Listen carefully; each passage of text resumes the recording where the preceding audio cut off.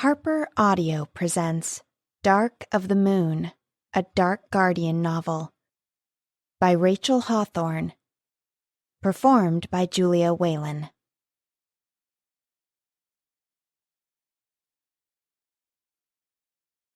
Prologue. Death hovers in the shadows. Through the slit of the window, the barest of moonlight filters in. I've always drawn comfort from it, but tonight it's Connor offering me solace. Within our prison, the mound of blankets softens the floor beneath us. One blanket covers us. Connor never bothered to put on the sweatshirt I brought him, so my fingers have the luxury of dancing over his bare chest. "Don't be afraid, Brittany." Connor's voice is soft, gentle. But how can I not be afraid? We both know that tomorrow we might die. Facing death brings urgency to life. All the things we've put off, all the things we haven't dared to explore, suddenly loom before us as dreams that might never be fulfilled. Connor holds me close, his warm lips brushing over my temple. Beneath my palm, I feel the steady pounding of his heart. How can his be so calm when mine is fluttering like a bird trapped in a cage? He skims his mouth over my cheek. I hear him taking a deep breath, inhaling my fragrance. I press my face into the curve of his neck and take his unique scent into my lungs. Even here, inside this building where we're held captive, he smells of the outdoors. Evergreens, rich earth, sweet nectar, sharp foliage. He smells of everything I love and more.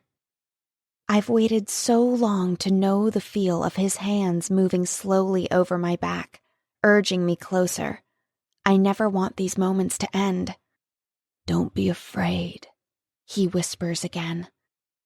Then the beast inside him that always hovers near the surface breaks free and chases away the gentleness.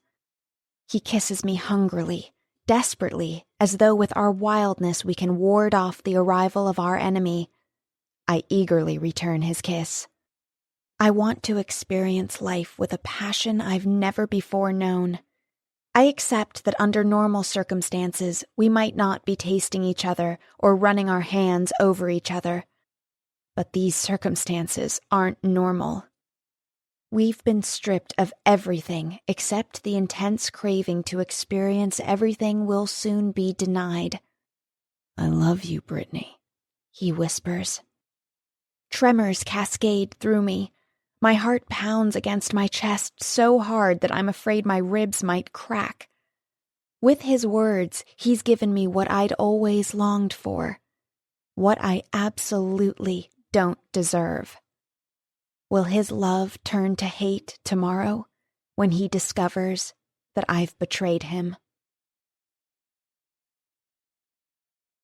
1. 8 days earlier. Tonight was the big night, the one I'd waited for my entire life, the awakening, the first shift, the loss of my moon virginity. A few minutes earlier, I'd removed all my clothes. I sat on them now in a small clearing deep in the forest, surrounded by towering trees. Chill bumps erupted along my skin. It was summer, July, but our hidden compound, Wolford, was located in a national forest that bordered Canada. When the sun retreated, the nights grew cool. Brimming with impatience, I waited. I'd never wanted anything as badly as I wanted this. Well, except maybe a mate. But I couldn't help but believe after this momentous night, after I'd proven myself worthy, that the right guy would finally step forward and claim me. I'd celebrated my 17th birthday 3 days earlier. The first full moon since that day was rising in the night sky. When it reached its zenith, I would transform into a gorgeous creature, into a wolf. I'd envisioned it 1,000 times. I would shed my human shell to reveal what I'd always known resided inside me. I willed it to happen. Even though I knew I should be terrified, I wasn't. My fur would be blue-black, just like my hair. My eyes would remain a deep blue. Earlier in the summer, Connor had told me that they reminded him of an ocean surrounded by more ocean. We'd been drinking beer with some campers at the time. I knew his slurred words didn't mean anything, but they'd still given me hope that somehow Connor would become my mate. But the hope had finally shriveled into nothingness, and I focused on the larger picture, the greater good. For as long as we'd existed, the male of our species had chosen his mate after his transformation and before hers. He went through his alone, but he stood by his mate when she endured her first shift, guiding her so she experienced more pleasure than pain. No female had made the change alone in generations, and the ones who had in the past were considered myths. Legend proclaimed that without a mate, a female faced excruciating pain, followed by certain death. Guess I was about to find out, because no one had claimed me as his mate. The elders, the wise men of our clan, the ones who guided us with their wisdom, had even tried to connect me with someone, Daniel, so I wouldn't have to go through this night alone. I knew they meant well, were trying to protect me, but I didn't want just anyone. I wanted Connor McCandless. So 2 nights ago, I'd slipped away from Wolford in the middle of the night. I knew with his sense of smell that Daniel would be able to track me if he wanted to, but I also knew that he was the type of guy who would respect my decision to leave without him. Somewhere out there was the right girl for him, and we both knew it wasn't me. The first transformation was an intimate, personal experience. I didn't want to go through it with someone who was serving as a stand-in for the real deal, for my true mate. In my heart, it would always be Connor. If I went through this with another guy, I'd feel like I was cheating on Connor. It was an irrational thought because we'd never be together. Still, I couldn't control how I felt. Earlier in the summer, my mom had even offered to go through my first transformation with me, but that was just as creepy as the idea of going to the prom with her. Some things I simply didn't want her to share with me. So I'd encouraged her to take her annual summer trip to Europe. I was fine on my own. But now, as I stared at the yellow orb that possessed more power than humans realized, an uncharacteristic loneliness washed over me. Tonight, Connor was with Lindsay, because she was going through her first shift beneath the full moon, too. Last summer, he'd declared her his mate in front of the entire pack. He believed she was his true love. I wasn't as convinced. Lately, I'd noticed her staring at Rafe. I thought maybe she wanted him, but she'd been promised to Connor, and our traditions weren't meant to be broken. I couldn't help wishing that Connor had selected me. He had this cute way of using his fingers to comb his shaggy blonde hair out of his stunning blue eyes. He was tall, strong, and possessed a body honed to perfection by the constant shifting. Like all male shifters, he was predatory and dangerous. Totally hot. Not that I was into Connor because of his physical prowess. It sounded stupid to say I loved his mind, but I was into the way he read situations, considered strategies, and never jumped into shifter mode at the first sign of trouble. He weighed options. I just wish his heart had been as cautious before he'd announced Lindsay was his mate. Following the ancient tradition, he had a Celtic symbol representing her name tattooed on his shoulder. I fought not to think about Connor and Lindsay standing together wearing only the ceremonial cloaks reserved for mates preparing for their bonding. I'd heard that going through a transformation together was an incredibly soul-binding experience, that it wasn't only the moonlight that caressed, that touched, that whispered. Groaning, I banished the haunting images. I would suffer enough tonight without thinking about them and the attraction that would pull them into each other's arms. I lifted my gaze to the star-filled sky. The moon that guided our destinies was high overhead. I should start to feel something at any moment. As a rule, no one ever discussed their first transformation. It was as private as the loss of your virginity. But I'd felt as though I had no choice but to seek advice on what to expect. So I'd spoken with Kayla, who had survived her first shift during the last full moon. She'd told me that it had felt as though the moonlight was actually touching her, coaxing her beast to reveal itself. Concerned that I'd be going through this alone since no guy had ever shown an interest in me, I'd been preparing all year. I'd built up my stamina by running every morning. I'd strengthened my muscles by using weights. I'd disciplined my body for this incredible moment. When my beast burst forth, I'd tame it, gain control of it. I could hardly wait. If I survived, I'd move into the realm of legend. I would confirm that guys weren't the only ones who could survive going through this alone. That idea was so sexist anyway. Let's move into the 21st century already. Our kind had some really archaic customs, but I was 17, liberated, ready to embrace my destiny, even if that destiny didn't include Connor. I closed my eyes and imagined how it might have been if he was here. We'd be standing so close that the breeze wouldn't be able to pass between us. He would cradle my face with his large hands. Very slowly, he would move in to kiss me. We wouldn't rush the moment. Then his lips would brush over mine as a deep growl rumbled up from his chest. His beast would call to mine, and mine would answer with a softer sound. We would embrace, riding the wave of pleasure and pain, and then we'd transform together. Thoughts of him not connected to Lindsay brought me comfort as I waited. If I pretended I wasn't alone, maybe I could conquer the pain that would soon envelop me. Why didn't it come while I was prepared to face it? Before the doubts I'd been holding at bay began to creep back in. The ability to transform was mine by birthright, passed from parent to child through our DNA. But as my time had drawn near, I'd begun to have disturbing dreams.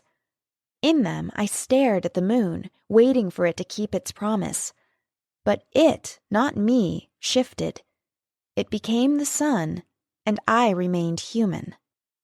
Kayla had said that she could sense the change coming long before her birthday, before she even knew she would have the ability to transform. But I'd felt nothing. When the caterpillar is enclosing itself in a cocoon, does it know that it'll emerge as a butterfly? I knew that I would emerge from this night as a wolf, but I didn't feel it. Fear gripped me. I felt the way I'd always felt, like a human, like a static, our derogatory term for those beings who didn't have the ability to shift. But I was a shifter. My parents were shifters. I'd grown up surrounded by shifters. I tried to will the change to come, but tonight the moon called the shots. After that, I'd be able to change at will. But for now, I had to tamp down my impatience, and that was almost impossible. I wanted so badly to be a full-fledged dark guardian. They were the protectors of our kind, knights, the ones who handled any enemies who might want to attack us. Right now, we had an incredibly dangerous enemy threatening to destroy us, and the time for the final confrontation was quickly approaching. I wanted to be in the thick of it. I wanted to cast off my novice status. Tonight, that would happen, once I shifted. I opened my eyes. The moon seemed lower in the sky, but that couldn't be. I hadn't noticed any tingling. Maybe it had happened without me feeling anything, but when I looked down, I was still human, still a girl, not the wolf I'd always envisioned I'd be, the wondrous creature that lived deep inside me. No. Maybe I needed to be standing. I jumped to my feet and outstretched my arms toward the sky. I wanted to call out to someone, something. I heard a distant howl echo through the night. The voice was one I'd never heard before. Was that Lindsay? No, This absolutely couldn't be happening. I wouldn't let it happen. I ran as though I could catch up with the quickly disappearing moon, as though I could somehow... What? Touch it? Make it reach its zenith again? I crumpled to the earth and felt the hot tears coursing down my cheeks. It wasn't fair, but it was what I'd always feared. Why else would Connor look at me and not see his mate? Why else wouldn't he know that I was his destiny? Why had he settled for stupid Lindsay? I'd always felt that something was lacking in me. I had always felt as though I was on the edge of everything, the outsider desperately wanting to be accepted by the clique. Oh, people acknowledged me, but there was always a distance. Don't get too close, Brittany. You're one of us, but you're not connected to us. The girls will talk to you, but never confide in you. They will befriend you, but never invite you into their most intimate inner circle. Our males will fight beside you, but never be drawn to you. No one had ever asked me out on a date. No one had ever kissed me. No one had ever looked at me with heat in his eyes. Did I not change because a guy wasn't with me? That made no sense. It was the moon that changed us, the moon that called us. I bent my head back and howled. But it wasn't the cry of a wolf. It was the anguished shriek of a girl. A human. A human whose soul was cracking and whose heart was breaking. I wasn't a shifter. I, Brittany Reed, was nothing. 2. I didn't remember falling asleep. My last memories were of me screaming until my throat was raw and my fists pounding the earth until my hands ached. But exhaustion must have claimed me at some point, because I woke up and stared at the sunlight dancing over the leaves. I'd always loved the wilderness, but suddenly I didn't feel one with it any longer. I thought I could hear the trees mocking me as their leaves rustled in the breeze. I didn't know where I wanted to go, but I knew where I needed to go. I had to return to Wolford. The Dark Guardians were gathering there in order to figure out how to protect their kind. Biochrome, a research company, had discovered that we existed and was determined to uncover the secrets of their ability to shift, even if it meant killing us, them. I gave myself a hard mental kick in the butt. I had to stop thinking such divisive thoughts. It wasn't them, the shifters, versus me, the non-shifter. It was us. Sure, something had gone wrong, but that didn't mean it couldn't be fixed. I had to keep my mind open to the possibility that it was some fluke of nature that could be easily corrected. Maybe my birthday was too close to the full moon, and I needed another cycle to prepare my body to shift. Maybe the date was wrong on my birth certificate. God, I was really grasping at straws, wanting desperately to find an easy answer. I knew I couldn't tell anyone that I hadn't yet shifted. I'd waited too long, worked too hard to finally be accepted. I didn't want to face that I might not be a shifter. There was another reason that I hadn't transformed. Whatever it was, I'd figure it out. Grabbing my nearby backpack, I headed out. I'd planned to lope toward the compound, embracing my new self, the wind ruffling my fur. Instead, I trudged through the forest, forcing my feet to move along, one in front of the other. An explanation for what hadn't happened had to exist somewhere. I considered discussing my situation with the elders. They were so old that they knew everything. But I didn't want anyone to know the truth about me. If they did discover the truth, they'd look at me with pity or horror. We existed alongside humans, but none of us wanted to be like them. They were pitiful creatures, statics, always locked in the same form. They might even cast me out. I couldn't take that risk with danger lurking. I was a Dark Guardian. It was all I'd ever wanted to be. How was I going to look at myself the first time I gazed in a mirror, the first time I saw what I truly was, or wasn't? Because I was afraid the elders might send guardians out to search for me, I took a circuitous route back to Wolford. I needed this time alone to shore up my courage to face everyone and not give anything away. It wouldn't be easy for me. I wasn't someone who believed in sugarcoating things. I was known for being honest and facing the reality of situations. Facing my own reality was going to be a bitch. Few people had truly embraced me before. If they learned that I couldn't shift, they'd view me as a freak of nature. It was bad enough that I'd received the occasional odd stare because no guy had claimed me as his mate. I didn't want to have to endure the others knowing that I hadn't shifted on time. It was nearly noon on the second day when I ran across the cold remains of a campfire on the banks of one of the rivers that ran through the national forest. My heart galloped as I knelt and sifted the ash through my fingers.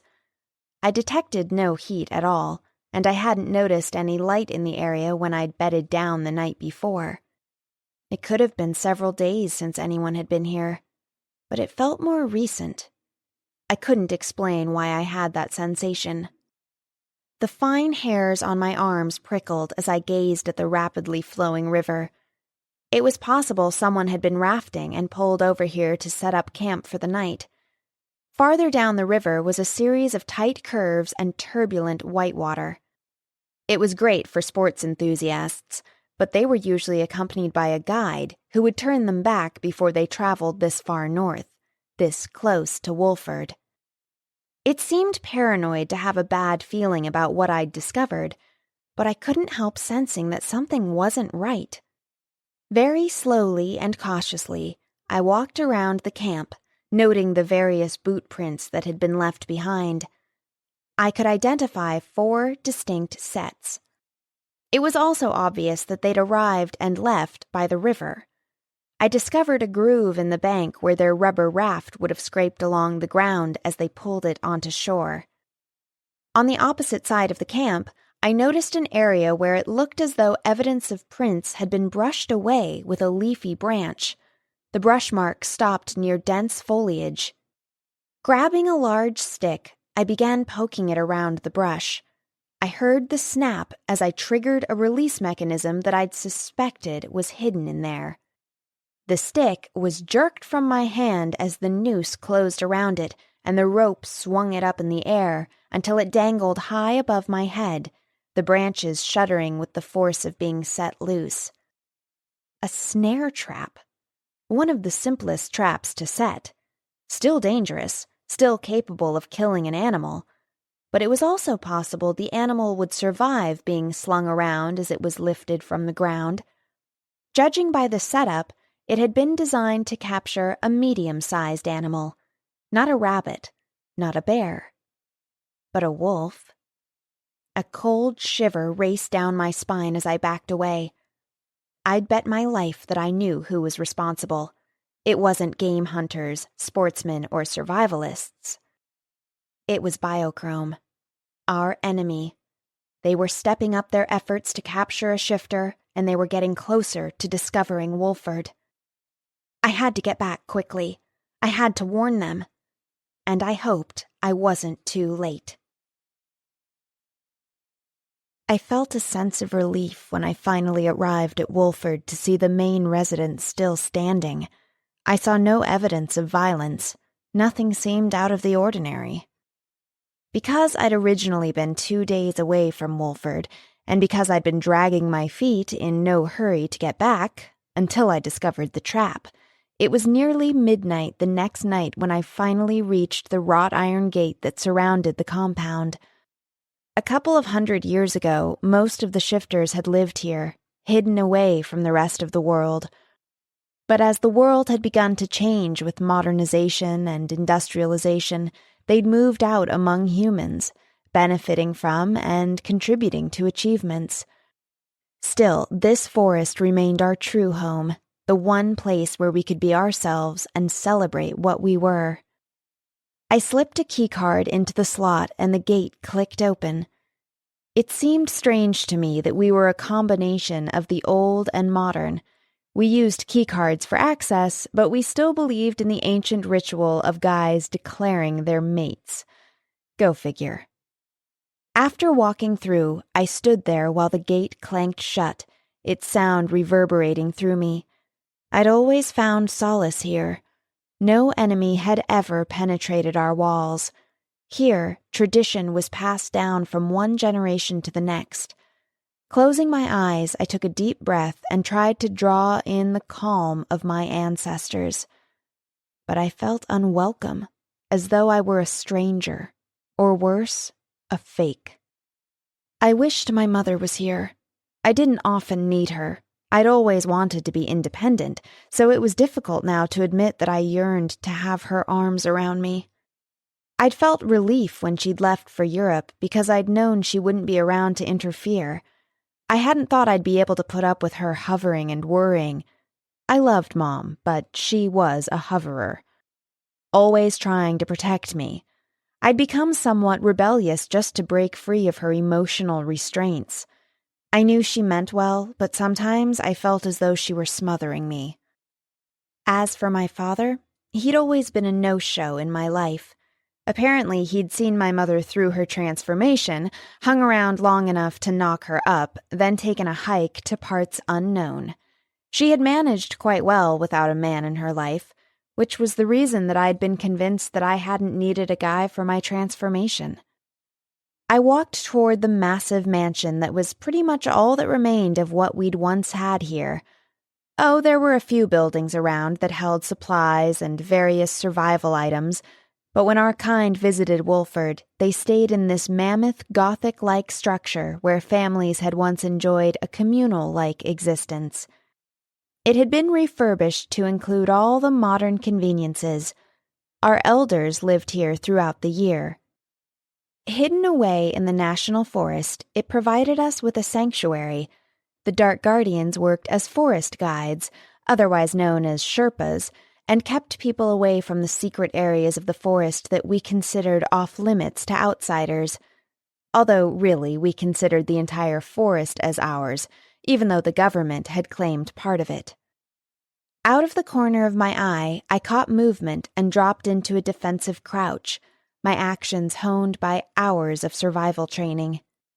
To my surprise, I saw Connor heading toward a thick copse of trees in the distance. Although his back was to me, I recognized his loose-hipped stride. He walked as though he was never in a hurry to get anywhere. The moonlight reflected off his sandy blonde hair and outlined his well-toned body. He was tall and slender, but I knew he possessed the strength of all shifters. We not only hid our ability to shift, but the power that came with it. Looking at us, few people realized how strong and capable we were. As Connor disappeared between the trees, I wondered why he was alone. Where was Lindsay? Usually a couple became totally inseparable after they shared a shifting. Could there possibly be trouble in paradise? I wasn't exactly sure how I felt about that. As much as I'd wanted Connor to notice me, to claim me, and go through the transformation with me, I didn't want Lindsay to treat him badly. Neither did I want him to hurt Lindsay. She was a friend. I selfishly wanted Connor and unselfishly wished them the best. My confused and contradictory feelings left me unsettled. As a rule, I usually knew what I wanted. I glanced around quickly. No one else was in sight. I should let Connor go, but I'd never felt so alone or devastated in my life. I needed to connect with someone. Why not him? Just for a few minutes. It wasn't like I was going to ask him to cheat on Lindsay. I had standards. I didn't steal another girl's guy. But that didn't mean I couldn't talk to him and get my Connor fix. After hiking since the full moon, I was gritty and dirty. Normally, I would have taken the time to clean up, because I never wanted Connor to see me at my worst, but I didn't want to miss this opportunity to talk with him alone. Maybe because, even though he didn't feel a connection to me, I felt one to him. I was pathetic to be crushing on a guy, knowing he cared for someone else, but at that moment, I couldn't quench my desire to hear his voice. I tossed my backpack toward the side of the house and raced in the direction I'd last seen Connor. The dew-covered grass left a clear trail, but once I hit the woods, he wasn't as easy to follow. The grass wasn't thick around the trees, and the moonlight filtered in sparingly between the leaves. If I'd shifted, I'd have been able to capture his scent and follow it. All senses heightened after the first transformation. Shifters acquired keen night vision and enhanced smell, hearing, and taste. Even their skin became more sensitive. All I had to go on was my gut instinct, so I simply kept moving forward and hoped he'd done the same. He might not be my mate, but we were friends, and right now, I needed a friend. Desperately. The woods were never totally quiet at night, and I drew comfort from the familiar sounds. The insects chirped, an owl hooted. I heard some tiny creature, probably a rodent, stirring up the dried leaves that coated the ground. But I couldn't hear any footsteps other than mine. I wondered if Connor had shifted, if he'd taken off. But I didn't see his clothes lying around. The trees finally gave way to a brook where the shallow water splashed over rocks, creating nature's lullaby. Standing at the bank's edge, as still as a statue, was Connor. My heart gave a little lurch, the way it always did when I first got near him. Sometimes when we were packing up supplies, getting ready to guide campers out into the wilderness, our shoulders would brush, and it was like an arrow zinging through me from shoulder to toes. Insane, I know, to be so affected by his nearness. It hurt that we'd never be more than friends, that he would forever belong to someone else. If I was smart, I'd turn around, head back to the mansion, and get on with my life. Obviously, I didn't possess an ounce of intelligence because I strode forward until I was standing beside him. He didn't look at me. He just kept staring at the water. I had so much that I wanted to tell him, so much that I couldn't explain, things I didn't want him to know. Still, a calmness settled over me as I studied the outline of his familiar profile in the moonlight. His features contained a ruggedness that I associated with warriors. The strength in his jawline was almost obscured by his shaggy blonde hair that hung down to his collar. I wanted to run my hands through it. I desperately wanted to loosen my braid and have him comb his fingers through the heavy strands of my own hair. I wanted to press my face into the curve of his shoulder and have his strong arms come around me. I wanted so much that I couldn't have. I didn't know if I'd be strong enough to settle for friendship now that I knew he was totally and completely beyond my reach. "Guess you heard," he finally muttered, and I heard the hardness in his voice. Connor was seldom quick to anger, but I'd seen his fury when we discovered that human scientists working for Biochrome had found out about our existence and were determined to use us for their own gain. Connor believed we'd somehow come out victorious, that life could miraculously return to normal, or what was normal for us. But now his anger-laced words caused horrible scenarios to rush through my mind. Had Biochrome captured Lindsay? Was the trap I'd discovered only one of many? Had they killed her? Was that the reason that Connor was alone? Was he in mourning? Or had she not transformed? Had something been wrong with the moon? For the first time in days, I grasped tightly to a minuscule of hope that the full moon, and not me, had been the aberration. "Heard what?" I asked quietly.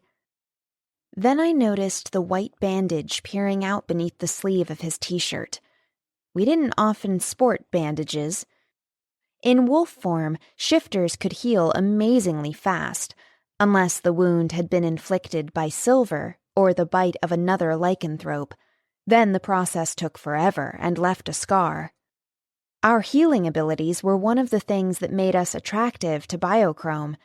Even in the heat of battle, only the worst of wounds could slow us down because we continued to heal, providing us with a living sort of armor. "You're hurt," I whispered, and in spite of my best intentions, I reached out and trailed my fingers near the bandage. I felt his firm muscles quiver and ripple beneath my touch. I'd never deliberately touched him. His skin was smooth and warm. I wanted to know the feel of his face, his neck, his chest. I wanted to know what everything about him felt like. "Rafe." He said the one word as though it should explain everything. Rafe was a dark guardian, part of our pack, part of our Sherpa team. He was as dark-haired, as dark-complexioned as me. He'd grown up with us, fought beside us against our enemies. He was as loyal to our kind as any of us. "Rafe bit you?" Connor snorted, and I could sense the anger now rolling off him in waves.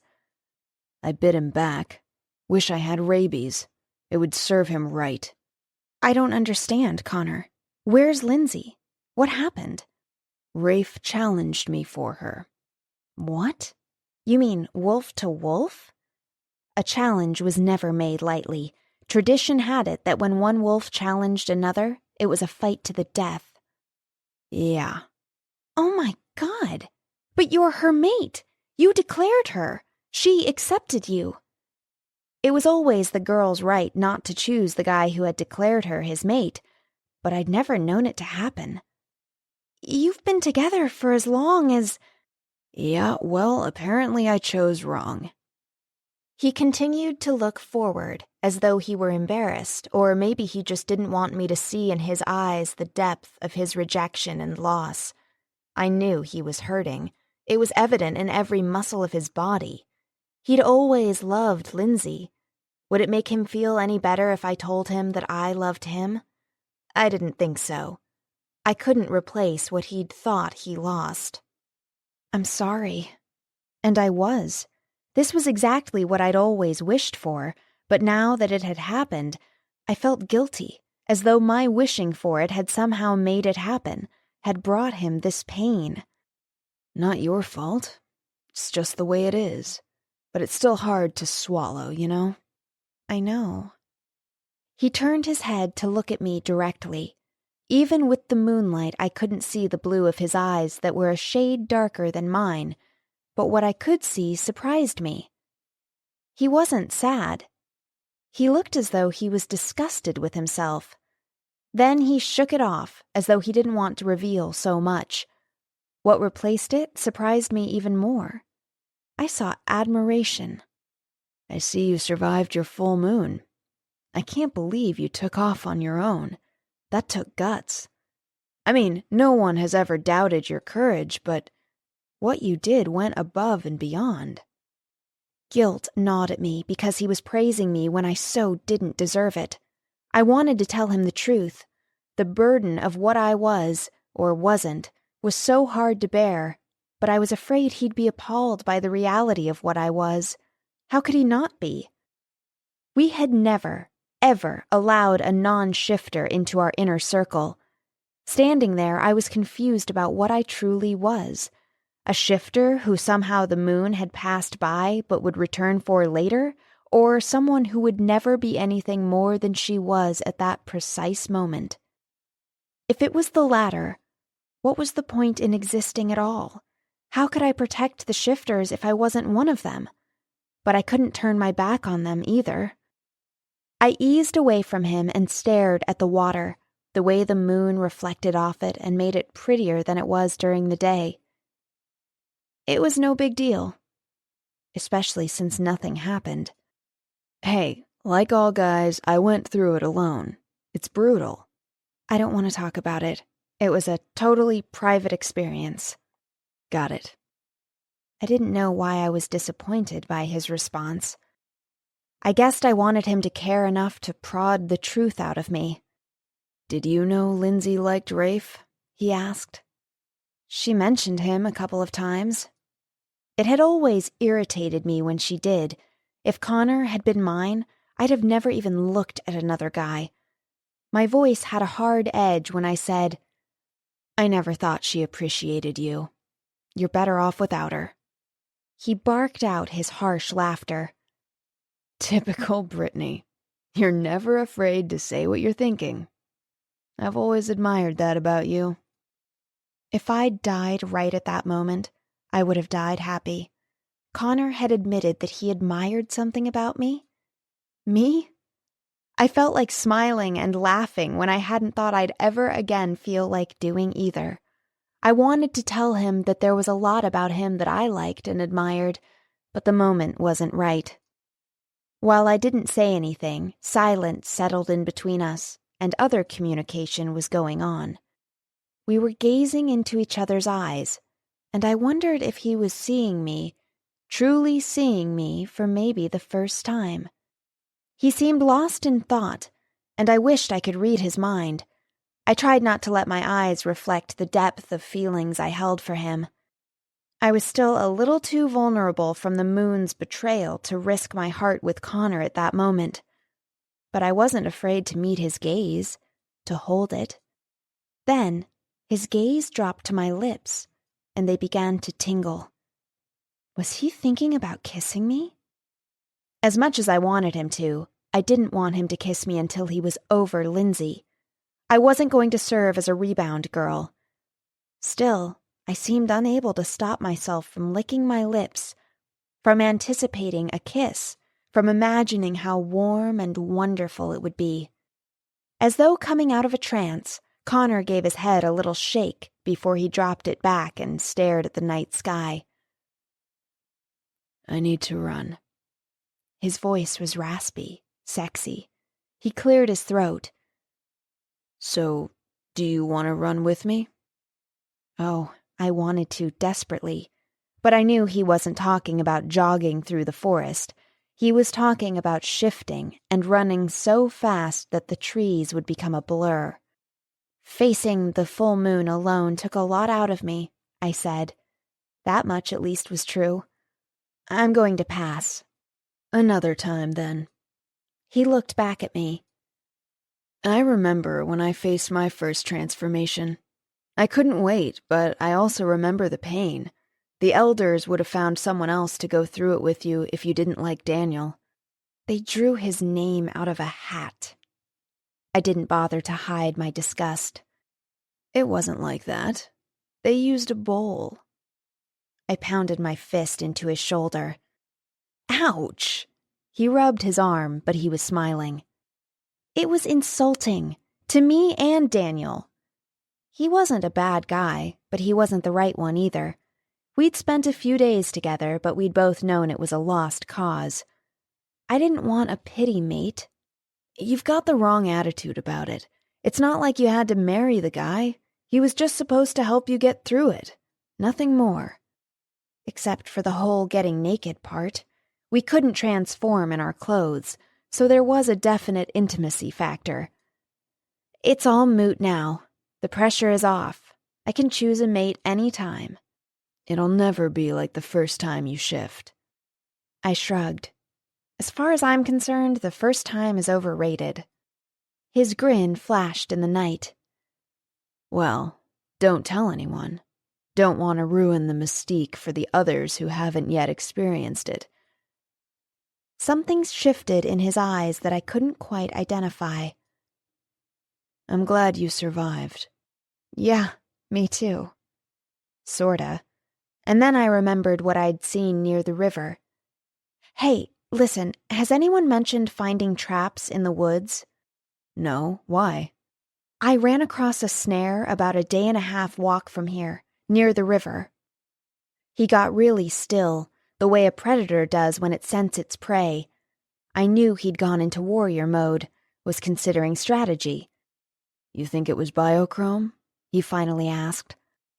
I don't know, maybe. It was designed to capture something the size of a wolf. He released a harsh curse, then gave me a hard stare. You walked from there? You didn't think you needed to travel in wolf form so you could get here more quickly? I had my backpack with me. I knew it was a lame excuse, which Connor confirmed with his next words. You could have left it somewhere, gone back for it later. It made me angry that he was questioning me, also that he was right, and that I'd had no choice in my mode of transportation. 2 legs were all I had access to at the moment, so I searched for another lie. I'd taken some sentimental items with me to help me face the transformation alone. I didn't want to risk losing them. Besides, it wasn't as though we were in immediate danger, and I needed the time alone. The tightening of his jaw only confirmed for me that no one would accept me if I couldn't shift. I also realized that lying about it wasn't going to be easy either. I should have come up with a better excuse, one that didn't make me look irresponsible. "I'll check it out," he said.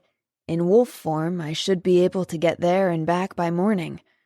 Are you sure you're not up to coming with me?" How I wished. "I'm sure. I covered my tracks, but you should be able to follow my scent." I could tell he wasn't happy with my decision, that he thought I was shirking my responsibilities. By not telling him the truth about me, I was. But my fallacy, whatever had prevented me from shifting during the full moon, was mine to deal with. "Later, then," he said grudgingly. Turning on his heel, he walked back into the forest, but I didn't follow. I knew he was going to remove his clothes and transform into a wolf.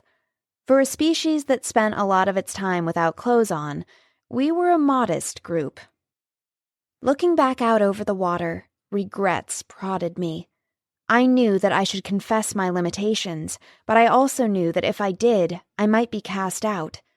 But even without the ability to shift, I could still make a valuable contribution, could find a way to protect the shifters, especially if what I suspected was true.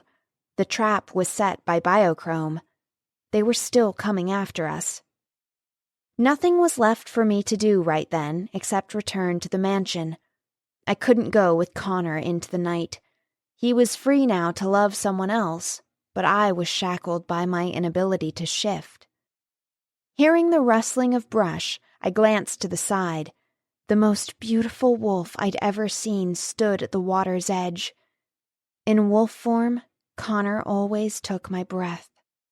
His fur, like his hair, was a sandy blonde that bordered on light brown. It had various shades, darker along his back, lighter near his paws. I wanted to dig my hands in his fur, hold him close, and confess everything. I wanted him to shift back into human form, put his arms around me, and assure me that everything would be all right. But I knew none of that would ever happen. If he knew the truth about me, that I hadn't shifted yet, he'd be appalled. With a last look at me, he splashed across the brook and loped away, awash in moonlight. With longing, I watched until I could no longer see him. Shifters healed when in wolf form, but I wasn't sure that shifting would heal a broken heart, either his or mine. 3. As I hurried back to the main house, I realized that I now had something I hadn't had before, a chance with Connor. And just as quickly, reality slapped me hard in the face. That chance was only available if I could figure out what had happened to me, why I hadn't shifted. I mean, really, what guy wanted a static girlfriend? When I arrived at the house, I located my backpack, started for the front door, and stopped. It was late. Only a few lights were on, but I wasn't ready to run into anyone else and continue with my cover-up. Besides, I had something I wanted to check. We were an ancient civilization. Some believed we'd been around since the dawn of time. Others thought we'd come into existence with King Arthur and the magic of Merlin that had surrounded him. The elders never really confirmed our origins. They simply protected the secrets of our history. Those secrets were housed within ancient texts that the passage of time had made so fragile that only the elders were allowed to read and study them. While I walked in the shadows along the side of the house, heading toward the back, my mind drifted to the ancient texts that were stored in a room that only the elders were allowed into. They'd shown the room to the dark guardians, reverently removed the ancient book from a glass box, and allowed us to touch the worn leather so we'd have more regard for our past. But the book was never opened in front of us. The words were never read to us. Surely something so carefully guarded contained secrets and answers. I didn't bother sneaking. No point when the night guards had a keen sense of smell. I was surprised that I hadn't spotted anyone yet, but I figured they were probably on the far perimeter. Their job was to stop anyone who shouldn't be here from getting this close. They weren't here to stop us from doing anything we shouldn't. After all, we'd all sworn an oath to be honorable. An oath I was about to break. When I reached the back door, I turned the knob, not surprised to find it locked. I swiped the keycard and watched the red blinking light turn green. Taking a deep breath, I slipped inside and quietly closed the door behind me. Now was the time for stealth. I was in an area we were discouraged from hanging out in. The hallway was unlit. Closing my eyes, I envisioned what everything had looked like when the elders brought us to this area of the residence. The hall was wide. Tables decorated with antiques and statuettes honoring wolves lined the walls. If I simply walked down the center, I should be okay. I crept slowly and carefully until my eyes adjusted to the gloom and the shadows began to take shape. I realized that a few of the doors were open. Pale moonlight spilled through the windows into the rooms and whispered into the hallway. But it wasn't an open door that interested me. My heart thundering, I came to a stop in front of a closed door. I knew if I was discovered, I'd be stripped of my Dark Guardian status, but that was going to happen anyway if I didn't get some answers. I put my hand on the knob and a chill went through me. I wasn't certain if it was the knob or my hand that was cold. It was as though the ghosts from the past were breathing down my neck. "Enough already," I muttered. Squeezing my eyes shut, I twisted the knob. It opened. I bit my bottom lip to stop myself from gasping out loud with surprise. I wasn't sure what I was expecting, or what I thought I was going to do if it hadn't opened. Was someone in there? Was one of the elders working late? Or did they trust us to respect that we weren't supposed to enter this room? Or maybe someone had just forgotten to lock it. Pushing on the door, I cringed when the hinges gave a creak. I glanced around quickly, then decided, the hell with it. I shoved open the door and stepped inside. No one was there. I switched on the light and dimmed it. An ancient mahogany desk sat in front of a massive fireplace. The mantel was stone, with feral-looking wolves carved into it at either end. I guessed that they symbolized dark guardians watching over the treasures. The room was huge, with ornate brocade chairs and carved wooden chests scattered throughout. I could envision the elders sitting around and going through the treasures tucked away in the chests for safekeeping. Leather-bound books lined the shelves on two of the walls, but those weren't the books I was interested in. The one I cared about was in the glass case on a stand in the corner. I set my backpack in a chair. Striding by the desk, I grabbed a stone paperweight, fully prepared to do whatever was necessary to get at that book. I'd worry about the consequences later. I knew I was being rash, but I was also desperate. But when I got there, I saw no lock, only hinges. Could it be that simple? That unprotected? Carefully, I lifted the glass lid. A breath of relief rushed out of me. I could do this without leaving any evidence behind. Setting the paperweight aside, I reached in and closed my fingers around the ancient tome. It felt as though it weighed a ton as I lifted it out and carried it to the desk. Carefully, with respect, I set it down. Taking a deep breath, my heart pounding so hard that I couldn't hear anything except for the blood rushing between my ears, I very slowly turned back the cover and stared at the indecipherable symbols. Had I truly believed that an ancient document would be written with modern letters and words? I turned to a page at random. More garbage. I wanted to scream. I wanted to tear out the pages. I wanted to destroy... Oh my God, you're back! With my heart leaping into my throat, I jerked my head up to see Lindsay standing there. She was dressed in shorts and a tank, her long blonde hair flowing around her shoulders. She looked different. More confident, more mature, more wolfish. Before I could respond, she rushed across the room and hugged me tightly. "I've been so worried," she said. I wanted to lash out at her, shove her away, but at the same time I wanted to draw her closer, absorb the comfort that she didn't even realize she was providing. I knew she'd acquired what I'd so desperately wanted. Did she even appreciate what it was to shift? With her brow furrowed, no doubt because of my less than enthusiastic greeting, she leaned back and studied me. "Are you all right? Was it horribly painful?" "More than you can imagine." I rolled a shoulder as though I couldn't be bothered. "No biggie." "I thought the pain was going to kill me."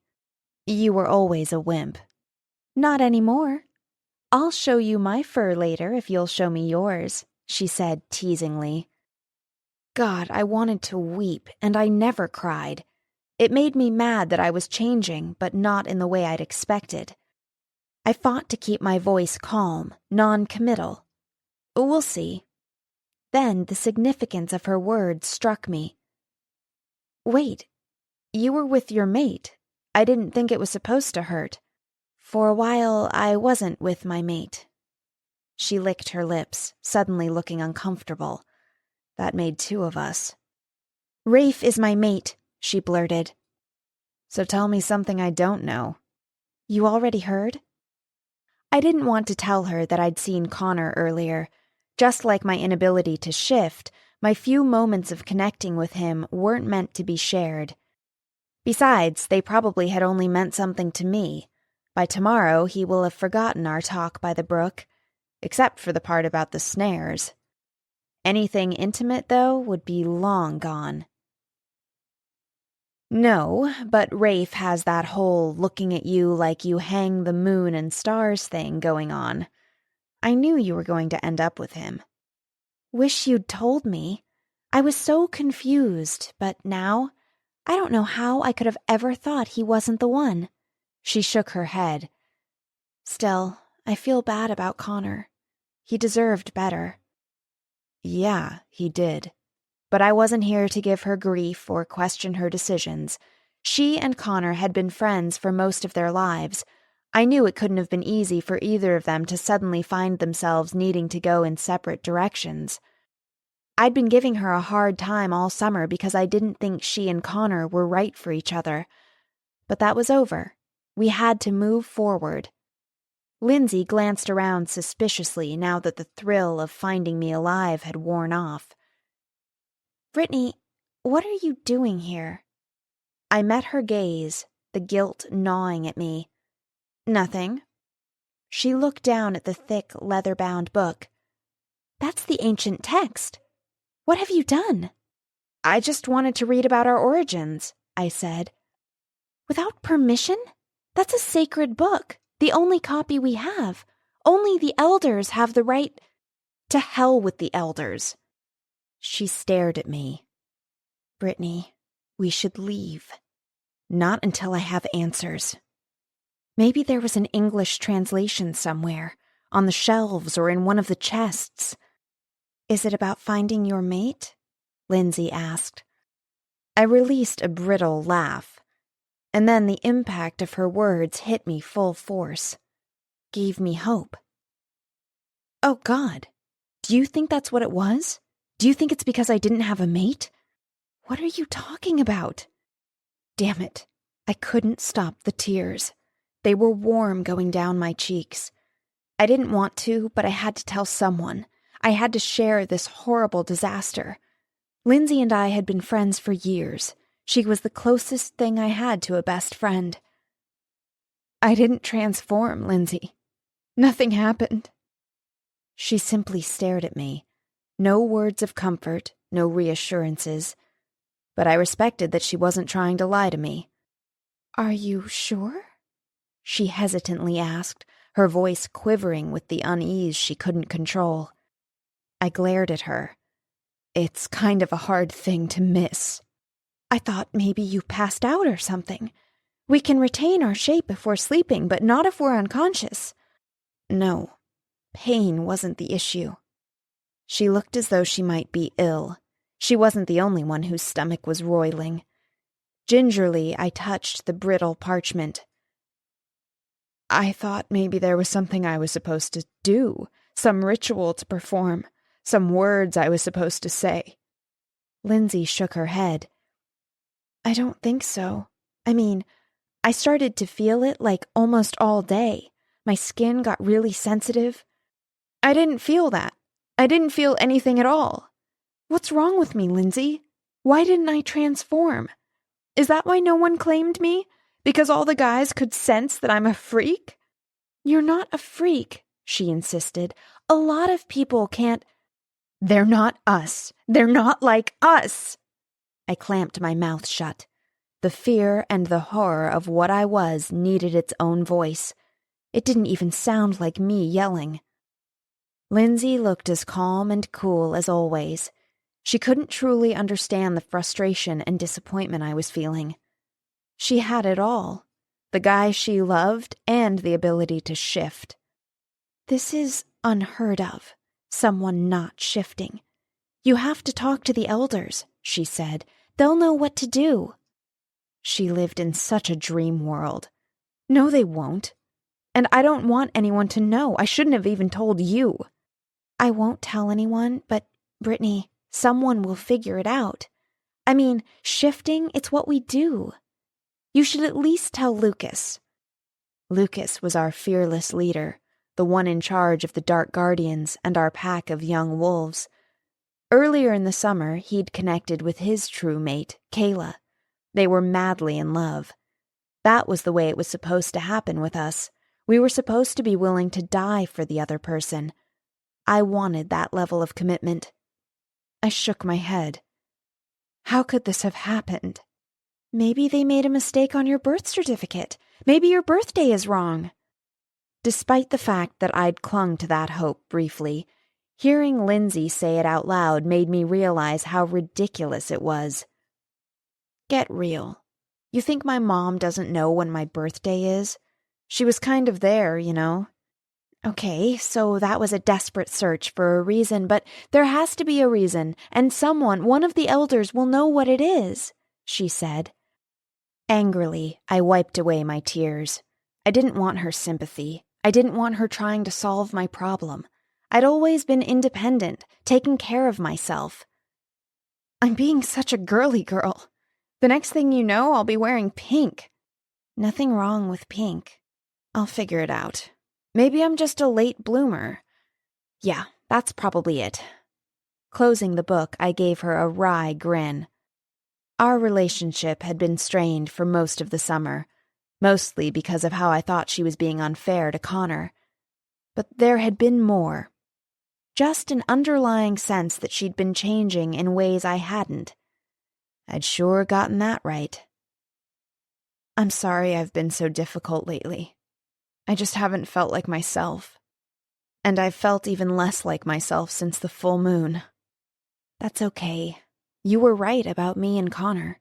My feelings for him weren't as intense as they should have been, and it totally wasn't fair to him. He could probably use a good friend right now.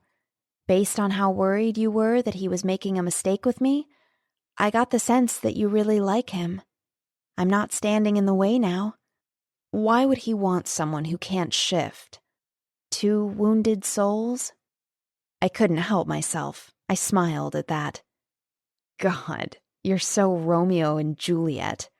"What would it hurt? To just talk with him, I mean." I already had, but again, I didn't want her to know. "I don't know. Maybe.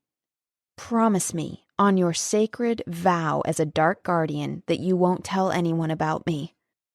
"I won't." She made an X over her heart. It was a childish gesture, but it actually brought me comfort. Cross my heart. Besides, it could just be a temporary glitch. Maybe you need another moon cycle. I wanted to believe that's all it was. I glanced around. What were you doing lurking around this hallway anyway? Taking a shortcut to meet Rafe. He's out guarding the perimeter and getting a little lonely. You should go then, if he's expecting you. Yeah. She took a step back. Are you going to be okay? Nodding, I sniffed. Yeah. Whatever the reason, I'll find it. After she left, I put the book back in the glass case. Using the edge of my shirt, I wiped away the prints. Not that it would probably do any good. If the elders came to this room anytime soon, they'd catch my scent. I spent the next half hour going through books and papers.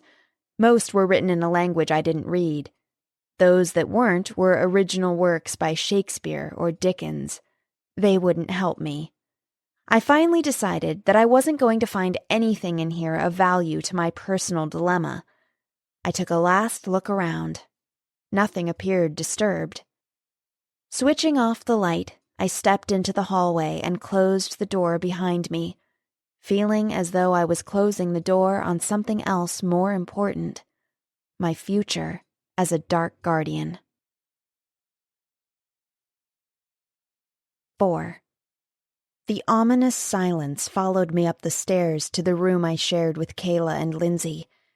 In a way, I wished I'd come here immediately and faced Kayla and Lindsay at the same time, instead of taking my detour with Connor. Kayla would have the same questions. I just needed to be stronger this time and keep my horrid secret to myself. As quietly as possible, I opened the door. The room was dark, except for the moonlight coming in through the window. But there was a presence, a charged electricity. Brittany?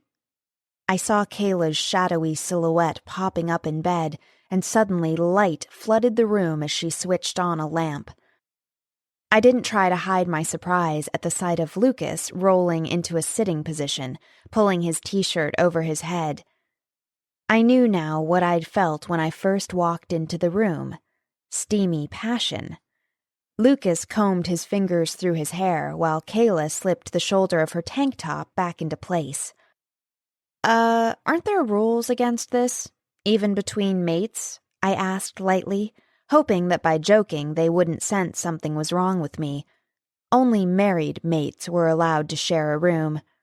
It was a little comforting to know even our leader didn't follow rules. Kayla was blushing when she scrambled off the bed and came toward me.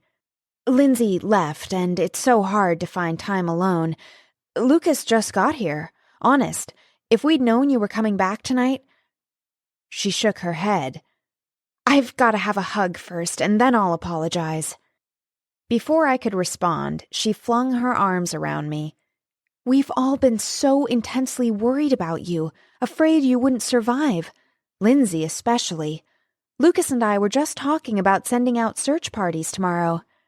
Yeah, I'm sure you guys were talking, I teased as I hugged her tightly, needing the support if not for the reason she thought.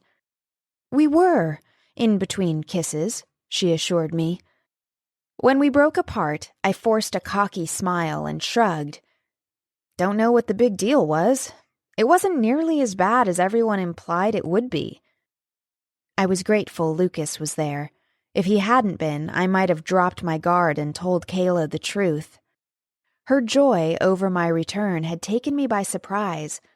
I hadn't expected her to be so worried or so glad to have me back safe and sound. It made me wonder if maybe I'd misjudged how much she cared for me.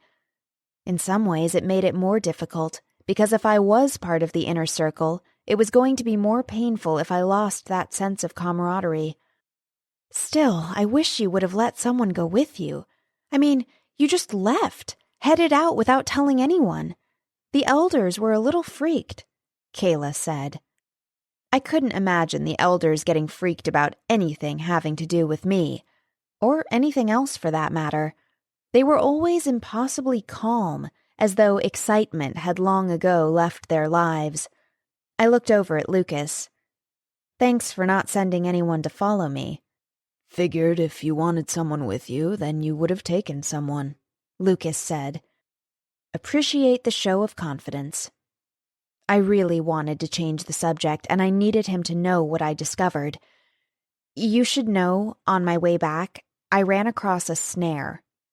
Lucas went all still, the same way Connor had. Biochrome? I bit my lower lip. If I'd shifted, my sense of smell would have been heightened enough that I would have known for sure. I think so. I saw Connor before I came inside. I told him about it. He's gone to check it out. Lucas nodded with obvious satisfaction. Good. He'll get to the bottom of it.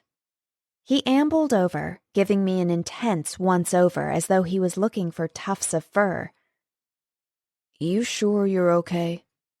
So much for thinking a change in subject would stay changed. Absolutely. Why wouldn't I be? He arched a dark brow because I was being stubborn.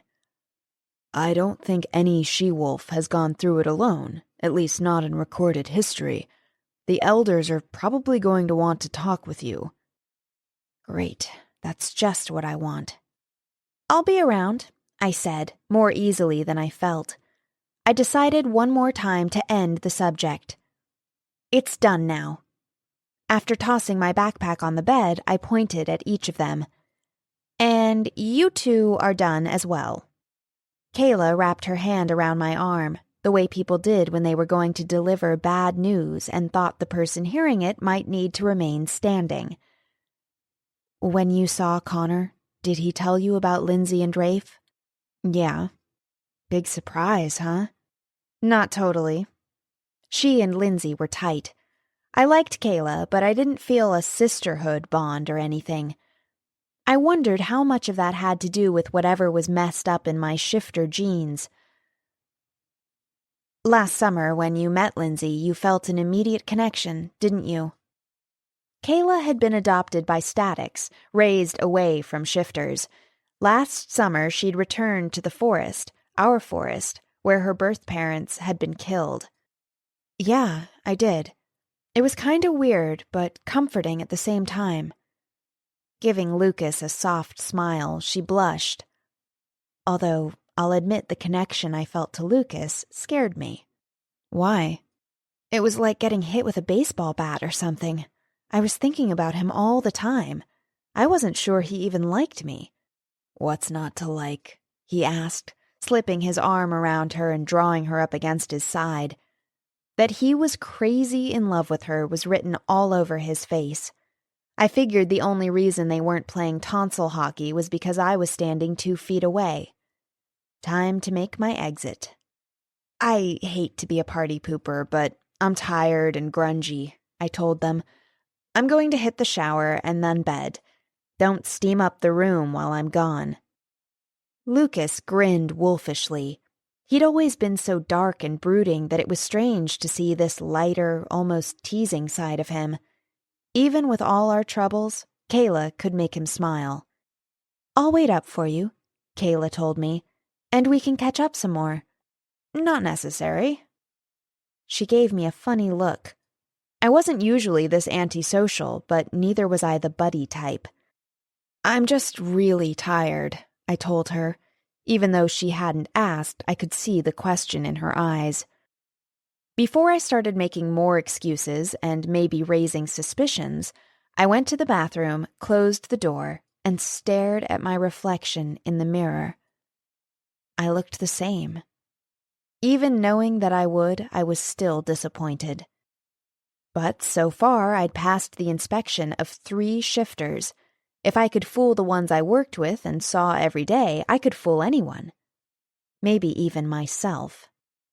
The next morning, with my head buried beneath my pillow, I mumbled something about needing more sleep when Lindsay and Kayla were getting dressed so they'd leave without me. I didn't want to have to endure any more scrutiny or questions. When I went down for breakfast, the dining room wasn't crowded.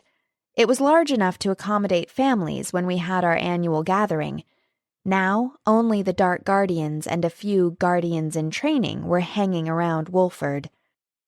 I saw Kayla and Lucas sitting at a table alone. She caught my eye, smiled, and pointed to an empty chair beside her. I shook my head. Lindsay and Rafe were also at a table alone, but they were lost in each other and not paying attention to anyone else. Ah, newly discovered love. They had a lot of lost time to make up for. A few other Dark Guardians, those who had faced their first full moon and novices who were still anxiously awaiting their magical night, were scattered throughout the place. They smiled at me and gave me a thumbs up. I'd survived. I'd made it. Yay me. I walked to the sideboard where the buffet breakfast was set out. I heaped scrambled eggs, bacon, and toast onto my plate. Then I sat at a table by myself. I wasn't up to answering questions about how my transformation had gone. Too bad I hadn't sent out a mass email alerting people to back off. 3 novices were suddenly surrounding my table. Mia and Jocelyn were 16, Samuel 17. Guys didn't have their first transformation until they were 18. "You did it!"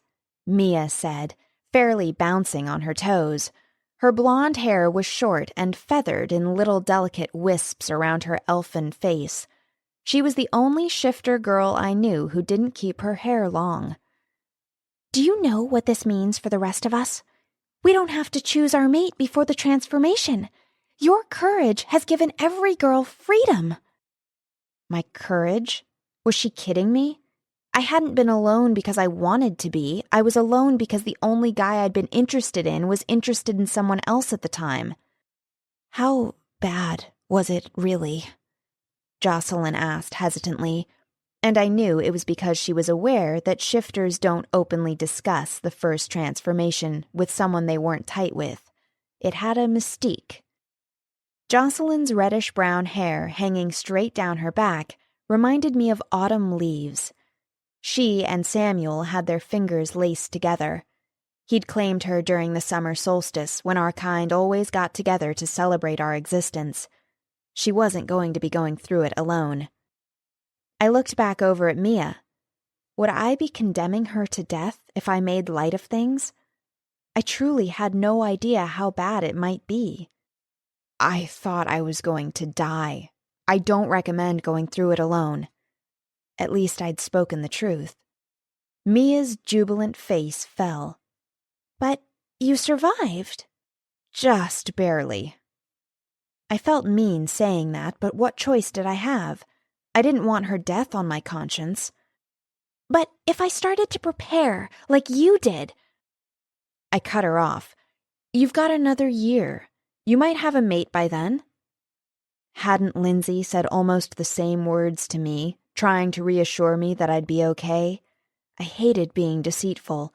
It was only a few days ago that I had been making the same arguments as Mia. But now I knew better. Or at least that it wasn't that simple. "I think it's archaic that we have to have mates," Mia said stubbornly, jutting up her small chin. "Gee, thanks, Mia," Samuel said. "Some of us like the traditions." "And some of us don't. Look at all the technology we have. Get with the program." "Enhancing our security using technology has nothing to do with how we should uphold our traditions." "It has everything to do with it." "Guys, now isn't the time," Jocelyn said with obvious irritation, as though she'd been forced to sit through the debate 1,000 times. She smiled at me. "We just wanted to stop by and talk to you. We think you're awesome. It would be kind of creepy to just touch you, wouldn't it?" The next thing I knew, they'd be auctioning my crumpled napkin on eBay. Definitely creepy. With a last nod at me, they walked away, laughing and tittering and glancing back as though they still couldn't believe that I was breathing the same air they did. There were so many ramifications to what I'd done that I hadn't given any thought to most of them. Who would have thought that anyone except me would have cared that I went through it alone? And how was I to know that by lying about all that had happened, I'd suddenly be carrying a heavy responsibility on my shoulders? I was a Dark Guardian. I was supposed to protect these people. I should stand up in my chair, get their attention, and announce the truth of what had happened. I was debating the pros and cons of that action, considering how mortifying it would be, when a shadow fell over my plate. My heart hammering, I jerked my gaze up, hoping to see Connor. Instead, I saw Daniel, the guy with whom the elders had tried to set me up. He gave me a warm smile. I smiled back. No hard feelings. He was a nice guy, but we'd both accepted from the get-go that we weren't going to make it as a couple. He set his plate on the table and pulled out a chair. "Glad to see you didn't need me after all," he teased. Everyone keeps looking at me like I'm a freak. Or maybe that was just my imagination because I knew I was one. "You're a legend. Although I have heard that a few guys are worried that the need-a-mate myth might be challenged by other girls." Yeah, I got a taste of that a few minutes ago when some of the novices stopped by to drool over me. Honestly, I don't know whether to be flattered or appalled by the idea that I may start a trend. Most people would relish the limelight. I'm not most people. You'll get no argument from me about that. So, how was it, really? Probably the same as it was when you went through it.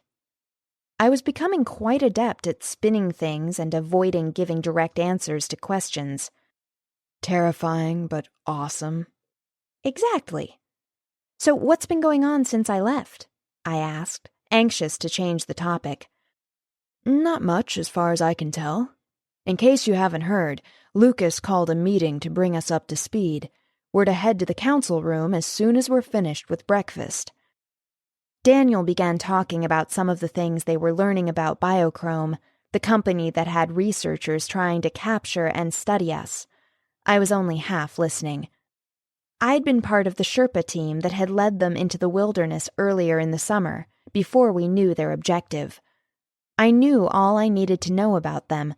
Mason Keene and his father, who was in charge of the project, were certifiably insane. As Daniel's melodious voice droned on, he was apparently unperturbed by the fact that I wasn't an active participant in the conversation. I didn't know why I hadn't taken more of an interest in him. Like most male shifters, he had a raspy voice, the better to growl with. He was the only shifter male I knew who wore his hair buzzed close to his scalp, which I thought was a shame because his eyes were an emerald green that I thought would have looked stunning framed by his black hair. His face was animated as he talked, and I knew he couldn't wait to confront the bad guys. But I just couldn't concentrate on him. Maybe because I was acutely aware that Connor had arrived, even though I couldn't see him. I was experiencing the kind of sensation that wild animals did when they sensed a change in the environment and all their senses went on even higher alert. The fight or flight response. Usually, we fought. My awareness of him gave me hope that maybe I was simply a late bloomer. As nonchalantly as possible, I glanced over my shoulder. Connor was at the sidebar, filling his plate. I wanted to watch him. Even the way he scooped eggs was sexy. I wanted to know what he'd discovered when he went searching for the abandoned campsite. I wondered if I should invite him to join us. Before I could decide, he strode past and settled at an empty table. Ouch. I tried not to grow concerned that in following my trail, he may have also somehow detected that I hadn't shifted. I turned my attention back to Daniel, but I felt Connor's gaze homing in on me. The hairs on the nape of my neck prickled, but in a good way, causing my fears of discovery to dissipate. My hair was arranged in its usual no-frills, long braid, because today we'd be tending to Dark Guardian business. Part of me wished that I'd worn it down, but going for the feminine look had never been my style. I was all about projecting a tough image, even when I didn't feel very tough. Maybe that was another reason the guys didn't flock around me. I didn't want to be rude, so I tried to concentrate on Daniel, but I was very much aware of Connor studying me. Even though he wasn't doing anything except eating, He kept drawing my attention like a magnet. Whenever my gaze shifted over to him, he didn't look away. If anything, he appeared irritated. Was he upset that I was enjoying breakfast with Daniel? Or was he still angry about being the first guardian in generations to lose his mate? But if that was it, why was he looking at me and not Lindsay? Daniel launched into a funny story about some campers he'd recently guided into the forest, making me laugh. I discreetly observed Connor out of the corner of my eye. He was scowling. He did look away then, and I felt this strange sense of triumph. Could he be jealous? My heart gave a small, unexpected leap at the idea. There were other shifter girls waiting for the arrival of their full moon who would need a mate. Would he turn to one of them, or was he sensing the same thing I was?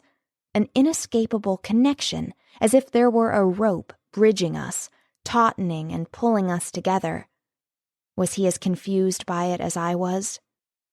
My gaze drifted back over to him. I'd always liked him, but his attention had always been on Lindsay. Now that he no longer had a destined mate, was he finally taking notice of me? And then the squirrel ran up my leg searching for nuts. I nearly spewed my coffee, and my eyes went wide as I jerked my head around to stare at Daniel. He gave me a wry grin and chuckled. I thought that would get your attention. I've been listening. No, you haven't. He gave a meaningful nod in Connor's direction. So much for my subtle observation. But I can't blame you for wondering about Connor. We're all wondering. Wondering what? What exactly happened with him and Lindsay and Rafe, out there in the woods during the full moon? None of them are talking. It's not really anybody's business, is it? My words came out tarter than I'd meant for them to, but I didn't like people gossiping about my friends. Sorry, I said quickly. Didn't mean to snap at you like that, but, well... I know. You're a team. It creates a bond.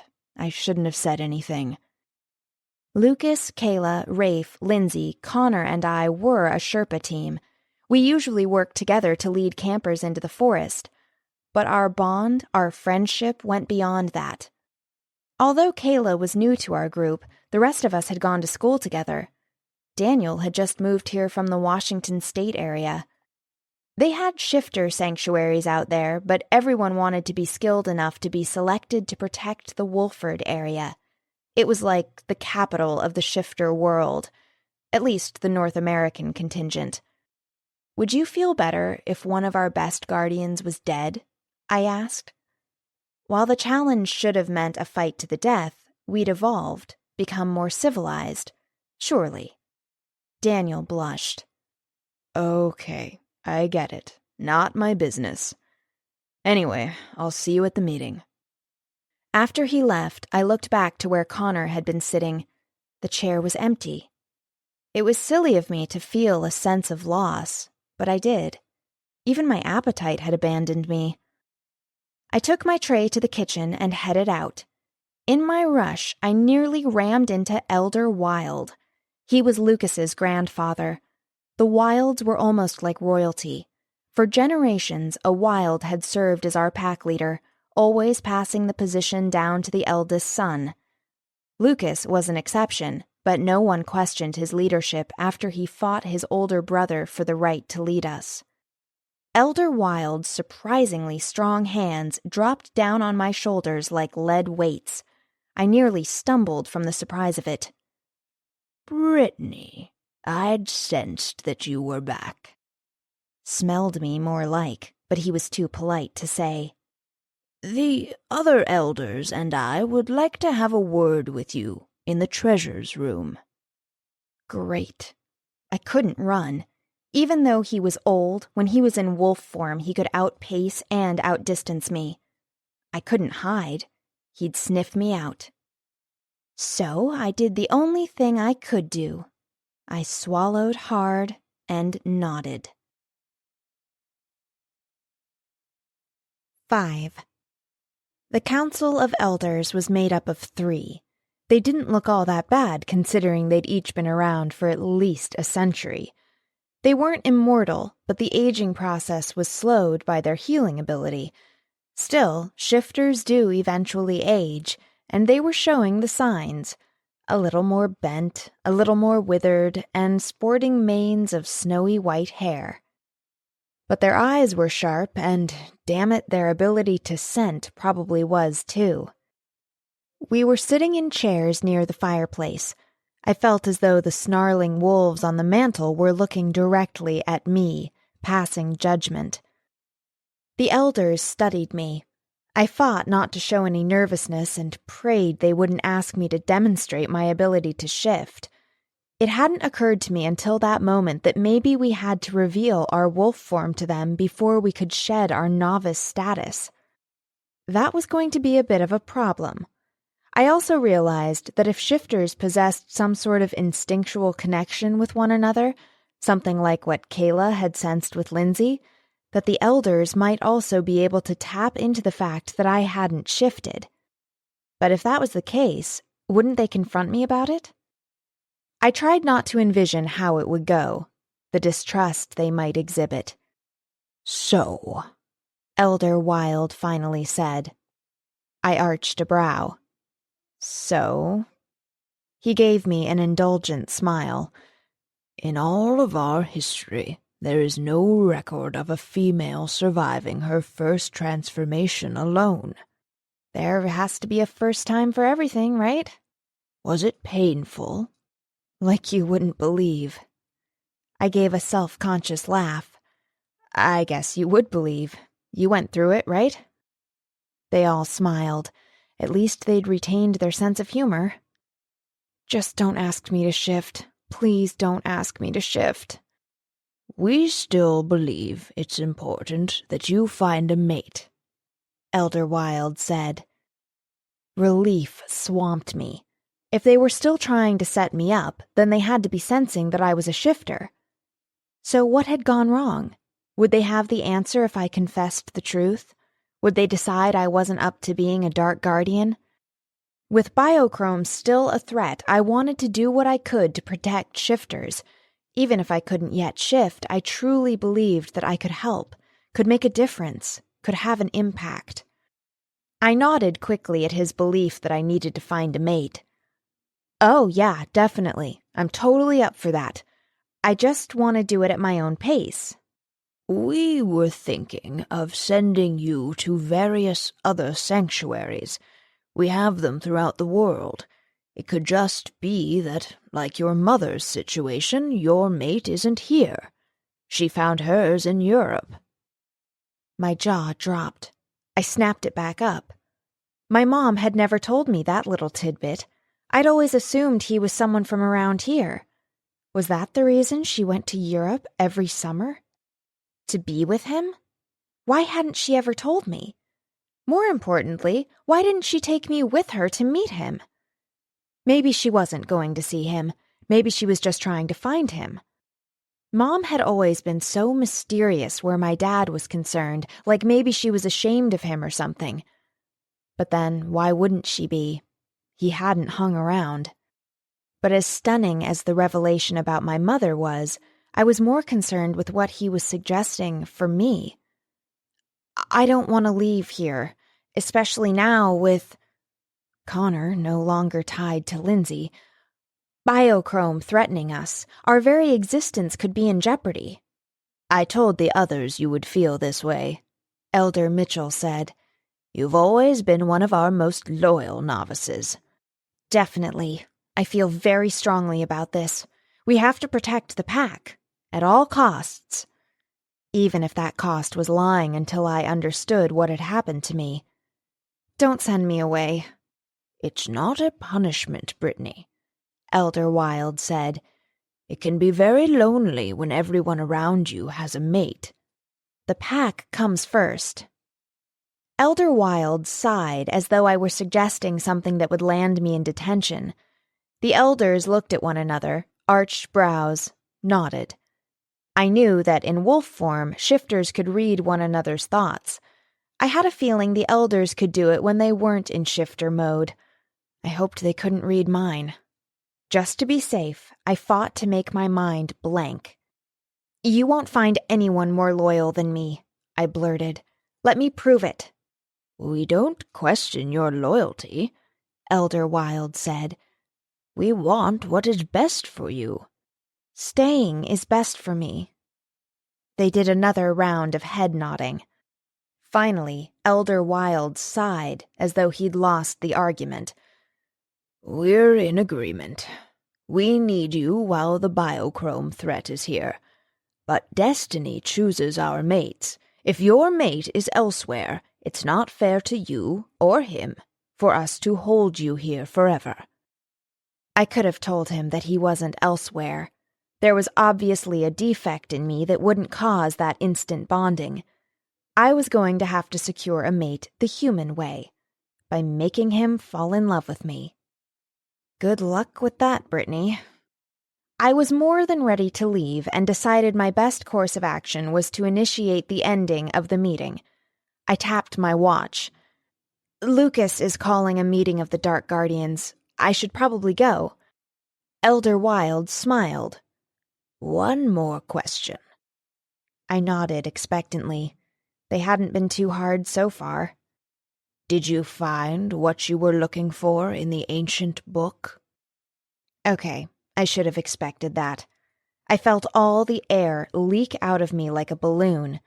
I considered denying it, but even I thought I could smell my scent from last night lingering in here. Although that was probably just in my head, or guilt making me sense things I couldn't possibly sense. I shook my head.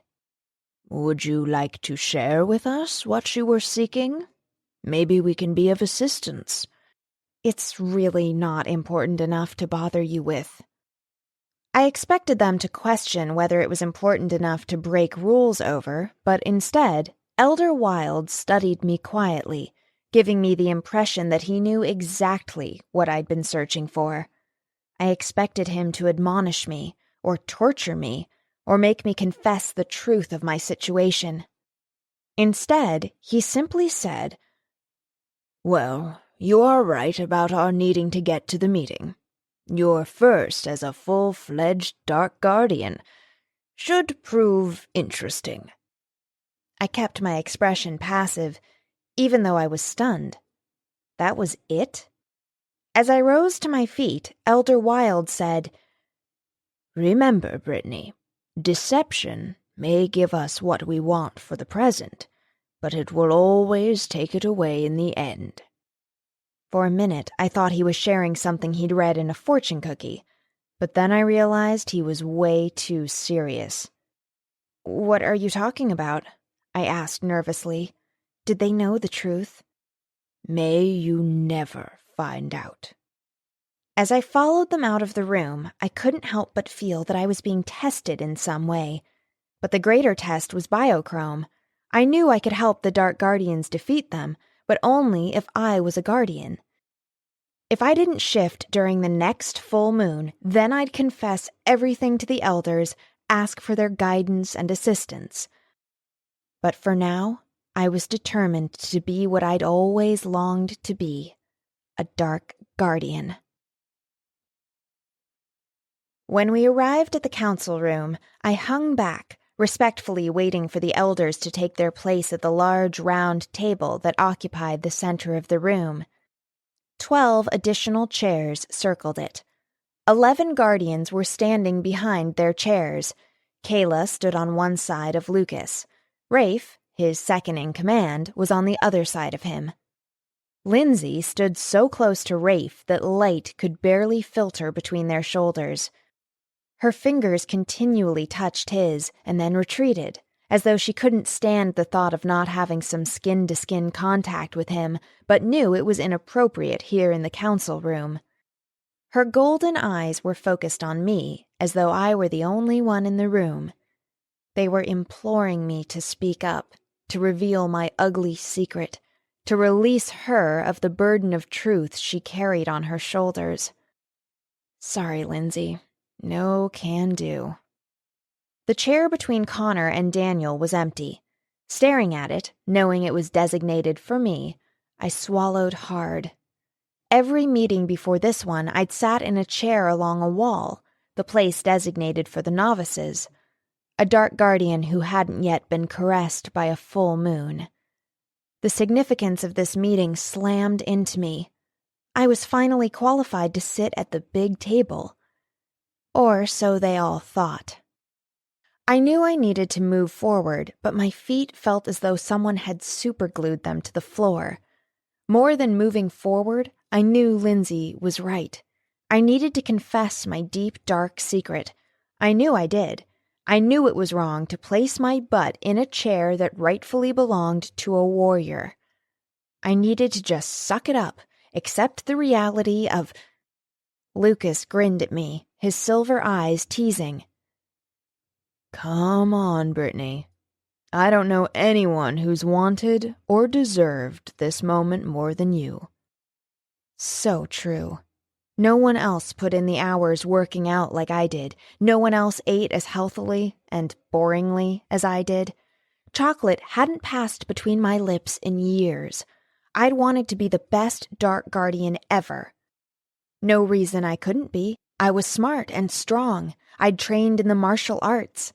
I knew this wilderness as well as I knew every feature of Connor's face. I'd willingly die for the shifters, without hesitation or regret.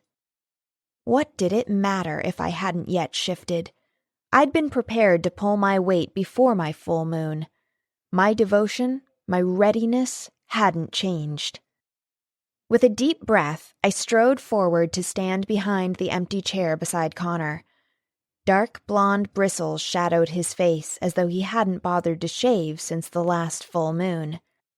His hair was combed back in its usual style, but looked as though he'd merely used his fingers rather than a comb to arrange it. He'd never looked sexier. As wrong as it was, I drew strength from his nearness, as though I could actually feel the warmth of his body reaching out to mine.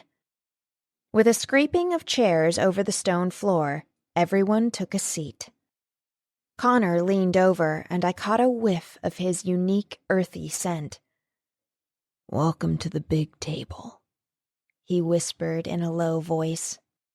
Holding his blue gaze, I fought not to grin like an idiot, not only because I was sitting at the big table, but because he was there beside me, acknowledging me. Thanks. How's the arm? His eyes hardened, and I realized that was not exactly the best conversation starter. I should have gone with, "What did you discover out there about the snare?" Healed, he said curtly, and whatever camaraderie might have been developing between us came to a screeching halt. He turned his attention to Lucas. Because I could feel Daniel studying me, I smiled at him.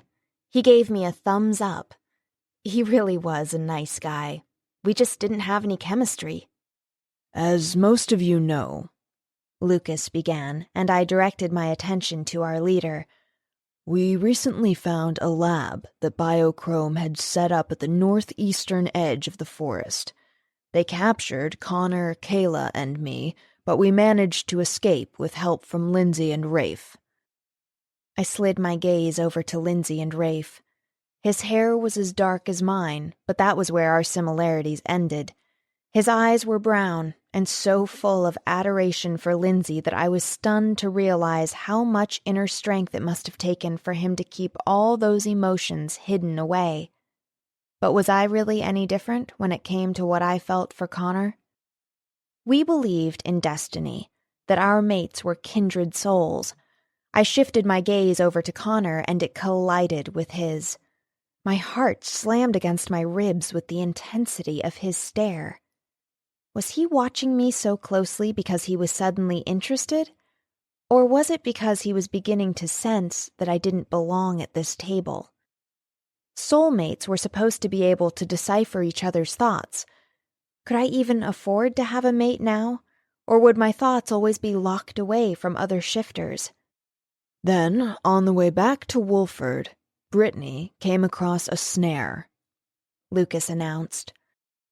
I heard a couple of sharp intakes of breath as the other guardians turned their attention expectantly to me. As much as I wanted to lie about it, I knew doing so would put shifters in danger. I don't know if Biochrome said it, I admitted.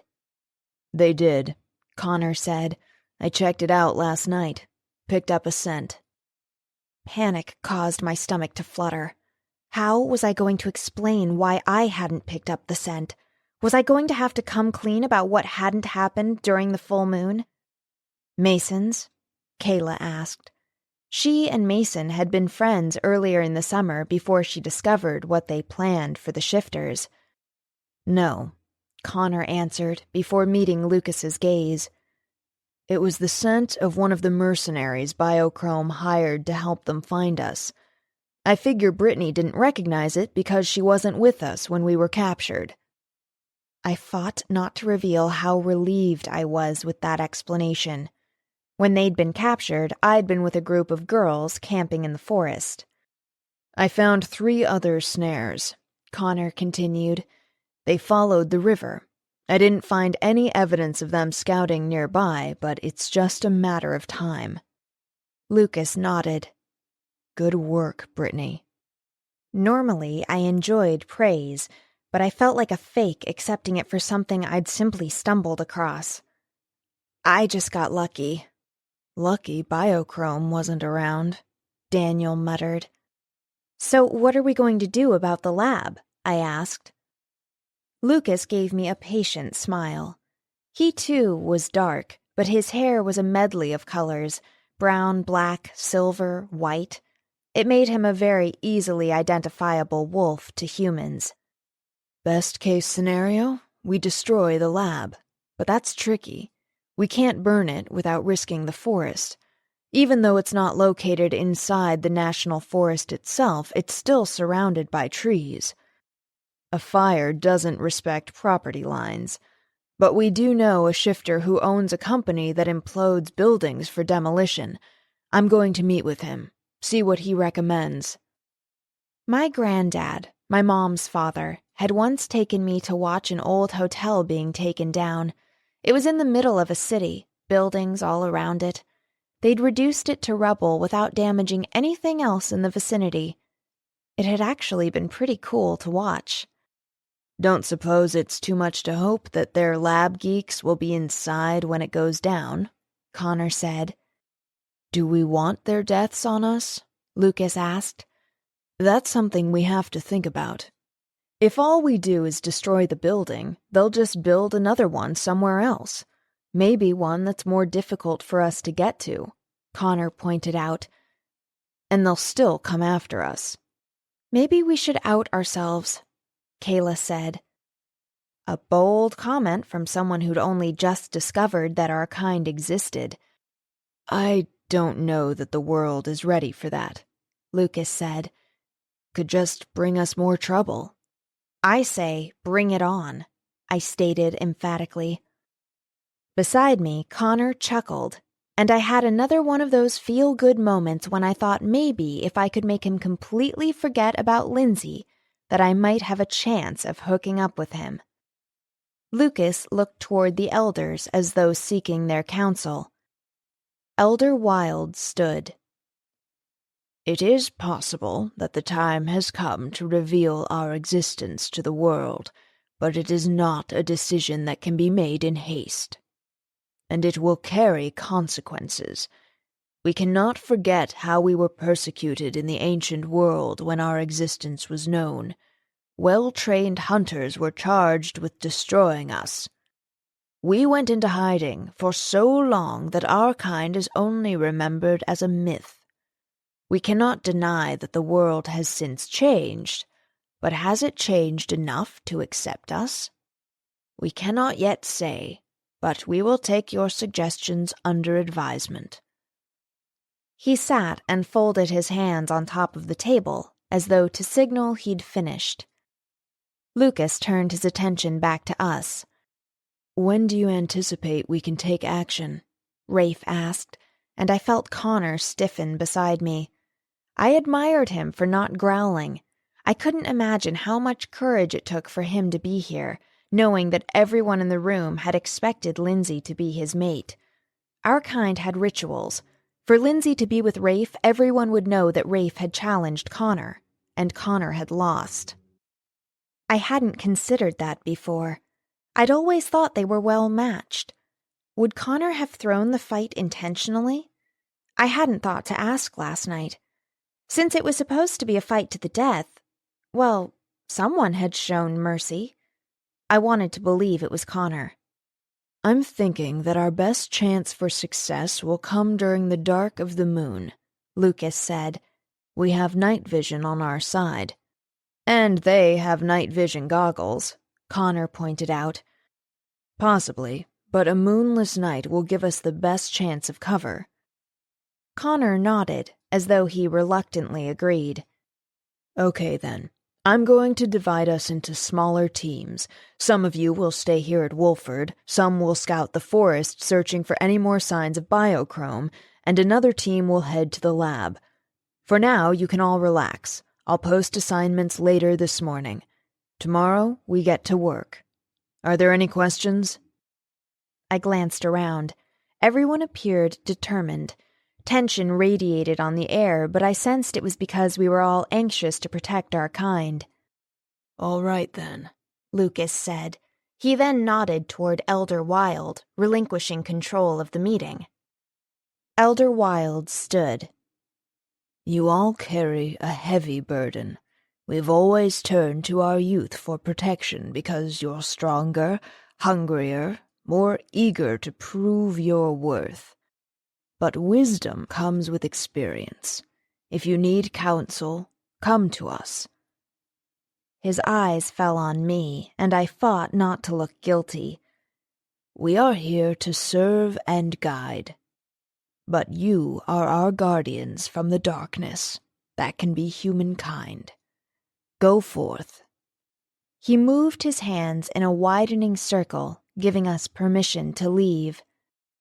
As everyone started to get up, I took my time, trying to think of something clever to say to Connor. I felt a tug on my braid and looked over at Daniel. He smiled at me. You're one tough dark guardian. Thanks. I didn't have to look to know that Connor had moved on. I strongly felt his absence. I was a mess, hopeful one moment, facing reality the next. Sooner or later, a situation might arrive in which I would have to shift. What would Connor think of me and my deception then?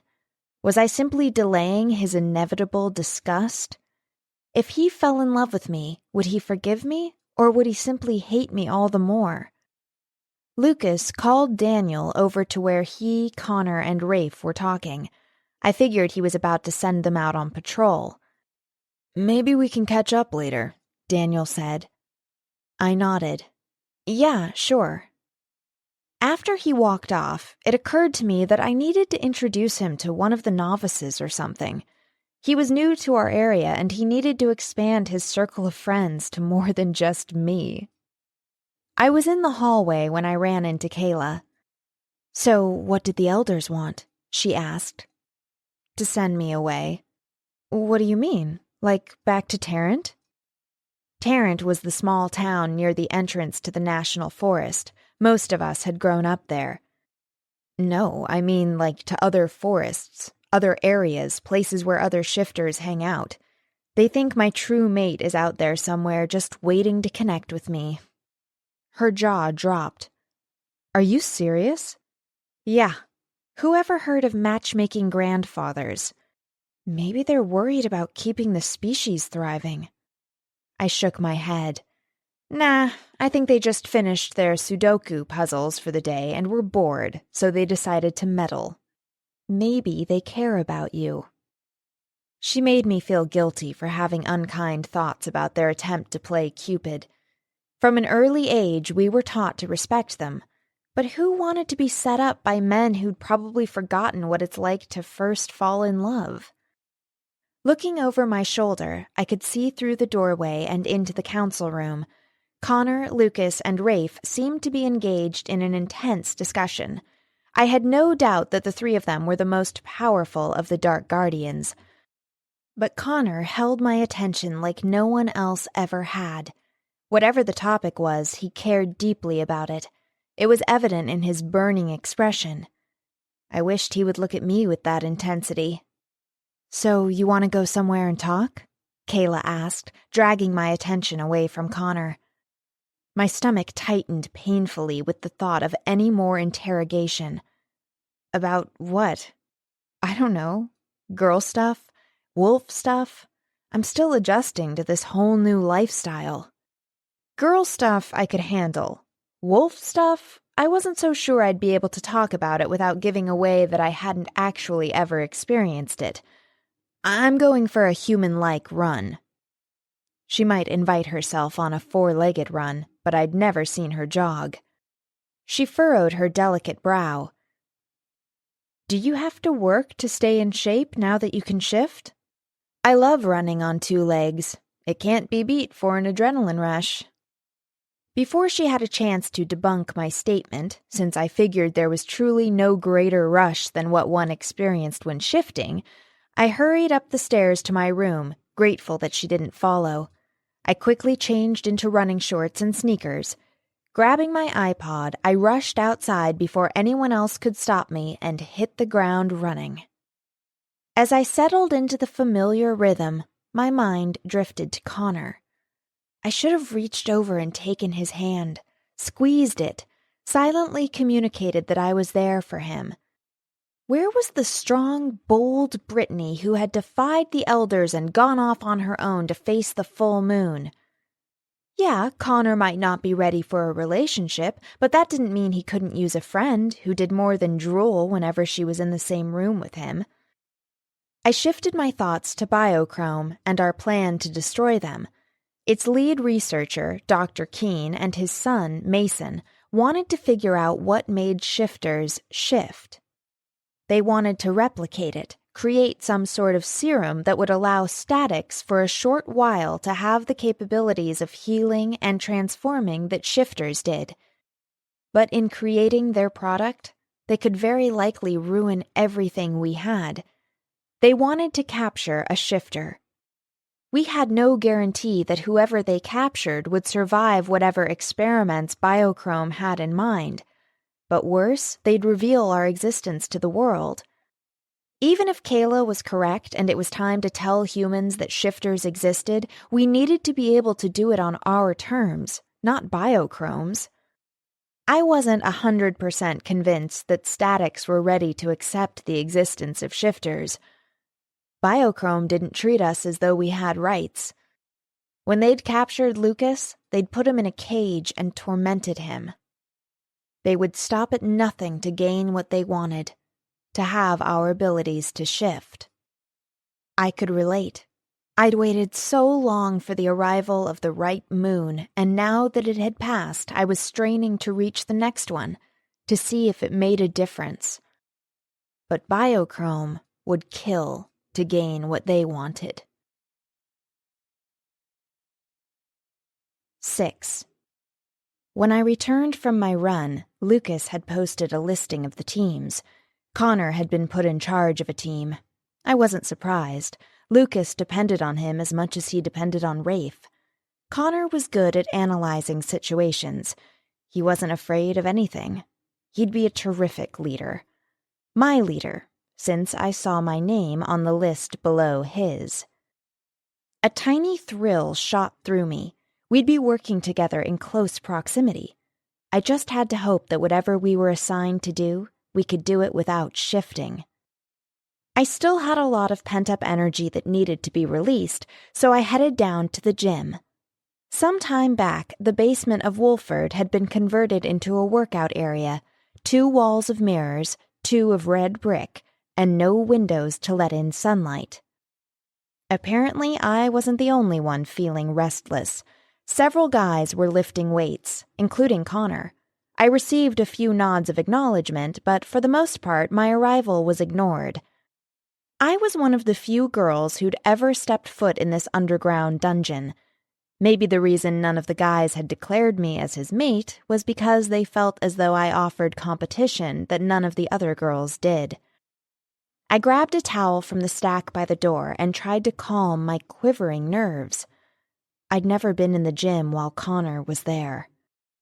I'd planned to work out with free weights, but the only available bench was beside him, and I just couldn't bring myself to go over there.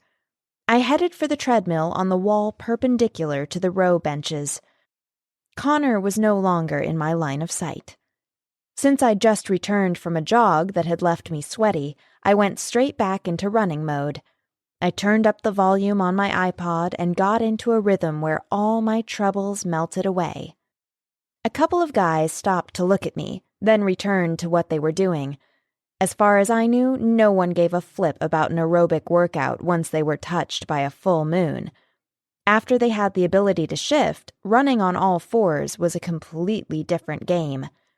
On the brick wall opposite me, someone had slapped a bumper sticker that read, "Real shifters do it on all fours." The treadmill was definitely a stupid choice, Britt. If anyone made a snide comment, I'd claim habit as my excuse.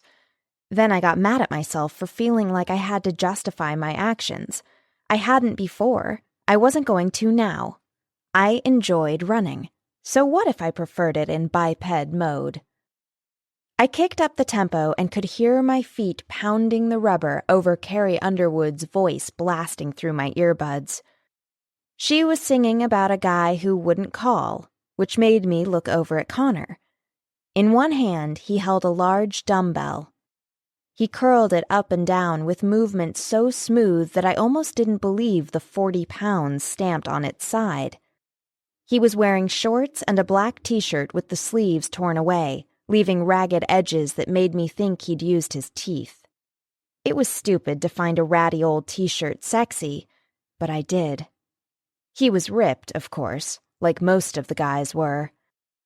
I knew he'd been working out for a while because a fine sheen of sweat covered his skin. He still hadn't bothered to shave, and his hair looked even more unkempt. He looked rugged and dangerous, a guy accustomed to always winning. Little wonder he wasn't in the happiest of moods since the full moon. Some of the guys were talking to one another, the occasional bark of laughter echoing through the room. But no one talked to him. No one bothered him. He swung his head in my direction, and I averted my gaze so fast that my eyes nearly bounced around in their sockets. I immediately regretted my reaction. What did I care if he caught me staring at him? I thought about last night, when his gaze had dropped to my lips. I thought about breakfast, when I'd caught him studying me. And I remembered the tension between us during the meeting. That electricity had always been one-sided, but now it felt as though it might be flowing both ways. And just as I had that thought, the fine hairs on my arms raised just a little. I slid my eyes over to Connor. He was looking in the mirror in front of him, but it was obvious that he was looking at me and not himself. He didn't flinch or avert his gaze. His concentration was centered on me. He was still working the weight, and his jaw was clenched as though he was straining against something, and I didn't think it was the weight of the dumbbell. It looked like child's play for him. I wanted to think of something clever to say, something that would indicate that I could take him or leave him, or would indicate my interest if he was interested. I'd never played any of these flirting games. I needed to do a little research, check out some chick flicks with Kate Hudson or Drew Barrymore. But would the torture be worth it? I was more into action flicks. Before the last full moon, I'd always been honest and upfront with people. Lately, I felt as though I wasn't even walking in my own skin anymore. But I couldn't think of anything to say to Connor. I didn't look away, and neither did he. He was slowing his reps, and I could see the slightest quiver in his muscles. He probably needed to stop, but he kept going. Watching him straining like that did something to my insides. Suddenly, I was fighting to draw in air. I pressed the cool-down button and began slowing my steps to keep up with the machines preparing to shut down. I never took my gaze from Connor's. When I finally stopped, I removed my earbuds and stuffed them in my shorts pocket. I wiped the towel over my face, burying it in the soft cotton and mentally preparing myself for what I planned to do. As deliberately as possible, I walked over to the bench beside Connor, sat, and pulled off my t-shirt, relishing the feel of cool air hitting the damp skin around my sports bra. Watching Connor in the mirror, I thought it looked as though his movements faltered. His eyes narrowed. He started pumping faster. I had this crazy moment of feeling like I was tormenting him, that perhaps he was finally really taking notice of me. Reaching down, I wrapped a hand around a 10-pound weight. I began mimicking his movements, all the while acutely aware of his gaze wandering over me. I grew warm and languid, the kind of feeling I had when I went to the spa with my mom and spoiled myself with a hot stone massage. "What are you staring at?" I finally asked. He shook his head but didn't look away. "None of the other girls are as devoted to working out as you are." "I can't help it if they're slackers. I want to be the best dark guardian there is, and that means staying in shape." "Guys will always be better guardians than girls," someone said. I jerked my head over to where Drew, a novice, was doing leg squats. It always seemed to me that the novices were a little too cocky when everyone knew that a true guardian could kick their butts around the moon. "I could outrun you," I said. "That's stamina, not strength." "So what do you want to do? See who can lift the most weight?" Grinning, he shook his head. Drew was known for liking to get physical, for inciting fights. I didn't know if the guy was going to make it as a dark guardian. He had anger issues he needed to get under control. Around him, a couple of guys stopped what they were doing to pay more attention to us. "Leave her alone, Drew," Connor said. "I can fight my own battles," I told him. He rolled his eyes, demonstrating his impatience with me. "Isn't that what being a guardian is about?" I asked. "It's about fighting with the pack," Connor said. I knew he was right. It irritated me that he was right, but his order to leave me alone was followed as everyone returned to concentrating on his exercises. When Connor barked, the others usually jumped. I figured if he wasn't good friends with Lucas, if he didn't believe our kind needed to behave with more civility, he might have challenged Lucas for pack leader. I had no doubt he would have won. In spite of his usual good humor, which had apparently gone into hiding since Lindsay's betrayal, he was one of the toughest guardians. So why hadn't he beat Rafe? "So what's up with you and Daniel?" Connor asked in a low voice. I almost lost my rhythm. I switched the weight to the other hand while he did the same. "What are you talking about?" "This morning at breakfast, the way you were acting. Looked like you were reconsidering him for a mate." "Jealous?" I asked. I realized the moment the words left my mouth that it was the wrong ploy. "Just curious." "He's a nice guy, but that's all." Something shifted between us that I couldn't quite identify. Connor sped up his movements, grunting louder, pumping harder. His eyes were on my reflection in the mirror. I began to move in tandem. The air was thick with heat, as though we were engaged in a contest of wills and weights. The sweat glistened on my skin. I felt a drop roll down the center of my stomach and watched as Connor's gaze followed it until it reached the waistband of my shorts and was absorbed into the material. His grunts got deeper, harsher. A feral glint lit his eyes. For the first time in human form, he resembled the ferocious wolf he could transform into. I wasn't sure what was making me more breathless, the way Connor looked or the weight of the dumbbell I was lifting. Unfortunately, the burn in my arm became too much. As much as I hated to, I had to concede. Panting, I dropped the weight to the floor. Connor kept going. Be that way. Moving away from him, I positioned myself on a nearby mat and began doing stomach crunches. When my arms were rested, no longer quivering, I went to the chin-up bar, jumped, and grabbed onto it, my fingers curling toward me. Facing the brick wall, I brought myself up and back down. All around me, I could hear heavy breathing, the grunting of us working hard, preparing mentally and physically for the battle with biochrome. Exerting a great deal of effort, I brought my chin to the very top of the bar before lowering my body again. Over and over, quickening my pace until my arms begged for mercy. I slowed. It was a mistake. Without the momentum, it was too hard. I dropped back to the floor. Bending over, my hands on my thighs, I dragged in deep breaths, relishing the high that came from working out to the max. You should always expect an attack, Connor said, his voice low, his warm breath whispering along my neck. I glared at him over my shoulder. That's what I'm preparing for.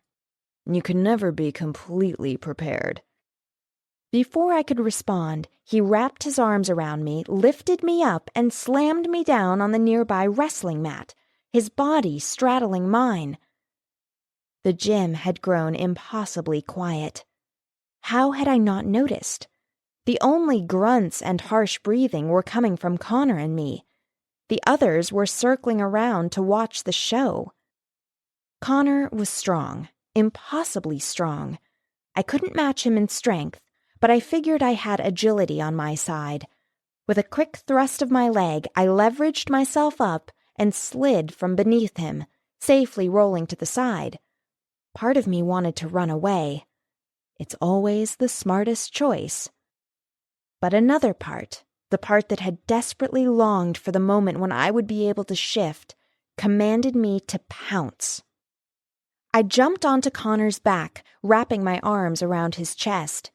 Instincts drove me to sweep my left leg against his knee, causing him to lose his balance. As we fell, he turned just in time, putting me on bottom. But it didn't matter. I was in control, and he knew it. Connor's body flexed, his muscles knotting up, and with one slick move, he was again in charge. For several minutes, we changed positions. Never speaking, bodies sliding over each other's. At times, it was difficult to tell where my skin ended and his began. Connor's body was slick from working out, making it hard to grab onto. But so was mine. His hands, large and powerful, slid down my back and across my thighs. My fingers were digging into his shoulders. We broke apart and scrambled to our feet. Breathing heavily, we circled each other. His eyes held the glint of a predator, along with something more. I could feel the tension in the air, but it had nothing to do with competitors. It was all about girl-boy. The sexual awareness was humming between us. You're good, Connor said, and I heard the respect in his voice. I wanted to swell up with pride, but I didn't dare let my defenses down. I told you she would be.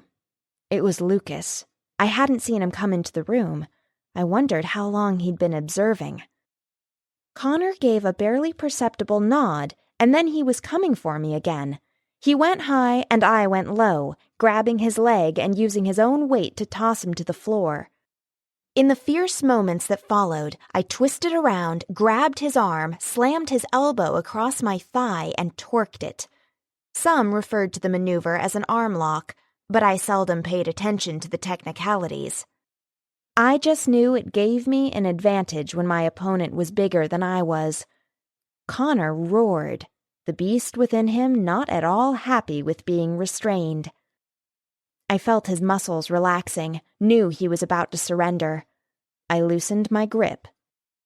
He had me on the floor, his body pressing down on mine before I could blink. I stared up into his blue eyes. Maybe he thought he had me where he wanted me, but the truth was that I had him exactly where I'd always wanted him. So close, skin on skin. I watched as his gaze wandered over me, as though he was trying to figure out exactly who I was. His head dropped just a fraction, his nostrils flared, and I knew he was inhaling my scent. I had an urge to say something stupid like, "Let's make love, not war." It would be just like me to ruin an intense moment with a cheesy one-liner. But luckily, my survival instincts were on high alert, controlling the part of my brain associated with speech. Instead, I just said, "I'm done here." Connor's heated gaze settled on my mouth with more intensity than it had last night. Then it shifted up to my eyes, his brow furrowed. Finally, he nodded and rolled off me. He held his hand out to me, and I wrapped mine around it, feeling the strength of his hold and roughness of his palm. Both sent pleasure rippling through me as he pulled me to my feet. "Okay," Connor said, looking past me. "She'll do." "What?" I jerked my head around to see Lucas, arms crossed over his chest, appearing incredibly pleased with himself. Beside him, Kayla smiled at me. "Connor's in charge of his own group of guardians," Lucas said. "Yeah, I saw the list on the wall," I told him. "Every leader needs a second-in-command he trusts to guard his back," Lucas said. "I suggested Connor select you, but he had his doubts. Think you just beat those into the ground." I glared at Connor. He was running a towel over his slick skin as though he had no idea of the magnitude of what I'd felt pinned to the floor beneath him. The way my heart had pumped with more force than it ever had, how I'd thought he was actually becoming more interested in me, as a girl. I swung back and slammed my fist into his arm. "Hey!" He rubbed his arm. "What the hell?"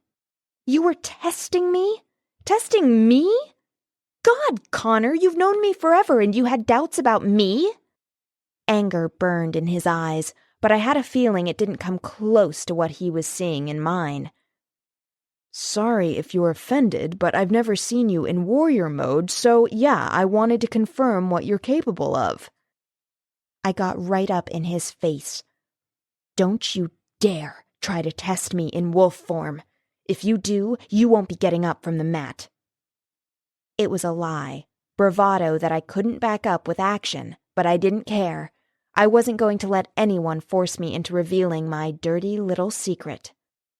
The challenge darkened his expression, turned his anger into something primal, and my body reacted strongly to the message he was sending. Suddenly, we were breathing heavily as though we were near the end of a workout. Our hands tightened into fists, not to fight, but to control the impulse to touch. It took every bit of willpower I possessed not to pounce and take us both to the floor. I could tell he was engaged in the same battle. He was scenting me again, and I was afraid my fragrance was laced with the heat of passion. "Okay," Lucas said, putting his arm against Connor's chest and pushing him back. "We get it. No more tests." The awareness between us broke. I felt like I was coming out of a trance. "I mean it," I snarled, before storming through the room. Shifters moved out of my way as though I were made of silver. In the hallway, I heard the patter of rapid footsteps. "Brittany, wait up," Kayla said. I spun around so fast that she staggered back. I could only imagine what my expression was showing. The hurt, the anger, the disappointment. "I take it you knew about this test or whatever the hell it was?" She looked startled by my vehemence, but as far as I knew, no other guardian had ever been tested. Why me? Did they sense that the moon had betrayed me? Were they afraid I'd do the same to them? Kayla appeared uncomfortable. "In a way, I knew if Connor saw a chance to assess your skills, he was going to take it." "And you didn't think to give me a heads up?" "I tried," she said flatly, "but you wanted to go running." Damn, she had tried. Now I felt bad for taking my frustration out on her. She was new to our society. She hadn't grown up in it. She didn't understand the subtleties, didn't know everything we were capable of. The fury seeped out of me. The girl stuff, the wolf stuff, You couldn't have been a little less cryptic? I didn't want anyone to overhear us and know that I was going against orders. Everyone around here has such incredibly sensitive hearing. I don't know how anyone keeps a secret. I shook my head, the fear of discovery spiking. They don't usually. Now it was my turn to feel uncomfortable. I'm sorry. I shouldn't have taken my anger at Connor out on you. It doesn't matter. I'd have been pissed too. But hey, you handled yourself better than anyone else would have. The results of the test finally slammed home. I'd passed. Connor was giving me a position of great responsibility. I'd impressed him. But for how long? Until the first time that he needed me to shift. And when I couldn't, all the respect I'd worked so hard to attain would dissolve. I considered going back in the gym and telling him the truth, but I was tough. I'd just proven it. I could be a valuable asset, as long as a situation didn't arrive where we had to shift. I didn't want to lose this opportunity to be with Connor, so I pretended everything was okay, that my nerves weren't suddenly jangling. I grinned. I kicked his butt. Almost. Until the end, anyway. I didn't respond. What could I say to that? Deny what everyone had seen? Don't let it get you down, Kayla said. You put up a good fight. You should hang with Lucas and me tonight. Yeah, getting scorched while you two get it on sounds like fun. She gave me an indulgent smile. We'll behave. Lucas told me about the media room, that it has a huge flat screen hooked into a DVD player. A bunch of us are going to watch movies tonight. I'm hoping for something with Brad Pitt. Good luck with that. These guys tend to go with the worst movies ever made. She shrugged, being a good sport about it. That works too. The main thing is to be part of the pack. And no doubt making out while the lights were low. The door to the dungeon opened and Connor strode out. He nodded in acknowledgement as he went past me. Tremors cascaded through me. I was used to them happening after a hard workout, but I knew these had nothing to do with my exhausted muscles. They were all because of Connor. I'd seen him fight in wolf form when we encountered an animal in the wild that threatened us. I'd thought he looked beautiful, but lethal. But I'd never seen him in warrior mode as a human. He was as sexy as hell and even more dangerous. Especially because I saw in his eyes that he knew the truth about what I'd done. I'd let him win. 7. The long, hot shower I took back in our room made my body go wonderfully languid, but it tensed right back up when I was toweling off and spotted bruises forming on my thigh and upper arm. In frustration, I hit my balled fist on the counter. Any self-respecting shifter would shift and heal those suckers right up. My solution was going to be carefully selecting clothes that didn't show too much skin. That's so not going to get Connor's attention. I couldn't believe that in less than an hour after his ridiculous test, I caught myself looking forward to seeing him again. I couldn't deny that wrestling him had been a total turn-on, even if the reason for it had sucked. After our close encounter on the wrestling mat, I knew I'd finally caught his undivided attention, and that result was more invigorating than being given a position of authority. He'd scented the pheromones my body had been releasing with his nearness. I wondered what might have happened if we hadn't had an audience in the dungeon. Would he have dipped his head farther for a kiss? Would he have objected if I'd slipped my hands beneath his shirt and caressed the firm muscles of his back? Would he have pressed... A hard thud on the bathroom door made my heart leap into my throat. "Hey, Brittany, can I come in?" Lindsay asked. When did she get back to the room? And couldn't she have waited until I was finished with my fantasy to disturb me? "I'm not dressed," I ground out. "So wrap up in a towel. I need to get ready for Rafe." "Give me a minute." I didn't bother to hide my irritation, and I couldn't afford to take time to see where my fantasy might have led. Maybe tonight, before I went to sleep. I gave my body a quick once-over and didn't see any other bruising. I wrapped a towel around my torso, but the bruise on my thigh peeked out like a naughty kid I'd once babysat. Great. Maybe Kayla wouldn't notice. Lindsay knew the truth, so my injuries wouldn't come as a surprise to her. I grabbed another towel and walked out, rubbing it over my arm like I was drying it for the first time, hoping to keep the bruise hidden. "Thanks," Lindsay said as she scooted past me and closed the door. Kayla was zipping up a short jean skirt when I tossed the towel on the bed and started scrounging through my backpack. My bruised arm was hidden from her view. I dug out a pair of jeans. As for the shirt, "Is that a bruise?" Kayla asked. Looking down at my thigh, I feigned surprise. "Huh, looks like. So shift and heal it." She pulled a lacy green top over her head. That's one of the coolest things about being a shifter, how easily we heal. She grabbed a brush and started dragging it through her vibrant red hair. "I'll take care of it after you guys leave."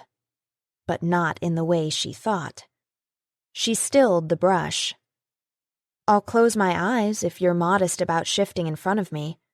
"Thanks, but I'll deal with it." "I understand," she said quietly. "I doubt it." "Understand what?" "It's a personal experience.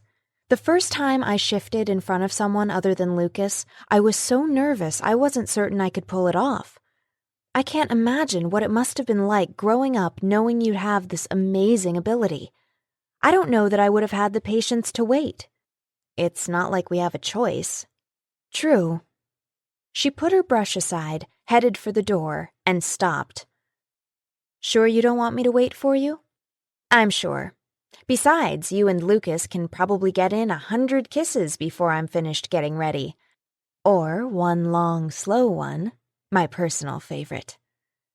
Opening the door, she smiled brightly. "Hey." "Hey," Lucas said, his voice reflecting how glad he was to see her. She closed the door. How great it would be to have a guy waiting for me in the hallway. But only if that guy was Connor. I dressed quickly, before Lindsay came out of the bathroom. I didn't need more advice on how to handle my bruises, and I figured her solution would involve lecturing me that it was confession time. I tossed my head around and let my hair go free. I imagined Connor combing his fingers through it, over and over until it dried. I needed to stop thinking about him and get a life. Maybe the elders were right. Maybe my true soulmate resided in another state, another country even. Okay, so I hadn't shifted yet, and things were a little different for me, but that didn't mean that I didn't deserve a soulmate, or at least a boyfriend. I didn't need a lifetime commitment, but a kiss would be nice. Connor's tongue sliding over mine. I sighed deeply. I didn't know if I could be happy with anyone who wasn't Connor. Could he be happy with someone who wasn't Lindsay? The bathroom door clicked open and she strode out, looking great as always. She was supermodel slender. I'd never been that thin. My grandfather had once told me that I had good bone structure. Yeah, that's the kind of compliment every girl longs for. "I heard that you're teaming up with Connor," Lindsay said as she flung her bundle of dirty clothes into a corner near her bed. "It's not like it's a secret. It's posted on the wall outside the council room." "I want things to work out for you two, I really do. But Connor seemed a little distant today." "Well, duh, you kinda made a fool of him, Linz. Something I'd never do." A deep red blush stained her cheeks. "I should have been as strong as you sooner. When I realized Rafe was the one.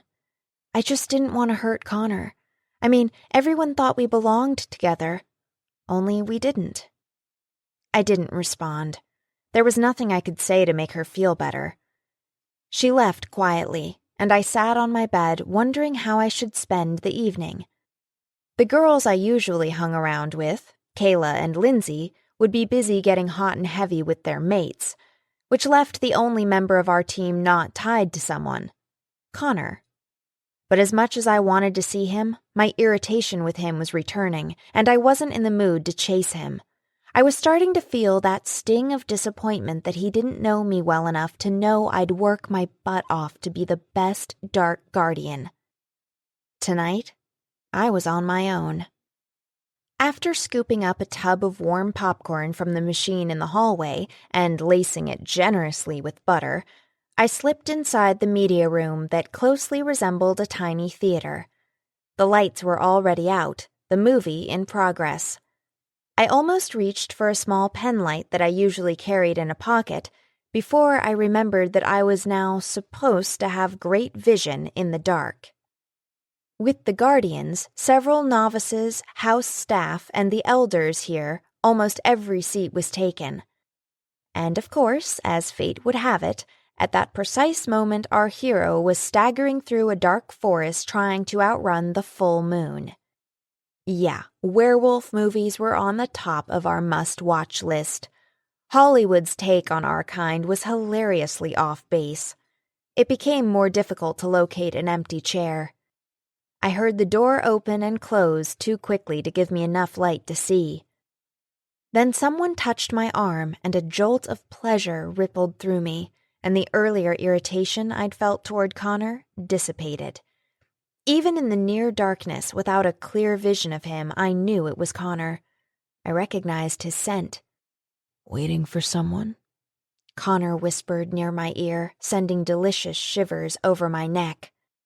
Only you, corny as it was, popped into my mind. No. Then sit with me." Before I could respond, Connor wrapped his hand around mine and our fingers intertwined. My heart skipped a little bit at how much longer and stronger his fingers were than mine. I'd felt them running over my body while we'd wrestled, but for some reason this moment seemed much more intimate. Connor was a few inches taller than me and a little broader, and I remembered how that body had pressed down on me earlier. The scene on the screen suddenly brightened as it focused on the full moon, and I could see a little more clearly. Connor led me toward seats in front of Kayla and Lucas. Kayla had never had much of a poker face. Her eyes widened with surprise that I didn't think had anything to do with the movie. I fought not to feel the loss as Connor released his hold on my hand. Sitting down, I got comfortable before offering him some popcorn. Grinning, he took a handful before settling back to watch the movie, our close encounter this afternoon apparently forgotten. I wasn't sure exactly what I'd been expecting.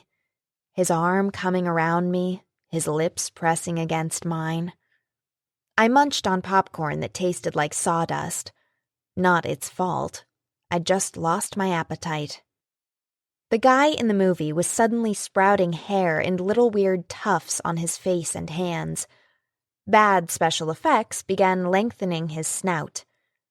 I had a feeling this movie had gone straight to video. "Give me a break," Connor muttered and started tossing popcorn at the screen. He wasn't the only one. Boos and hisses echoed around us. "Who found this one?" Lucas called out. "Daniel," someone yelled. "It's definitely in the running."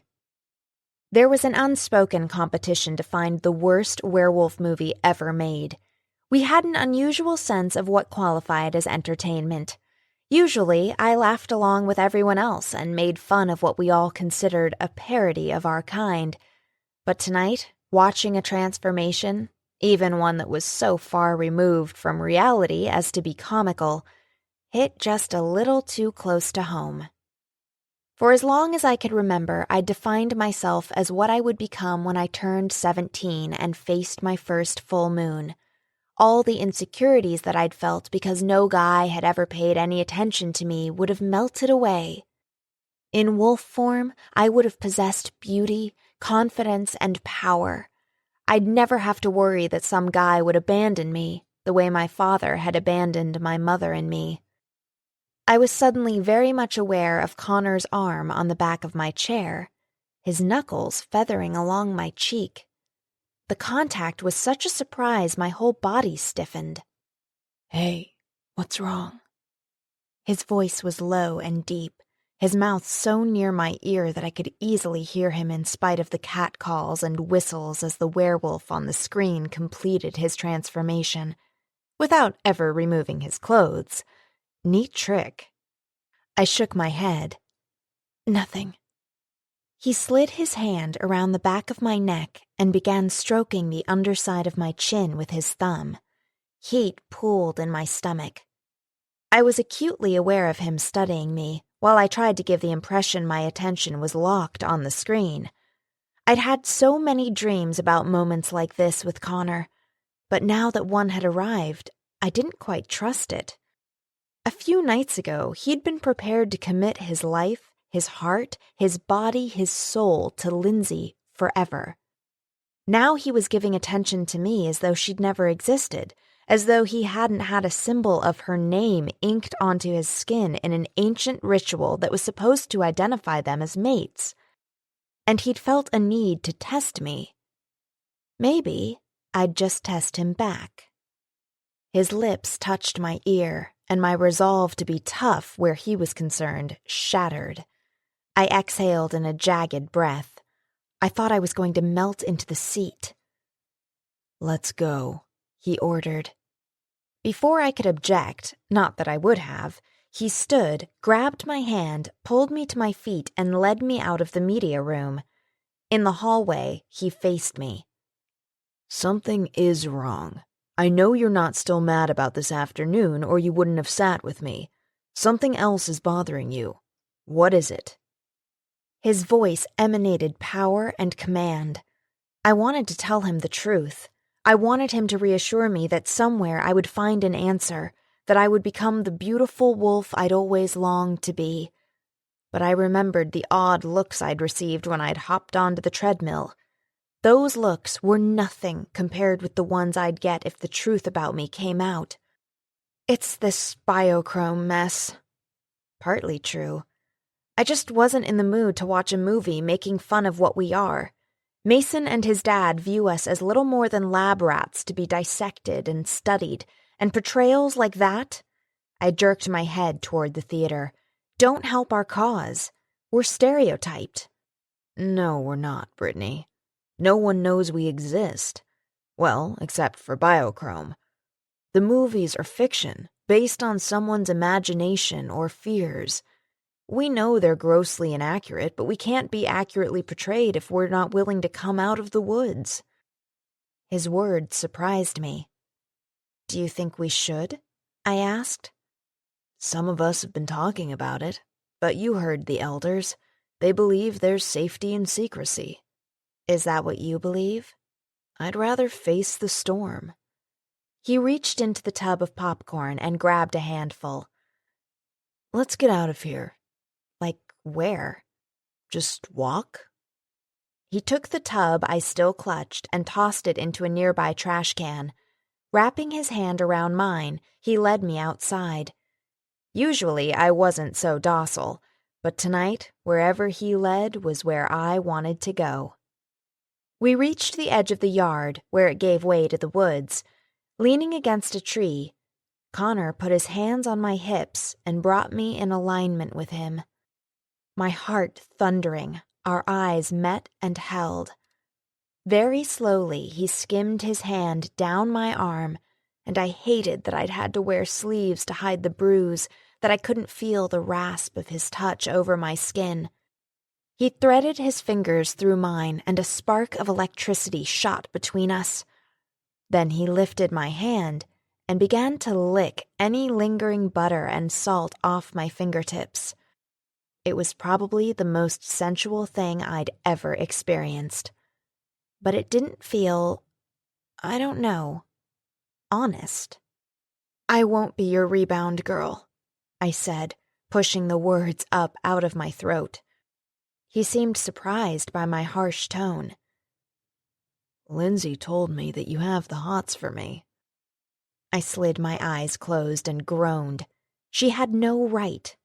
I opened my eyes to find him still studying me. Well? He prodded. I gritted my teeth, hoping he wasn't about to make a fool of me. But this was Connor, the Connor who'd gone to school with me, the one on the football field who I rooted for, the one who carried campers' equipment into the wilderness and never complained, the one with the sexy smile, the one who, if I was honest, cared enough about our kind to make sure he was choosing the right person to serve as his right hand. Yeah, so? How much? It's not something I can quantify on a scale of 1 to 10. Mostly because what I felt for him was off the charts. Was it like you just looked at me one day and, bam, you were struck by lightning? No. That's the way Lucas said it was with Kayla. That when you meet your destined mate, it's like taking a kick to the gut. Well, that's romantic, I said sarcastically. Why does it have to be like that? Why can't we just gradually fall in love, the way humans do? Because we're not human. He pulled me closer until my hips rammed against his. You let me win this afternoon. You relaxed your hold before I indicated that I was giving up. You know better than to do that. What I'd misread for desire, I now realized bordered on anger, maybe disappointment that I'd let him win. I swallowed hard. I figured your ego took a pounding when Rafe beat you. I couldn't do that to you again, not in front of the others. You think Rafe beat me?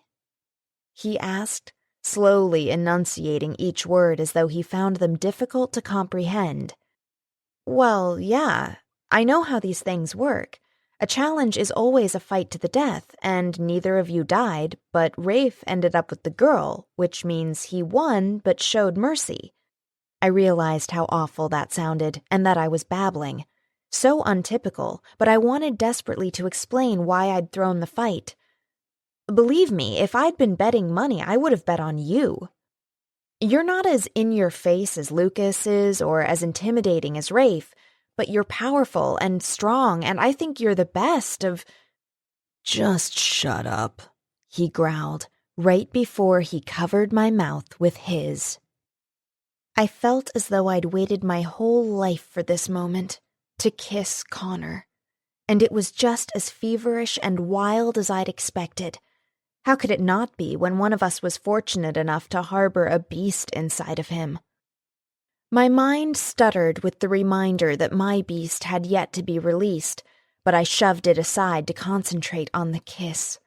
My skin tingled where the stubble on his chin abraded mine. There was hunger in his kiss, heated passion, and unexpected tenderness. His strong hands roamed over my back, slipped beneath my shirt, and skimmed across my spine into the curve of my lower back. I moaned softly. I wanted his shirt off. I wanted my fingers trailing over his chest. His hands clamped my hips, and suddenly he was pushing me away. He didn't beat me, he ground out. I walked away because I didn't love Lindsay. But— Yeah, I know. Ink on my shoulder. Public declaration she's the one. Well, she wasn't. You don't want to be the rebound girl? Fine, but don't tease me with that fine-honed body either. Before I could respond, he started to run, discarding his clothes as he went.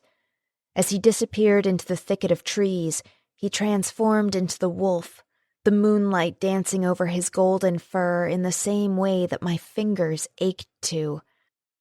Was he expecting me to strip down, transform, and follow? Was that how I was supposed to prove that I hadn't been teasing him earlier, that I wanted more than kisses from him, by chasing after him? Breathing heavily, I turned around and placed my back against the tree. What had just happened? Had the test in the gym come about not because Connor had seen it as an ideal opportunity to test my skills, but because he'd been attracted to me? He'd wanted to get up close and personal, and challenging me had provided him with an acceptable excuse? He didn't love Lindsay. The words kept echoing over and over in my mind like a song that I couldn't get out of my head. If he hadn't loved her, there was no rebound. And if there was no rebound, was it possible that I could have Connor on my terms? Yes, right up until the moment when he realized I'd yet to turn into a wolf, that I couldn't lope along beside him, that he could hint that I should follow, but I still wasn't able to catch up, that for now, I was only half of what he was. There was none of the magic that bonded two mates forever, no sharing of moonlight. I couldn't go on like this. I didn't want to confess it to the elders, but my mom, I could tell her. She'd be back from Europe tomorrow. She might know what was going on. Maybe she was a late bloomer as well. Dejected by my present reality, I began walking back to the residence. I decided to use the approved front door for my entrance this time. As I rounded the corner, I nearly ran into a couple locked in a passionate embrace. His back was up against the brick, and she was up against him. As they kissed, he moaned, and she sighed. They reminded me of what I'd just left. Although I hadn't made any noise, they both suddenly broke apart. Lindsay released a startled laugh. "Oh my God, I thought I smelled Connor." Without a word, I started walking on. She grabbed my arm and spun me around. "I do smell him," she said. "You've been with him, like, right up against him." I was beginning to hate how much they could pick up from scent. Nothing was sacred around here. "So," I snapped, "you ditched him. What I do with him is none of your business." "No, I know. I mean, I think it's great. I want him to move on. I just didn't think it would happen so fast." "Yeah, well, it's a mixed review." "What do you mean?" Rafe came up behind her and slid his arms around her waist and rested his chin on the top of her head. They fit together like perfect pieces for an over-the-moon puzzle. Did they have to constantly touch? Could they even begin to understand that as happy as I was for them, it still hurt to see them having what I didn't? I glared at Rafe, hoping to at least get him to back off a few feet. I wasn't going to discuss Connor with Lindsay while he hovered. Hell, I hadn't even made up my mind if I was going to tell her anything. She lifted a shoulder. "You can go ahead and talk in front of him. He can read my mind. Only when he's in wolf form." "No, actually, pretty much any time," Rafe said. I stared at Lindsay. "Any time? Anything?" "Yeah, but he's bound by my oaths to keep secrets." "Great. Absolutely great. Eventually everyone would know." "So what happened with Connor?" Lindsay prodded. I made a shooing motion. "I don't care if he can read your mind. I can't talk with him looking at me." I expected Lindsay to stay stubborn, so I could be equally stubborn and walk away. Instead, she twisted around, reached up, and kissed Rafe on the cheek. "I'll find you." No doubt, with that amazing nose she now possessed. Without a word, Rafe spun on his heel and strode away. Lindsay faced me and waited, while I tried to determine how much to tell her. "Come on," she finally said and took my hand, leading me over to the massive stone steps that led up to the door.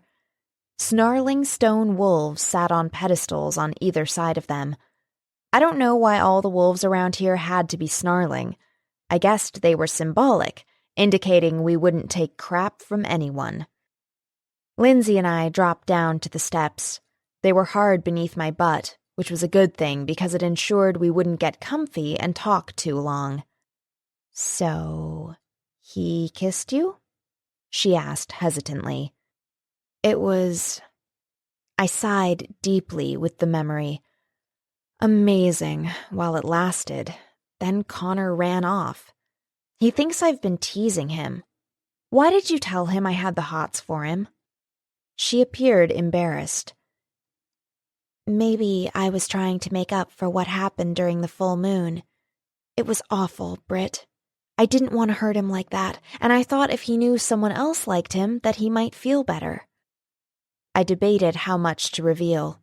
I didn't want to hurt her either, but he told me that he didn't love you. With her hands pressed between her knees, she leaned forward. "Yeah, he told me the same thing. I thought maybe he was just saying it. You know how much pride these guys have." She looked back over her shoulder at me. "You think he meant it?" I did, but whatever the relationship between them was, then and now, was between them. "I don't know." I tapped her arm with my knuckles. "Hey, thanks for not outing me during the meeting this morning. I promised to keep your secret, but sooner or later, it can put us in danger." Talk about trying to be politically correct. I knew she'd wanted to say me, would put us in danger. I also knew that I was putting the others at risk. Was I being totally selfish? "My mom comes back tomorrow. Maybe you're right. Maybe my birth certificate is wrong. Could be a year off or something. I'll talk to her." "They won't kick you out of the pack if you're different," she assured me. "But I can't be a dark guardian." "It limits you if you can't shift," she admitted. "Yeah, I know. I can't smell who's been making out with whom." She playfully nudged her shoulder against mine, as though she understood that I was struggling to make light of this dire situation. "It's more than that." "I know," I said, all teasing aside. "If my mom doesn't have any answers, if during the next full moon nothing happens, I'll out myself. Leave the society." "I don't think you have to go that far. There's bound to be something you can do. Man the computers or something." "Lindsay, I've been preparing my entire life to be a warrior. I never wanted anything as much as I wanted to be a wolf. It's so hard to be here right now. Tonight, when Connor shifted, I had this sense of wonder that he had the ability to transform into this glorious creature. And at the same time, I felt an overwhelming loss because I hadn't yet experienced that. I'm tired of being just plain, dull Brittany." I stopped there before I confessed that I understood where Biochrome was coming from. They had to be like me, envying what they were not capable of achieving. I could tell that Lindsay was at a loss for words. What reassurances could she offer? Neither of us knew what was going on with me. I shoved myself to my feet. "Good night." When I got to my room, it was empty. I figured Kayla was either still watching the werewolf marathon or she and Lucas had sneaked out for a little personal time like Lindsay and Rafe had. My money was on sneaking out. Ah, young love. Gag. But I wanted it too. After getting ready for bed, I stared at the moonlight coming in through the window and studied the patterns it made on my legs. The full moon was gone, heading toward a new moon, a dark moon. I tried to imagine my skin tingling with the touch of the moonlight, the way it had tingled when Connor had touched it with his fingertips. His fingers were rough and calloused from all the outdoor activity he engaged in, but they'd whispered across my back. I grew warm thinking about it, almost as warm as I'd grown when it had been happening. I tried to push him out of my mind. But when I fell asleep, as usual, he was there, waiting for me in my dreams. 8. The next morning, when I went down to breakfast, I saw no sign of Connor. Since I wasn't in a social mood, I took an empty table in the corner. I attacked my breakfast with a vengeance, so absorbed in it that I didn't notice Lucas until he was sitting beside me. With an arched brow, my only acknowledgement of his presence, I drank down my black coffee, knowing I was going to have a session with teeth whitener soon. He seemed amused by my attitude. But when I set down my cup, he grew deadly serious. We need to talk. I shrugged. So talk. Here probably isn't the best place. I glanced around. Some people were blatantly staring. The polite ones tried to hide their interest. I was probably just getting paranoid, but I felt as though they were all viewing me as the freak I was. So where? I asked, working not to let my discomfort make its way into my voice. We went to the rooftop. It was strangely liberating up there. When I looked out, all I could see was forest stretching toward the horizon and distant mountains. Whenever I forget what it is we're supposed to protect, I come up here, Lucas said with reverence. I think about the summer solstice when our kind gathers here to celebrate our existence. I think about how fragile it is, how much we could lose if our existence becomes known. So he shared the same concerns as the elders. Not surprising, since one was his grandfather. Like Kayla, Connor thinks maybe we should reveal our existence, I told him. He smiled. Yeah, I know. Maybe they're right. But if they're not, it's not something we'd be able to undo. The dilemma was similar to the struggle I was facing about whether I should talk with the elders. But without knowing exactly how they'd react, I'd be taking a chance of being relieved of my position as a dark guardian. Once I announced that I hadn't shifted, I wouldn't be able to undo it. I sat on the edge of the short brick wall. So, is that what you wanted to talk to me about? Convincing Connor that we need to remain a secret? His smile broadened. No, I doubt Connor's beliefs can be changed, but I also trust him not to betray us like my brother did.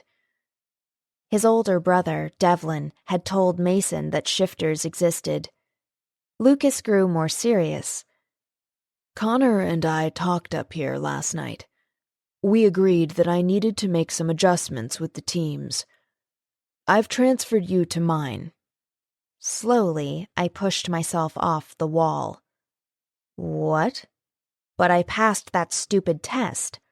It's got nothing to do with the test. He furrowed his brow. Well, maybe it does. Connor thinks it's too distracting to have you on his team. I agree. I swore harshly. I don't understand. Is this because I wouldn't follow him into the woods? He looked taken aback. I don't know anything about that. I'll talk to him. Convince him. He and his team left late last night. I sat back down, welcoming the discomfort of the brick cutting into my legs. I didn't understand. I should have told Connor that I hadn't been teasing him, that I'd realized I wasn't a replacement for Lindsay. If we just had a little more time together to get to know each other. I've assigned Rafe his own team. You'll replace him as my second in command, Lucas continued. I peered up at him. Like a consolation prize? It's not like that. You've always been more devoted than anyone in preparing to become a guardian. You'll be an asset to me. Any other time, I would have been thrilled with our pack leader's assessment of me. But right now, all I could think about was Connor and how I could make things right between us. So where did Connor's team go? Back to Tarrant, prowling along the way. Prowling, which meant they were traveling in wolf form.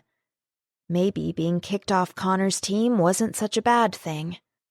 They'll probably be at the Sly Fox tonight. The Sly Fox was the local hangout. Bad food and music, but a great atmosphere. Then I'm sending them on to the lab, to observe it while we prepare. I nodded. Maybe I'd get a chance to see Connor tonight, to figure out exactly where I stood with him. If nowhere, I needed to know that. If something between us was possible, I needed to know that too.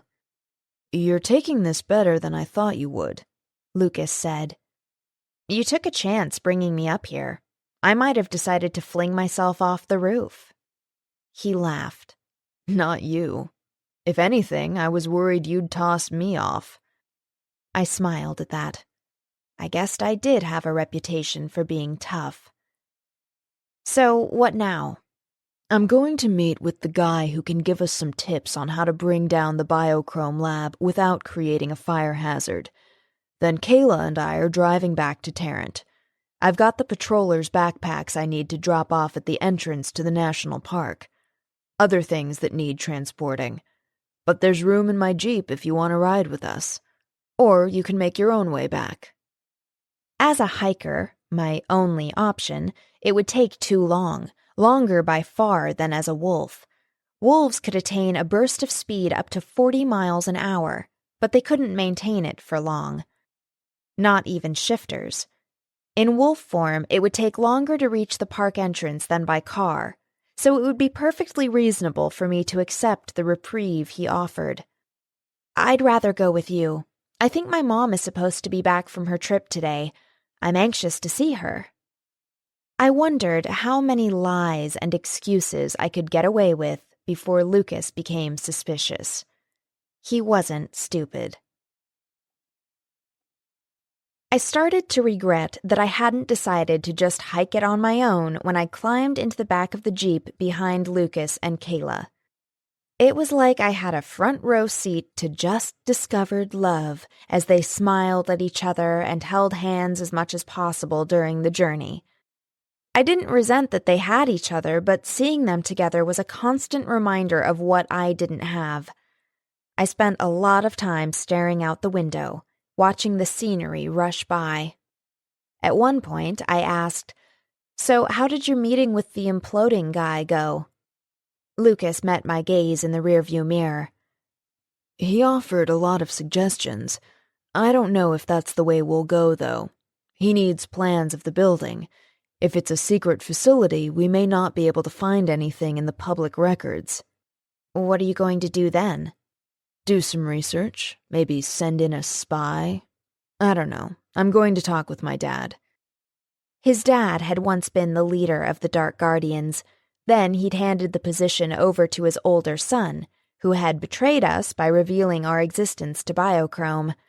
I figured Lucas felt as though he had something to prove, to show everyone that he was nothing like his brother. Kayla looked back over her shoulder at me.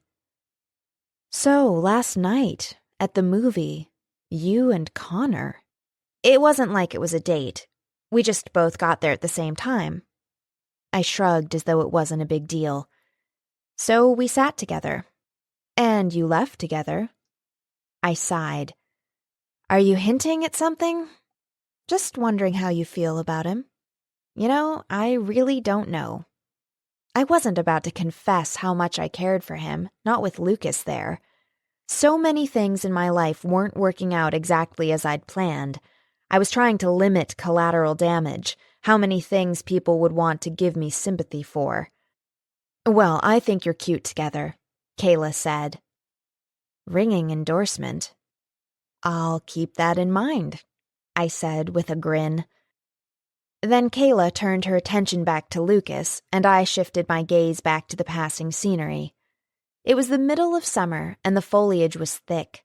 Sunlight dappled through the trees, creating a mosaic of brightness and shadows. It was all so beautiful. Then something, a dark, furry mound, came into my line of vision too quickly for me to be sure. "Wait! Lucas, stop!" I yelled. "What is it?" he asked. "Just stop! I saw something back there." Before the Jeep came to a complete shuddering stop, I was out the door and racing back in the direction from where we'd come. I leaped over a narrow ravine. Dried leaves and twigs crunched beneath my boots as I searched frantically for what I'd seen. Exactly where had it been? And then I saw it, and my heart leaped into my throat. I staggered to a halt and knelt beside the fallen wolf. It was unnaturally still, its chest barely rising with each shallow breath. "What's wrong with it? Is it dying?" Kayla asked as she and Lucas crouched beside me. "I don't know," I whispered. I stroked it tenderly, my fingers combing through the black fur until they encountered something hard. Gingerly, I parted the fur. "A tranquilizer dart," Lucas said angrily, reaching for it and tugging it out. Dropping his head back, he inhaled deeply. "Biochrome. I smell Mason. The guy reeks." Slowly, we all glanced around. I couldn't smell them, but I could definitely detect a disharmony in the forest. Why would they do this? Kayla asked. Maybe they thought it was a shifter, I responded. But why leave it? She asked. I didn't have an answer for that. Neither did Lucas. They could still be around, Kayla said. Lucas shook his head. "The scent isn't strong enough." I feel like I still have so much to learn, Kayla said. Lucas took her hand. "You're doing fine. This biochrome stuff, it's not what we usually have to worry about." What are we going to do about the wolf? I asked. We can't leave it like this, vulnerable to predators. "I'll shift and stay with it," Lucas said. "Then I want to do some reconnaissance, see what else I can pick up. You go back to the Jeep, drive into town, and I'll meet you at the Sly Fox tonight." I don't want to leave you alone, Kayla said. "I'll be fine," Lucas assured her. If I could have shifted, I'd have volunteered to stay behind. Instead, I got to my feet. I needed to leave so Lucas could shift. I also wanted them to have a couple of minutes alone to say goodbye. I'll meet you back at the Jeep. Be careful, I said. Lucas grinned. "Will do." I took a step and heard something crack beneath my hiking boot. Bending down, I picked up a broken microscope slide smeared with blood. Okay, this is something we don't see in the forest every day. I showed it to Lucas and Kayla. "Huh," Lucas said. "They must be traveling with some kind of lab equipment so they can test blood. That's the reason they left the wolf. They were able to figure out it was pure wolf." Then they leave it behind, vulnerable. I couldn't stop the anger from resonating through me. It was one thing to come after shifters, but now they were putting innocent wolves in danger? The wolf began to slowly stir. He's not going to be happy when he's fully awake. Lucas said, "You need to go." Like I said, be careful, I reminded him before I headed back. A couple of minutes later, Kayla joined me at the Jeep, Lucas's clothes bundled in her arms. I can't believe I thought Mason was a nice guy, she said. I thought he was too, I told her. He's just gotten obsessed. She got behind the wheel while I climbed into the passenger seat. After tossing Lucas's clothes into the back, she started the Jeep and we were off. They're getting closer, she said quietly. I can sense it. Can't you? Yeah. Even now, I felt as though they were watching. How can we make them leave us alone? Kayla asked. I don't know if we can. I think Connor is right. If we destroy the lab, we may slow them down, but I don't think we'll stop them. I guess this isn't exactly how you planned to spend your summer vacation. Kayla released a puff of laughter. Hardly. I didn't even know shifters existed when the summer started. She grew serious. But I'd do anything to protect them now. You and me both. Do you think we'll win? She asked. I didn't answer. I'd met my lie quota for the day. The truth was they were encroaching on our forest, on our lives. I didn't think anything would stop them until they had one of us in their clutches. 9. When we got to Tarrant, I gave Kayla directions to my house. I stared at the 2-story structure that shouted middle class. My mom had worked hard to buy us that house. I'd always known that I wasn't destined to be the leader of the pack or to even hook up with the leader. I was okay with that. I was okay with the life my mom had given me. Being the best dark guardian I could be was the only thing I'd ever wanted. Well, okay, finding my true mate had ranked right up there near the top, but that I couldn't control. Honing my skills as a guardian, I could. I grabbed my backpack. Thanks for the ride. We'll be at the Sly Fox tonight, Kayla said. Come by if you get a chance. Yeah, I will. I want to find out what Lucas discovered. I got out of the Jeep and started up the walk, slowing my steps as I heard Kayla drive away. Mom's car was in the driveway, so I knew she was home. I saw a curtain at the window flutter. I wondered if Mom was expecting me to shift on my way through the door. We'd always gotten along, even though she thought I needed a life beyond what she saw as my obsession with being a dark guardian. It isn't everything, she'd often told me. My usual response had been, "What planet are you from?" The door didn't spring open. Mom didn't come running out to greet me. Obviously, this wasn't going to be a Hallmark moment. It wasn't until I closed the door behind me that Mom rushed forward and crushed me in her embrace. "Oh, baby, are you all right?" I hated when she called me baby. So juvenile. I hadn't been a baby in a long time. Normally, I would have wiggled out of her suffocating embrace, but right at that moment, I needed to be held. I was once again fighting back tears. God, these emotions were such a nuisance. Finally, Mom pushed me back, her hand still clutching my shoulders as though she was considering giving me a shake. Her eyes, a green like leaves in spring, stared into mine. Her hair was a reddish-brown that I'd always wished she'd passed on to me. I'd never seen a picture of my dad, but she'd told me that I'd taken my dark looks from him. Mom's anxious eyes filled with sorrow. "You didn't shift." And my damned eyes filled with tears. "How did you know?" I rasped. She pulled me close and began to rock me. "Oh, baby, I'm so sorry." In her voice, I heard guilt. I broke free of her hold, crossed my arms over my chest, and glared at her. At least my curiosity had made the tears stop. "For what? What did you do, Mom?" "Sit down," Mom said. "I don't need to sit down, just tell me." Mom nodded, but she wouldn't meet my eyes. "During the summer I turned 17. I went to Europe. I met someone in France, Antonio. I fell in love." The European shifter the elders had mentioned. "My dad, right?" She finally looked at me directly. "Yes. I always told you that he went through the transformation with me, but he didn't." "So you went through it alone and survived?" "No, I had a friend, Michael. He went through it with me, but we both knew we were never destined to be mates. And I'd met your father."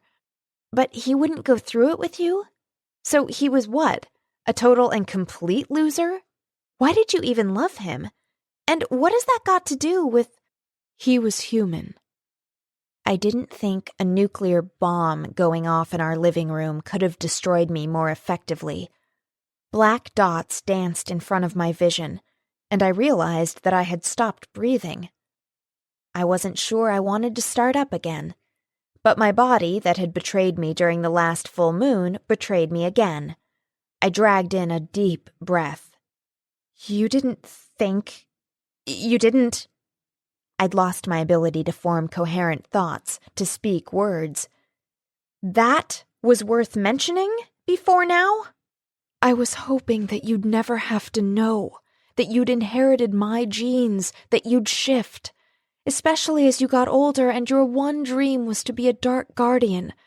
I didn't want to take that away from you if I didn't have to." She reached for me.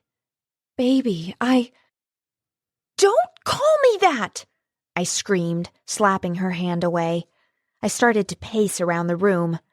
"I'm not a baby. I'm finally a dark guardian, but I can't shift. All the work I've done, all the preparation. I know how badly you wanted this. I was hoping during this recent trip to Europe that I'd find Antonio, in case you needed him.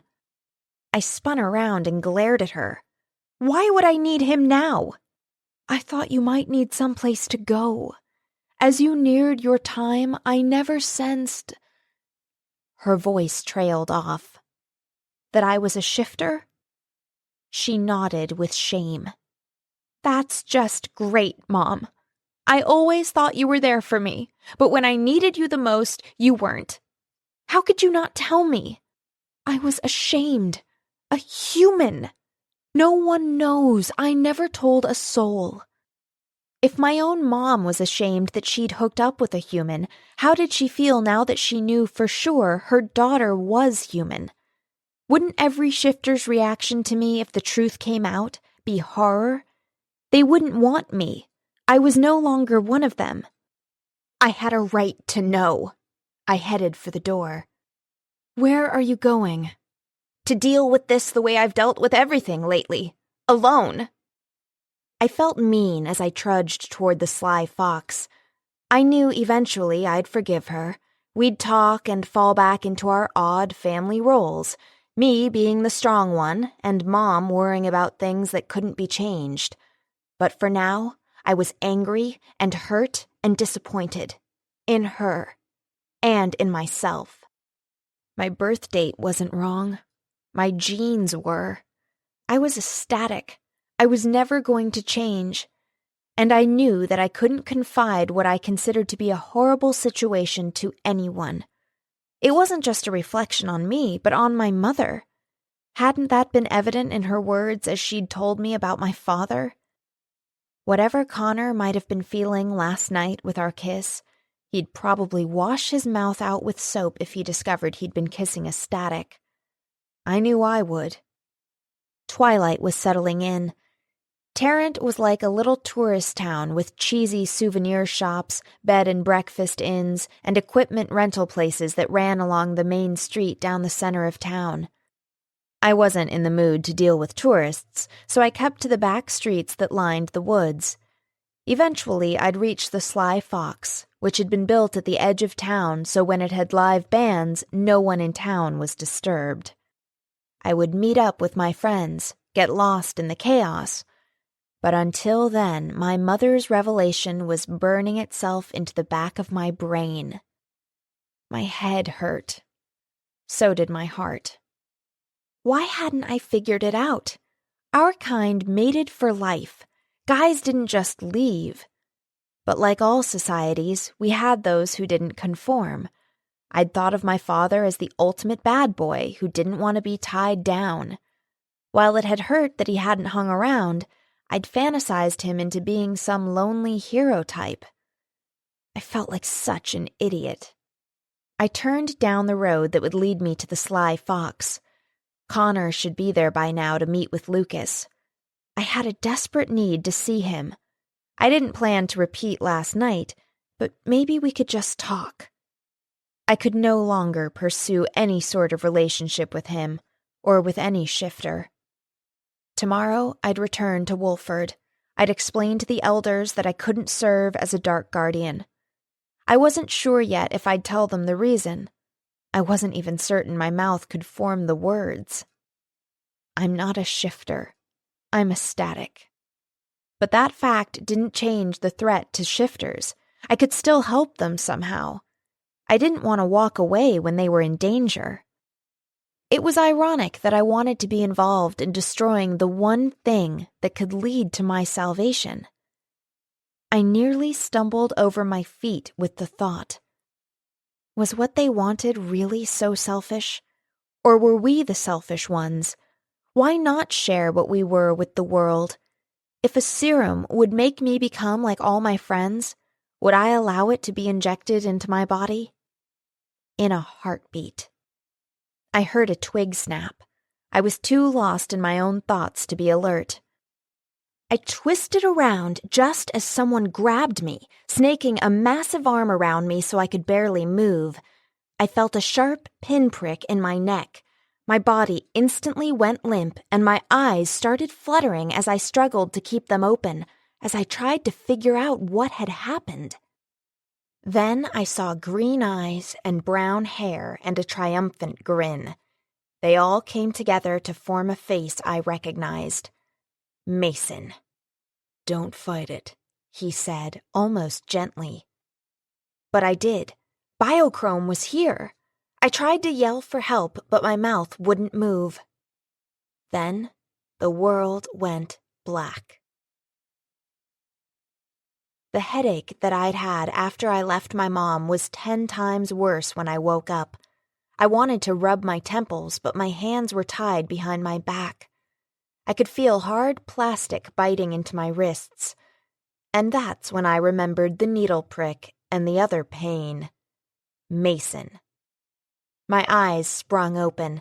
I was slumped with my back against a tree, the scent of the rich earth filling my nostrils.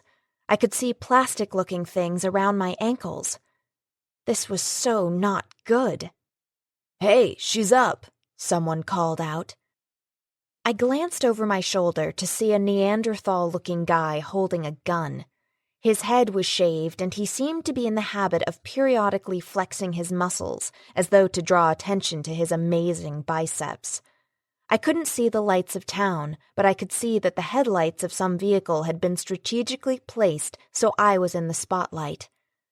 This didn't bode well.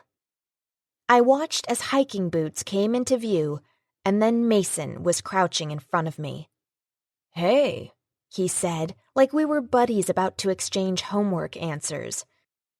He tugged on my braid. I jerked my head back, trying to break free of his hold, but my hair was too long, and all I accomplished was to give myself a case of whiplash when he jerked me back toward him. "Play nice," he said. "Why? You don't." "Which is why you should." He studied my braid as though he'd never seen hair before. "So is this the color of your fur?" "You mean the fur that lines my parka? No, it's more golden brown." My answer made me think of Connor. If I concentrated on him, maybe I could get through this ordeal. Mason tugged harder. "Ow!" "I don't like smart asses," he said, with an edge to his voice that made me wonder if he'd gone off the deep end. "I don't like stupid questions. My fur? I don't know what you're talking about." "You're saying you're not a werewolf?" I rolled my eyes. You still think they really exist? "I know they do." Do you know Devlin? Who didn't? He was Lucas's brother, the one who'd betrayed us. He was dead now, but Mason obviously didn't know that. I wasn't about to enlighten him. Of course I do. He's a certified nut job. Mason smiled. "He told me that werewolves live in this area. We caught one. Lucas." I arched a brow, pleased that I was able to give a cocky facade when I was actually pretty scared. Lucas is a werewolf? You've, what? Seen him go all furry? Mason's expression became defensive and mulish.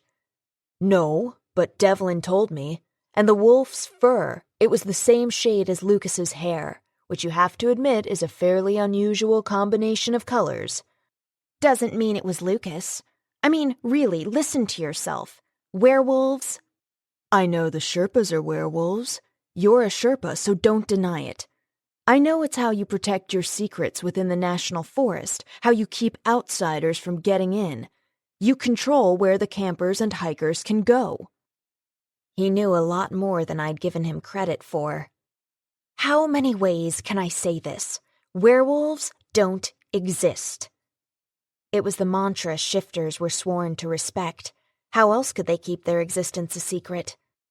"You're going to shift for me, one way or a—" "She's human," someone said. Mason twisted around.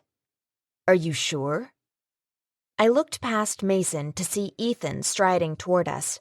He'd been part of the group we'd led into the forest earlier in the summer. He was so pale that we'd pegged him for the indoor type right away, but we hadn't thought anything about it since Dr. Keene had claimed he was taking his biology students into the wilderness to study it. "Blood doesn't lie," Ethan said. "Hers is human." They'd taken my blood without me knowing? The bastards! I didn't think I'd ever be as grateful as I was at that moment that my mom had slept with a static. "But the other one?" Ethan grinned. "Bingo." "What other one?" I asked, dread tightening my stomach. With a smile as broad as Ethan's, Mason glanced over to the side. I followed his gaze. That's when I saw their other prisoner, lying on the ground with his hands tied behind his back, his ankles bound together, and his eyes closed. Connor! 10. "We've got ourselves a werewolf," Ethan said. "Are you sure?" Mason asked again. "Oh yeah, there's a little bit of human, but mostly it's a wolf." I felt everything within me sink into despair. "You don't seem surprised by the revelation that he's a werewolf," Mason said. I jerked my gaze up to his. In retrospect, I suppose I should have had some sort of stunned reaction, a gasp, and "oh my God!" But I'd been too worried about Connor.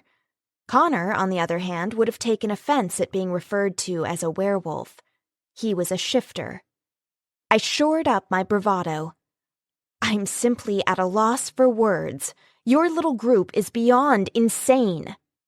He sliced his hand through the air, nearly hitting my nose, cutting off my words. "Save it," he said. "The proof is in the blood." Which hopefully could be explained away as, I didn't know what, but surely as something. That was all they'd ever have. I knew Connor would never shift in front of them. He'd never confirm what they suspected, no matter what they did to him. My blood suddenly chilled with the thought of what they might have in mind for him. "Alrighty then. Let's pack up," Mason suddenly barked.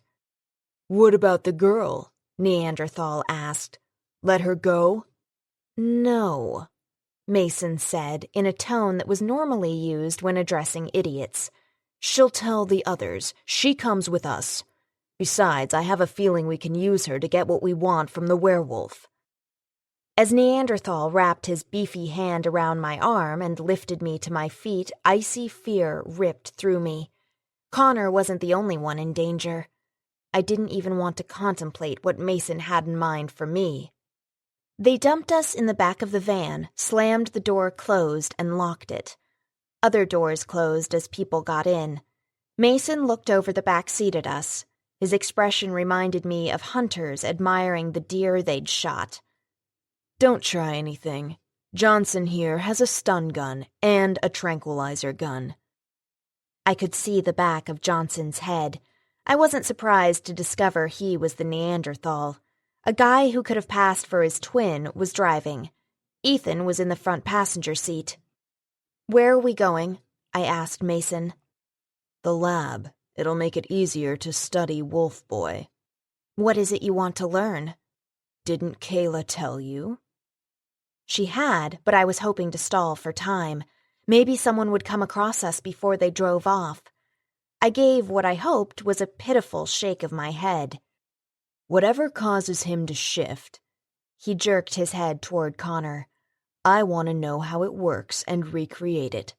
The ramifications for medicine and the military are astronomical, not to mention the recreational uses. If you could take a pill and be a werewolf for an hour, wouldn't you?" I turned my head away because I didn't want him to see how badly I wanted what he might one day be offering. "Let's go," he said. The van started up and was soon bouncing over the road. They had the windows rolled down, and the wind whipping through made it difficult to hear their exact words. As much as I strained, all I could hear was the droning of their voices. Then I heard, "What the Shh," I whispered, my face only a couple of inches away from Connor's. There was light coming from the dash, the moon, the stars, maybe even street lights. I didn't know. Or maybe my eyes had just adjusted to the gloom, but I could see his features through the shadows. "Brittany?" he questioned in a low voice. Yeah. I saw the whites of his eyes as he rolled them upward, trying to see. "Mason," I said, striving to keep as quiet as possible. With the wind drowning out our voices, maybe we could figure out an escape plan without them hearing us. I could see Connor straining against his bindings. "Save your strength," I suggested. With a low grunt, he gave up. "I can't believe they got the drop on me." I can't either. Surely he would have smelled them before they got too close. How? "They shot me with something." Thinking of the wolf in the woods, I realized they'd probably used a tranquilizer dart on Connor. I didn't know why they'd decided to take the close approach with me. Maybe they'd run out of darts. I was crushed that they'd overpowered me so easily. Connor had been right. No matter how much I'd prepared, I hadn't been fully prepared. "Any ideas for how we get out of here?" I asked. "Guess we try to convince them that we're not werewolves." They'd already figured that out about me, but Connor didn't know that. I thought about telling him, but I was still reeling from my shame over my mixed parentage. "They tested our blood. It's not human." One truth, one lie. His wasn't human. I wasn't yet ready to say out loud that mine was. I heard the frustration in his groan. Then I was acutely aware of him shifting, not into wolf, but into warrior mode. His shifting into a wolf might mean he could escape, but it would also confirm for them the existence of our kind. Besides, transforming while he was still bound would have been difficult, and I wasn't certain it would free him from the restraints. I could see him studying our surroundings and recognizing the futility of our present predicament. A time might come when we could escape, but it wasn't now. "This sucks," Connor hissed beneath his breath. Then he looked at me. "Are you hurt?" His voice reflected genuine concern. "Just my pride." He flashed a grin, and I was amazed that he was able to do it considering our dire circumstances. "You'll survive." I thought about the bruising his pride had taken over Lindsay hooking up with Rafe. "We both will. One way or another." "How many?" he asked, and I knew he was talking about our captors. 4. Mason, Ethan, and 2 badass-looking dudes. "Must be the hired mercenaries." Even with the shadows, I could see the determination in Connor's features as he contemplated how best to take them on. "They have guns," I felt compelled to tell him. He gave a little nod. He wasn't surprised. "I think we're stuck here for now, until we reach our destination anyway. They're taking us to the lab." Connor nodded again, even though I knew he wasn't happy with my assessment. Neither was I, but we had to face the reality if we wanted any chance at survival. I was afraid that Mason might be able to hear us, although it seemed unlikely with the wind rushing through, but I didn't trust him. Connor must have felt the same way because he scooted across the short distance that separated us and pressed his forehead against mine. "It's going to be okay, Brittany." He brushed his lips across my cheek. The warmth of his nearness chased off the chill of fear that had gripped me ever since I'd realized that Mason had caught Connor as well. I was beyond caring what happened to me, but I didn't want anything bad to happen to Connor. Especially when we were lying so close together. The timing really sucked, but I couldn't help but wonder what might happen if we were alone in this position, with no one around and our hands unbound. I imagined him undoing my braid. I could see me shaking out my hair. I envisioned us doing all the things my mother constantly warned me not to do until I was older, until I was in a committed relationship. For this small space of time, with us lying so still, I felt as though anything was possible between us. I wanted so badly to be unbound so I could touch him.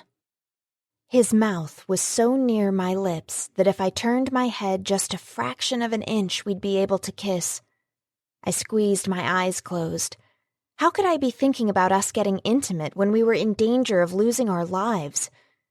Maybe it was because we might die that I suddenly wanted to experience all the passions of life that I hadn't had until now. I wanted everything. His kiss, his touch, everything. We stayed near, our foreheads touching for what seemed like hours. My body began to ache, but I didn't want to move away from Connor to find a more comfortable position. I doubted that one existed anyway. My calf cramped painfully, and I did what little I could to stretch it out. My neck grew stiff. He was the one in the most danger because he was what they wanted. He was a shifter. I slept off and on as the hours progressed. I wanted to be rested as much as possible, ready to fight as soon as we could. The national forest was millions of acres. To drive around it, to get to where the lab was, would take a good part of the night. It was nearly dawn when the van came to a stop. Doors slammed. Then the back door swung open. Johnson pointed a gun at me. There was a pop, and a sharp pain spiked in my thigh. I saw the little dart. Fought to keep my eyes open. Heard Connor roar. Another pop. Then everything went black again. When I woke up, I was lying in a large metal cage in what looked to be a basement. A narrow window high in the cement block wall allowed in a sprinkling of sunlight. The bars rattled. I rolled over and felt a sense of relief to see that Connor was in the cage with me, testing the strength of our prison. It was tall enough that we could stand up in it, but the door was only half as high. I couldn't figure out how it was secured, but it looked as though it slid up. I imagined Mason and his crew rolling us, unconscious, inside. I got to my feet, wrapped my hands around the bars, and shook the cage. It was sturdy. Connor hit the bars with the flat of his hand. "It's no use." He sank down in the corner and draped his hands over his drawn-up knees.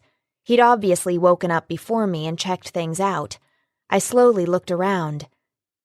"Any idea what time it is?" I asked. "No, they took my watch. Probably a strategy Mason learned in Taking Prisoners 101. I spied cameras in the corners. "And yeah, they're watching us," Connor said, not bothering to disguise his disgust. I swallowed hard and fought to sound brave. Talk about invasion of privacy. "I have a feeling our privacy is going to be violated worse than that." I thought about sitting beside him, but I was too restless, so I paced. "Do you think they can hear us?" "Not if we talk really quietly." "I'm really mad at myself," I said through clenched teeth, frustrated. "You warned me to always expect the attack, and I was walking along, not paying any attention." "Brittany, there's no way we could have anticipated this. You prepare, but in the end, surprise attack always trumps prepared." I wanted to smile at his attempt to make me feel better, but I knew the truth. I'd been wallowing in my own troubles too much. "What was it like when they caught you before?" I asked. He shrugged. "Mason was making threats, crowing about how he'd gotten the drop on us. We were in a cave. Who would have thought he'd find us there? The terrain was too rough for a vehicle, so they were walking us." He glanced around. "I guess this was supposed to be our final destination." "Did he do anything?" "Kept asking us how we shifted. We told him we had no idea what he was talking about." He stared at one of the cameras. But he just didn't want to listen. A door opened, the screech of its squeaking hinges indicating that it was heavy. Mason strode in with Ethan, another lab geek we'd met earlier in the summer, and Tyler, flanking him like idiots who tagged along after the school bully. But behind them were Johnson and his twin, sporting guns. Mason must really fear what shifters were capable of. Good. Sleeping Beauty and her Prince Charming are awake, Mason said as he and his entourage came to a stop a few feet from the cage. I figured he'd had his eyes glued to a monitor waiting for some sign of activity. Connor slowly unfurled his body and stood up in the way of a predator that doesn't fear its prey. Release us, Mason, and we'll let you live. Mason laughed darkly. That sounds like a line from a bad movie. You must think it's possible that I can take you out, or you wouldn't have Dumb and Dumber there with you holding guns. What I know is possible is this. Werewolves do exist. Earlier this summer, we caught Lucas when he was a wolf. Yeah, Connor said mockingly. I remember you mentioning something about that when you captured me before. Mason had indeed caught Lucas in wolf form, but he'd never seen him shift in or out of it, so all he had was his belief.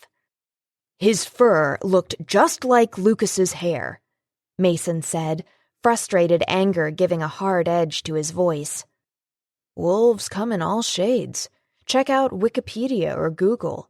They're black, brown, red, gray, white, and some are a combination of all colors. Wolves have been mixing things up for generations. I bet we could even find one that has fur that matches your hair. Let's go take a hike, see what we can find. Very funny. I know what I know. Your blood proves it. What my blood proves is that someone was careless, mixing samples or something. Or maybe you're just seeing what you want to see. Right. Whatever you say. Mason reached back and snapped his fingers. Ethan dropped to the floor like a submissive wolf, opened a case he'd been carrying, and handed Mason a long-handled swab. Mason held it toward Connor. Need you to swab your mouth. Be sure you get a lot of saliva. Connor gave him a feral-looking grin and invitingly stepped back. Come in and swab it yourself. Mason made a motion with his hand. Wilson. Johnson's twin stepped forward and leveled a mean-looking gun on me. My heart hammered my ribs so hard that I was surprised they didn't crack. I angled up my chin in defiance and glared at Mason. You have totally lost it.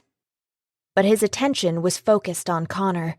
He raised his finger like a teacher making a point. That, my friend, is not a trank gun. It's the bullet-holding kind. It doesn't matter, I said to Connor, knowing the first time we gave in they'd start making other demands. Surely Mason was bluffing. With a growl, Connor reached through the bars and snatched the swab from Mason. He twirled it around his mouth and tossed it out. Ethan leaped for it, but he didn't have a shifter's finely honed reflexes. He scooped it up from the floor. Will it be okay? Mason asked. Should be, just a little dirty. He dropped it into a clear vial. Now we want some more blood. Mason tapped the inside of his elbow. The good stuff. Connor, I began. It's just blood. Never taking his eyes from Mason, he shoved up the sleeve of his sweatshirt and pushed his arm between the bars. I figured Connor was imagining how Mason would taste when he finally got his teeth into him. Ethan must have been smart enough to read the murder in Connor's eyes, because he hung back until Mason barked orders at him. I briefly wondered why Mason hadn't taken any specimens of what he needed while we were unconscious, but then I realized he was striving to make a point here, showing us exactly who was in charge. I wanted to move closer to Connor, take his hand, but I didn't want to put him in the line of fire, even though the odds of him surviving a bullet were much better than mine. But as long as they never saw Connor shift, all they'd have was lab work that could be disproved some way. Impressive guns there, Mason said, referring to Connor's biceps. The better to strangle you with. Mason smirked. You're just one bad line after another, aren't you? Sorry, but I'm having a hard time taking this little game of yours seriously. It's not a game. You'll see. When we have the serum perfected and I transform into a wolf, maybe you and I will get into it. Why wait? Let's get into it now. Later. So, the muscles, are they a result of the constant transforming? Weights. There is no transforming. That line's really getting old. I know what I know, which apparently is nothing. I could tell that Mason wanted to say more, that he was irritated with Connor's attitude. As for me, I was impressed that he could act so cool and nonchalant, like our lives weren't in danger of ending at any moment. When Ethan was finished drawing blood, he took some of Connor's hair and a scraping of his skin.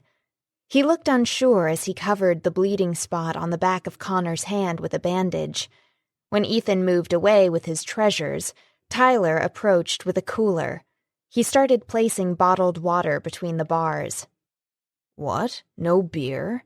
Connor asked sarcastically. It was hard to believe now that earlier in the summer we'd all drunk beer together out in the woods.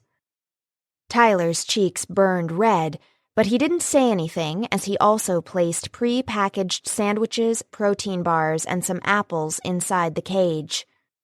All right, Mason said. Enjoy your meal. We'll be in touch. He turned to go.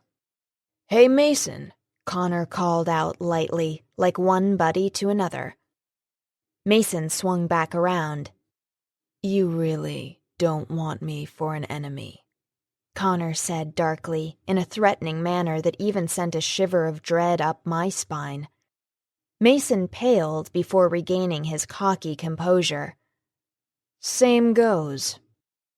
Not until Mason and his entourage had left the room did I hurry over and wrap my arms around Connor. He closed his around me, squeezing me tightly. Not since I'd faced the moon alone had I felt so terrified. At least they didn't take anything from you, Connor said quietly. I squeezed my eyes shut. There was a reason they hadn't, but I couldn't bring myself to tell him that I wasn't a shifter and they knew it.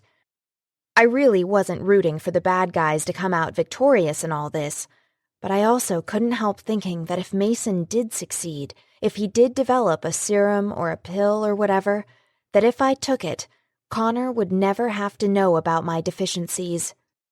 Instinctively, I knew that it was the bond of shifters that was driving him toward me. He thought we were the same species. Shifters moved around in packs. Even out in the world, shifters kept their distance, were wary of non-shifters. I still couldn't believe my mom had fallen in love with a human. Everything's going to be okay, Connor assured me. Tilting my head back, I studied the contours of his face, saw no doubt in his eyes. How can you be so sure? Because I know when our opportunity comes to escape, you'll be able to kick his butt. Releasing a strangled laugh, I fought not to start crying like a human girl would. I wanted to be shifter strong for Connor. Tenderly, he cradled my cheek and leaned in, his lips brushing near my ear as he spoke in an incredibly low and sensual voice. Seriously, we won't be alone for long. We just have to hold on until the others get here. How do you know they'll come? I whispered. Because my team was supposed to come scout this area out, and when I don't show up, they'll get Lucas. Might take them a couple of days of trying to figure out where the hell I went, but eventually the pack comes first, and they'll head up here to complete their mission, and rescue us in the process. I knew the timing was lousy, but when would be a better time? I was still stinging from his decision to oust me. Why did you kick me off your team? Leaning back, he stroked his thumb over my bottom lip. Because I can't concentrate when you're around. Because from the moment you silently challenged me in the dungeon, whenever I see you, I feel that punch to the gut Lucas was talking about, and all I want is... He kissed me with a hunger, a desperation. Maybe our fears that we weren't in control as much as we were used to added to the moment, but we clung to each other as though we never planned to let go. In the back of my mind, I knew this was a bad idea. It was just going to give Mason more fuel to use against us. Connor must have had the same thought, because he drew back and squinted at one of the cameras. Bad timing. It always is with us, I guess. Again, he brushed his thumb over my lower lip, but it was swollen now and tingled. Yeah, I'm hungry, and not just for you. He started to step away, then stopped. Hey, what's that? I followed the direction of his gaze and discovered a tear in the sleeve of my shirt. They must have torn my shirt getting me into the cage or something. No big deal. Not that, he said, his voice taut. He slipped his finger inside the ragged tear. That? Did Mason hurt you? And I realized he'd spotted the bruise he'd given me when we wrestled, but I couldn't admit that. He'd wonder why I hadn't taken care of it the shifter way. Yeah, I guess, but it's not bad. It doesn't bother me. That guy's gonna pay, he ground out, releasing my arm but taking my hand. He pulled me down to the floor and we sat against the bars. He opened one of the bottles of water and sniffed it. He handed it to me. You think it's safe? I asked. I can't smell anything that shouldn't be there. Worst case scenario, they added something to the water or food to put us to sleep.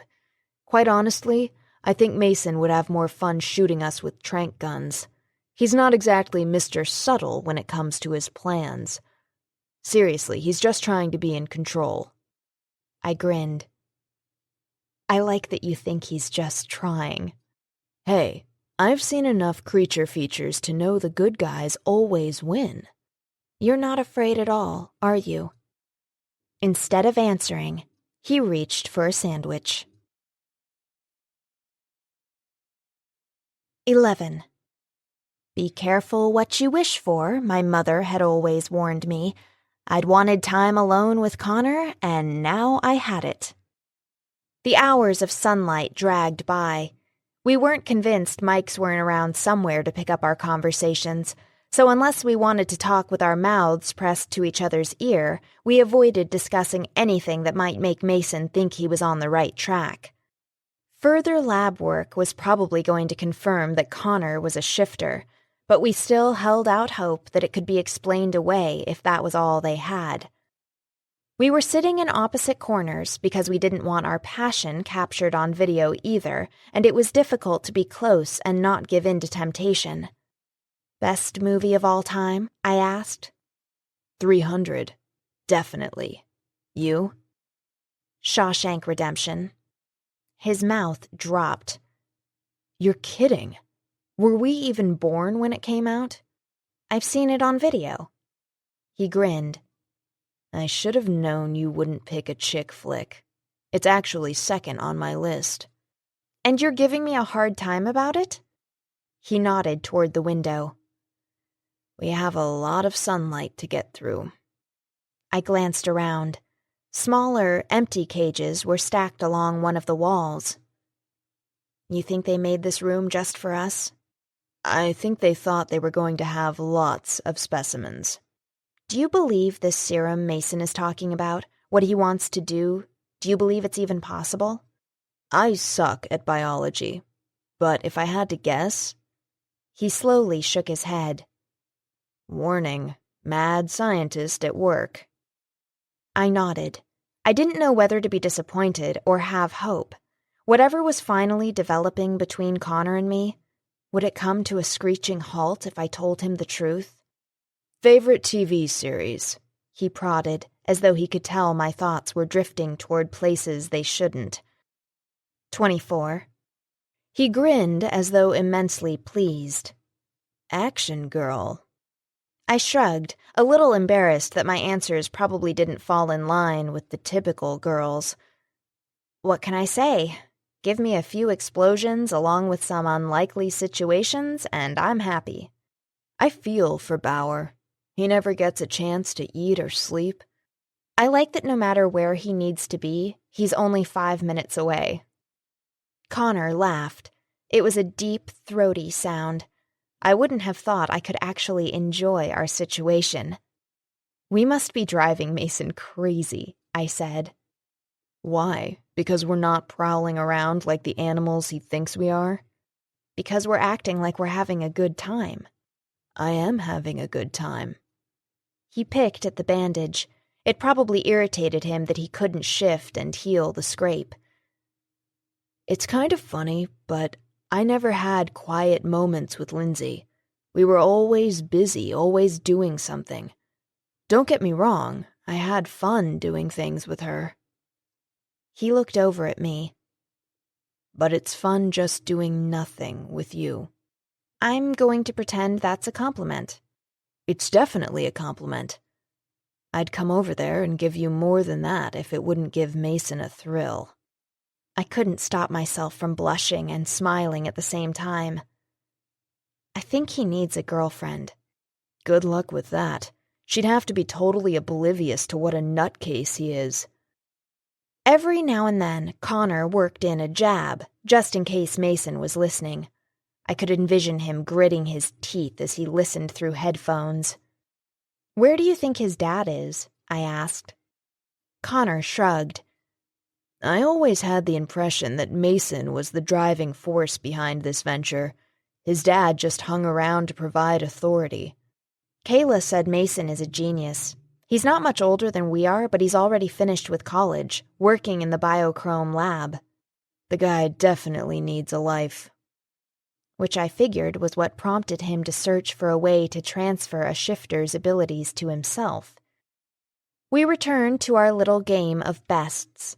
It was interesting learning about Connor's likes: favorite spectator sport, baseball; favorite participator sport, basketball; favorite food, rare sirloin. Shadows were beginning to creep in. The sun was setting. We soon heard the clank of the door unlocking. Monique came in, pushing a silver cart. She, too, had been part of the biochrome group that we'd led into the wilderness. She was lithe, graceful, with milk chocolate skin and a flawless complexion. She'd seemed nice enough when we first met her, but looking at her now, I had to wonder what kind of person she was to get mixed up in this madness. "Hey, guys, it's great to see you again," she said with patently false cheer, bringing the cart to a halt. "I've brought you a little dinner." She pushed a button on a handheld gadget and the door rose slightly. She shoved 2 covered plates through the narrow opening. Connor took one end and lifted the lid to reveal sirloin. Rare, and what I'd told him was my favorite vegetable, even though I seldom ate it because it was so unhealthy. Crispy, golden fries. "Cute. So Mason wants us to know he's listening," Connor said. He raised a brow at Monique. "Knife and fork?" She smirked. "Nice try, but we figure you'd find some way to use them to escape or hurt us. I did bring you some napkins, little ketchup packets, and some more water." She shoved everything else into our cage and promptly closed the door. "Any chance we could get some blankets?" Connor asked. "It's gonna get cold in here tonight." Her lovely features reflected regret. "I'm sorry. I wish I could bring you some. If you get cold, you'll just have to go all furry." I glared at her. "And when we turn blue, are you going to come in here and revive us?" "Snuggle up. He can keep you warm." "I didn't expect you to be such a cold bitch," I said. "Look, guys, I'm just paid to do a job. Cooperate and it'll go easier for all of us. Then we can all go home. I've got 0 social life out here." With that, she marched out. I moved over, sat next to Connor, and took the plate he offered. "The least they could have done was cut it up," I muttered. "They probably expect us to tear into it with our powerful bite." I sighed. This is getting old fast. The darkness arrived, and with it the chill of the night. Maybe because they planned to house animals here, they hadn't spent money to hook this part of their lab up to a heater. Or maybe, more likely, they simply weren't turning it on because they hoped to force us, or Connor in any case, into shifting. After we'd finished eating, we didn't continue to play games. We retreated to our respective corners and became lost in our own thoughts. A little moonlight spilled in. I wondered if we'd still be here when the dark of the moon arrived, when the moon wasn't visible in the night sky. I unbraided my hair so it could serve as a flimsy blanket over my shoulders. I crossed my arms over my chest and held them tightly against my body, striving to hold in as much warmth as possible. I closed my eyes. Maybe if I imagined a large log fire in the middle of a clearing, sparks shooting up, flames writhing. I heard movement and opened my eyes. Connor was crouched beside me. I knew I couldn't see him as clearly as he could see me, but there was enough moonlight for me to make out the shadows of his features. "Here, you can wear my sweatshirt," he began, reaching for the ends. I grabbed his arm to stop him. "While you turn cold, I can't do that." "Come on, Britt. I can hear your teeth chattering from over there. Besides, my body temperature is off. I'm always hot." He'd never shortened my name before. It somehow seemed more intimate. "Okay, thanks." I drew his shirt on over my head. It was incredibly soft and still carried his warmth and scent.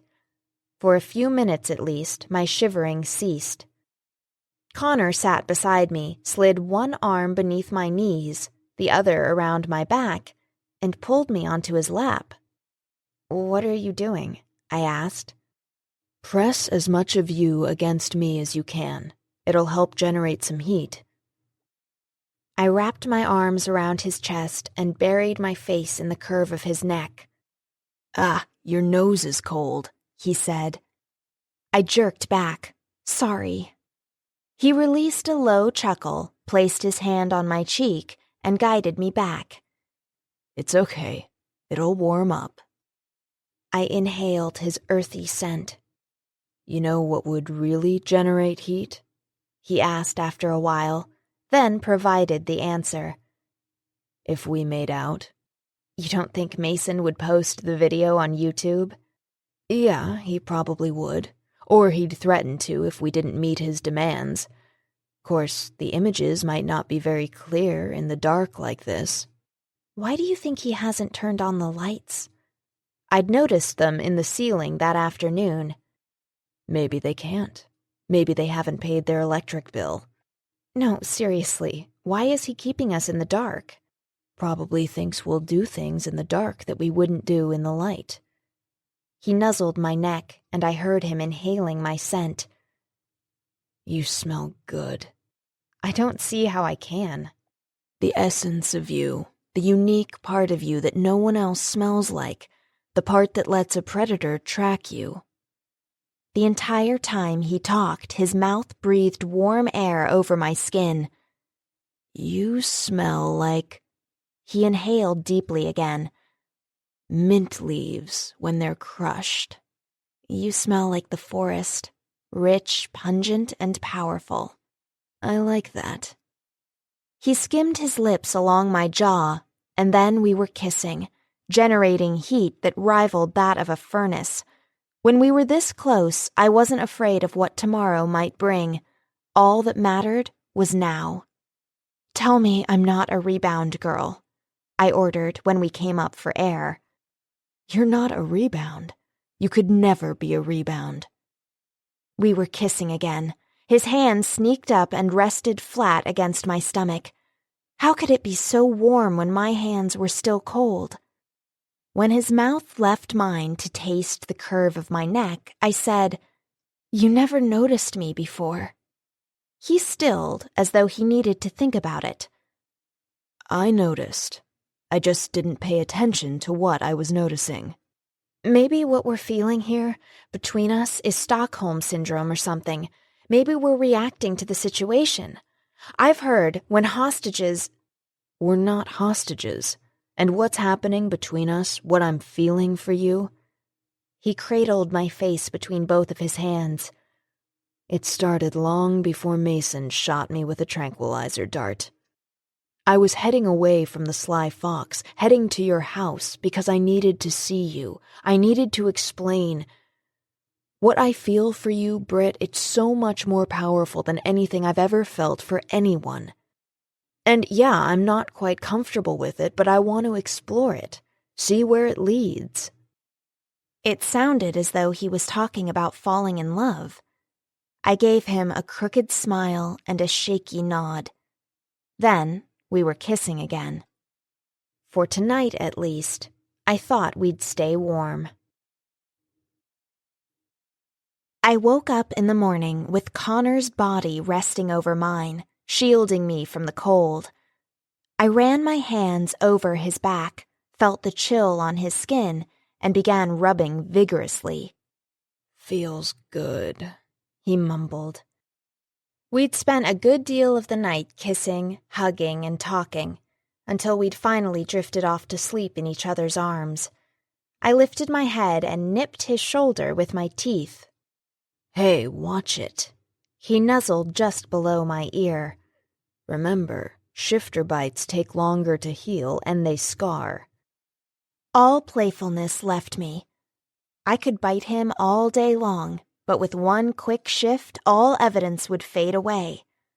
I knew I needed to tell him the truth about me, but I didn't want to lose this fragile bond that was developing. I'd wanted it too long and too much to risk it now. But I knew the closer we became, the harder it would be to keep my secret. "You know what I want?" he whispered in a low, sexy voice. "What?" "To shift with you." I went so incredibly still, it was a wonder my heart still beat. He lifted himself up, grinned at me, and stroked my cheeks.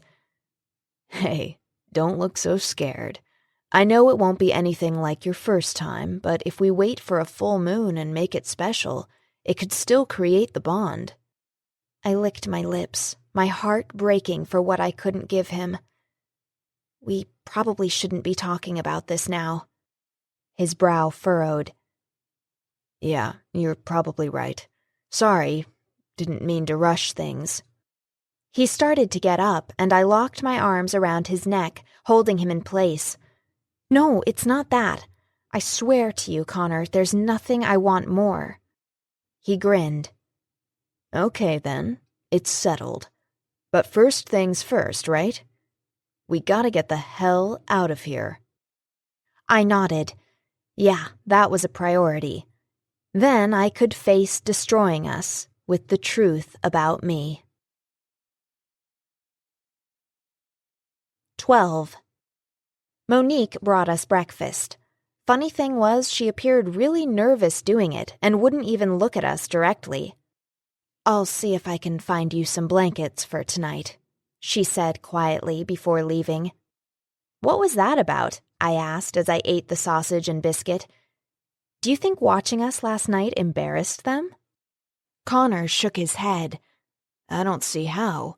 I mean, yeah, we got a little carried away with the kissing, but we didn't go nearly as far as I wanted." I felt my cheeks warm, broke off a bit of biscuit and tossed it at him. Bad boy. "I'm gonna be if we don't get out of here." Finished with his meal, he brushed off his hands and began walking slowly around the perimeter of the cage. "There has to be a way out." "Once we get out of the cage, we have to get through a locked door." He winked at me. "One prison at a time." The door opened and Mason strode in with his familiar entourage and two guys I didn't know. They were beefier than the lab guys, but not quite as buff as the ones holding guns. "Ah, company," Connor said, "and here I am not yet dressed." I was still wearing his sweatshirt. "That's okay," Mason said. "So what's the ink on your back mean? I know Lucas and Rafe have one." "Fraternity initiation." Which was what Rafe had told Mason earlier in the summer when he'd asked. "See, I don't believe it. However, that's okay. Studying the samples you provided yesterday has proved very enlightening.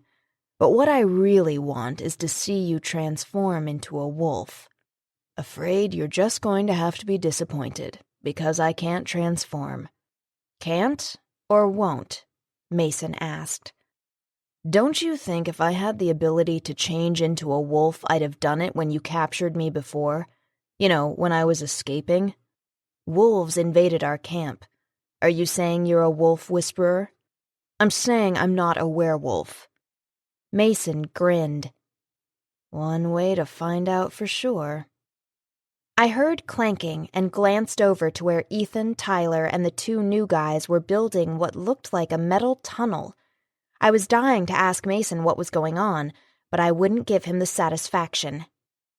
Connor must have realized that Mason had something unpleasant planned because he moved over, wrapped his hand around mine, and squeezed.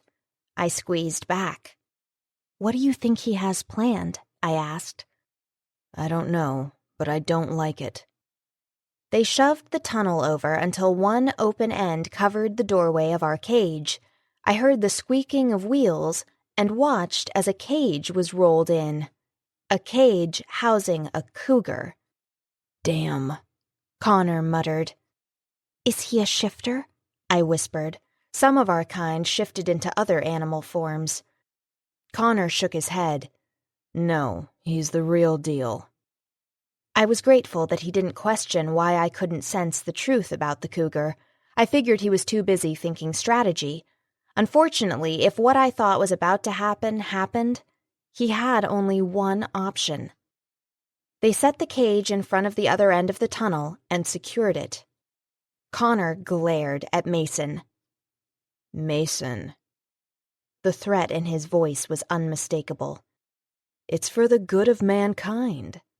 "That's bullshit. All you want is to be something you're not. You want it so much you're willing to believe something this crazy, go this far to get it. If I don't personally benefit, then it doesn't make me the bad guy." What a lie. We already knew he had plans to personally benefit.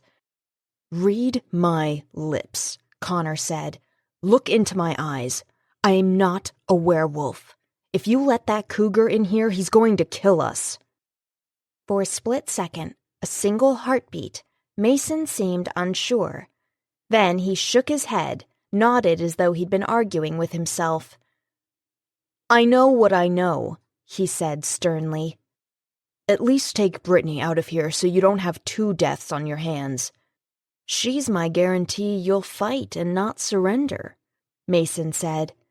And at that moment, I hated him with every fiber of my being. "Oh, God," I whispered as Mason pointed the remote and our door slowly opened. Connor released a harsh curse, and I knew he'd been bluffing, that he wouldn't willingly accept death on Mason's terms. Still, I was terrified at the thought of what was about to happen. Connor jerked off a boot and threw it at the bars. He did the same with the other.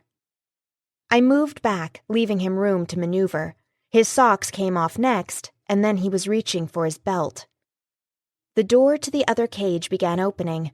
The cougar snarled, the cat-like sound grating on my ears, setting my teeth on edge. My back hit the corner, rattling the cage. Connor jerked his attention over to me. "Brittany, get ready to shift." I shook my head, tears burning my eyes. "I can't." "What?"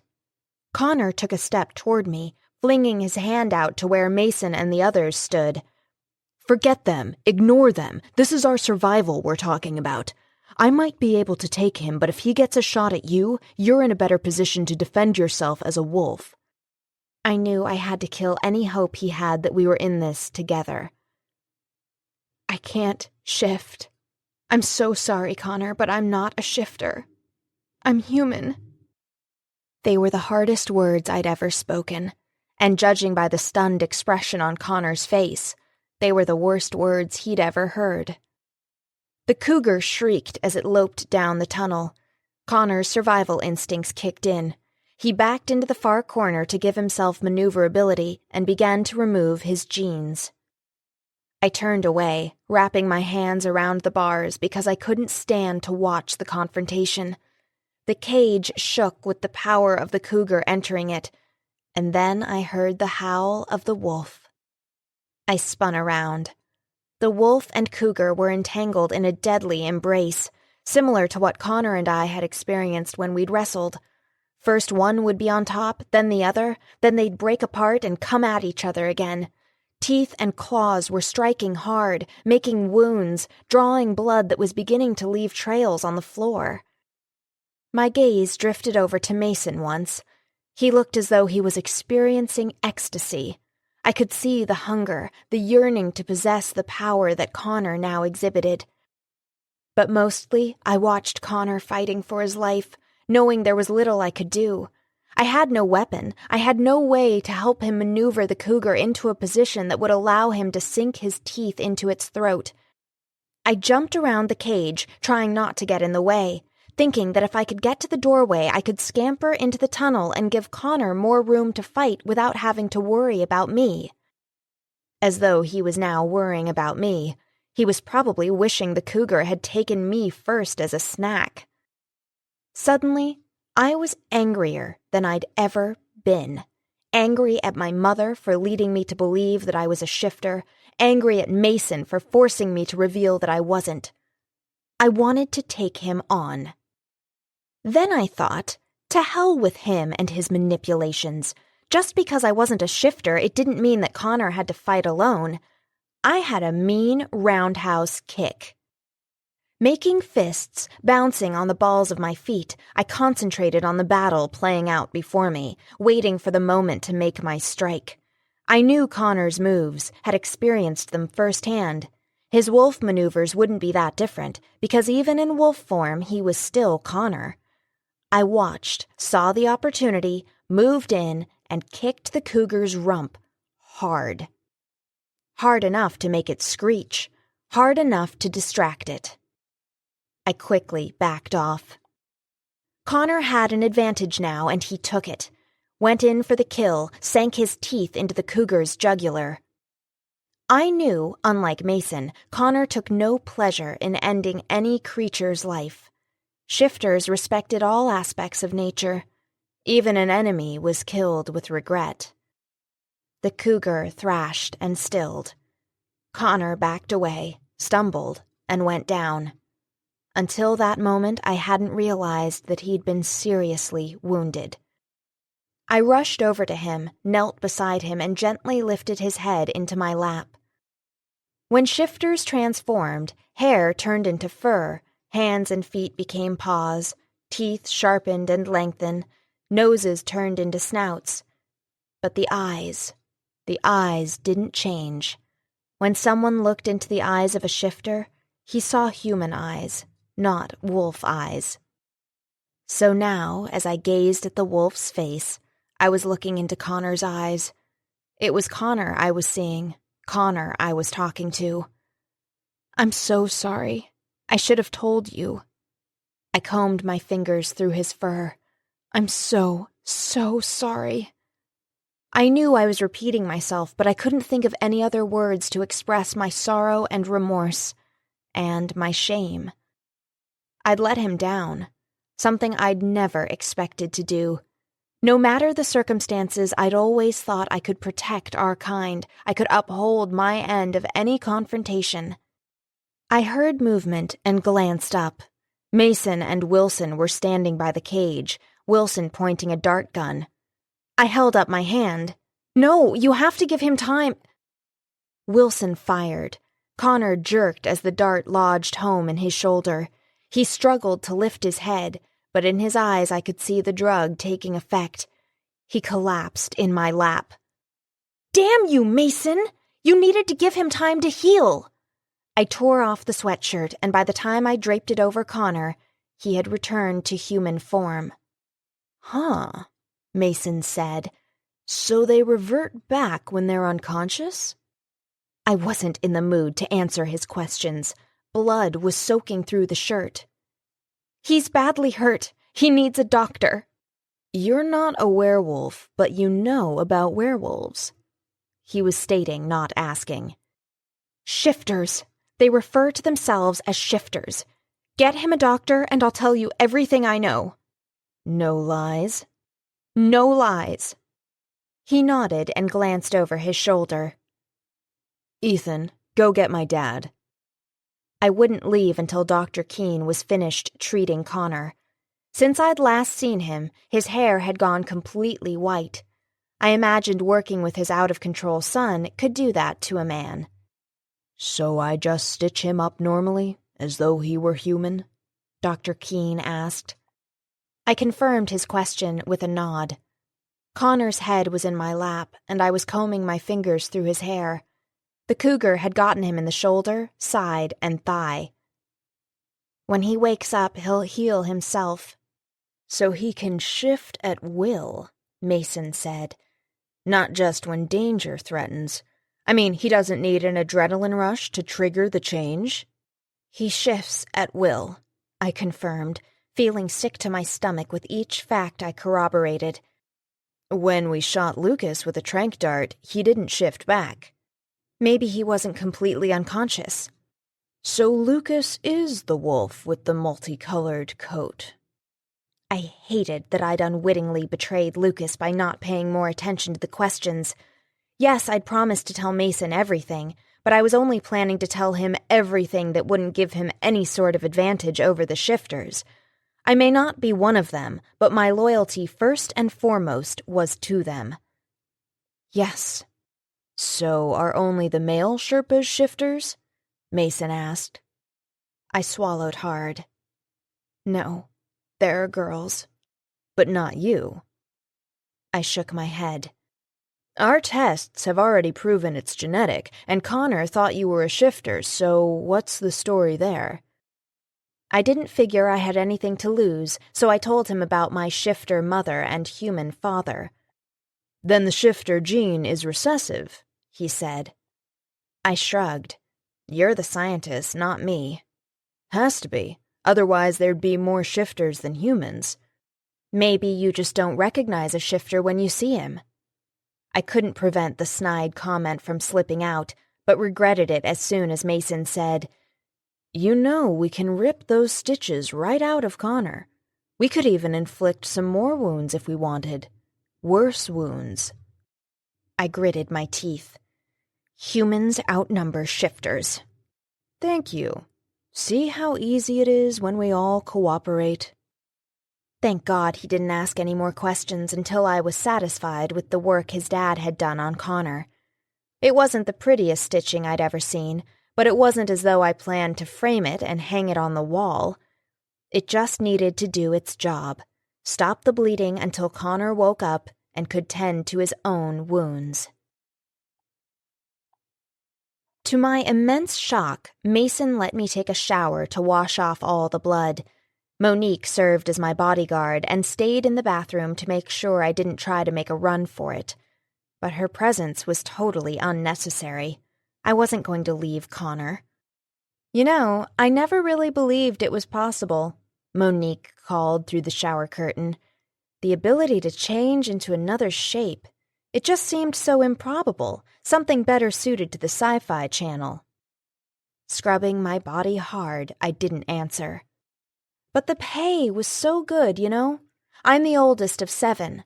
My parents aren't well off. I was trying to do what I could to help out. If she was seeking forgiveness for her part in this experiment, she was looking in the wrong place.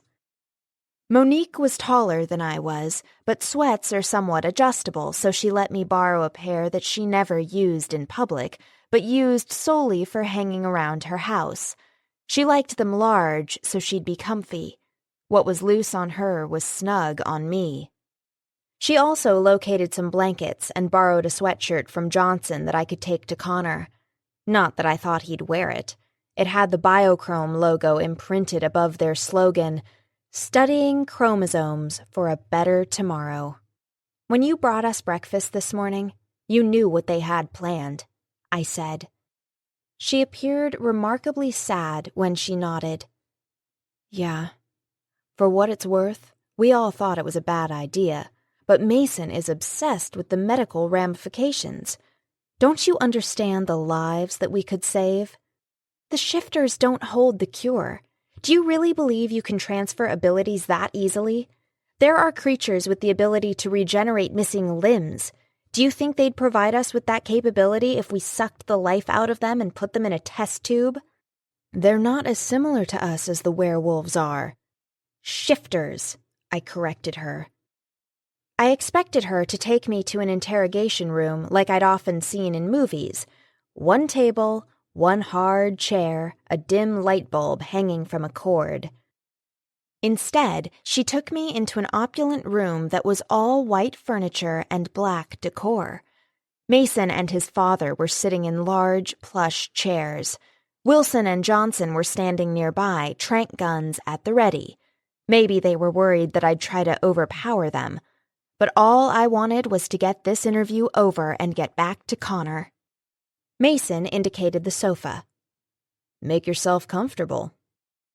After everything that had happened, this moment was surreal.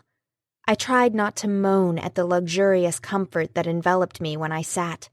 It was a sharp contrast to the concrete floor on which I'd spent the night and Connor was now lying. Help yourself, Dr. Keene said, waving his hand over the coffee table in front of me, where tiny bubbles rose through the liquid in a champagne flute, and appetizers waited on black plates.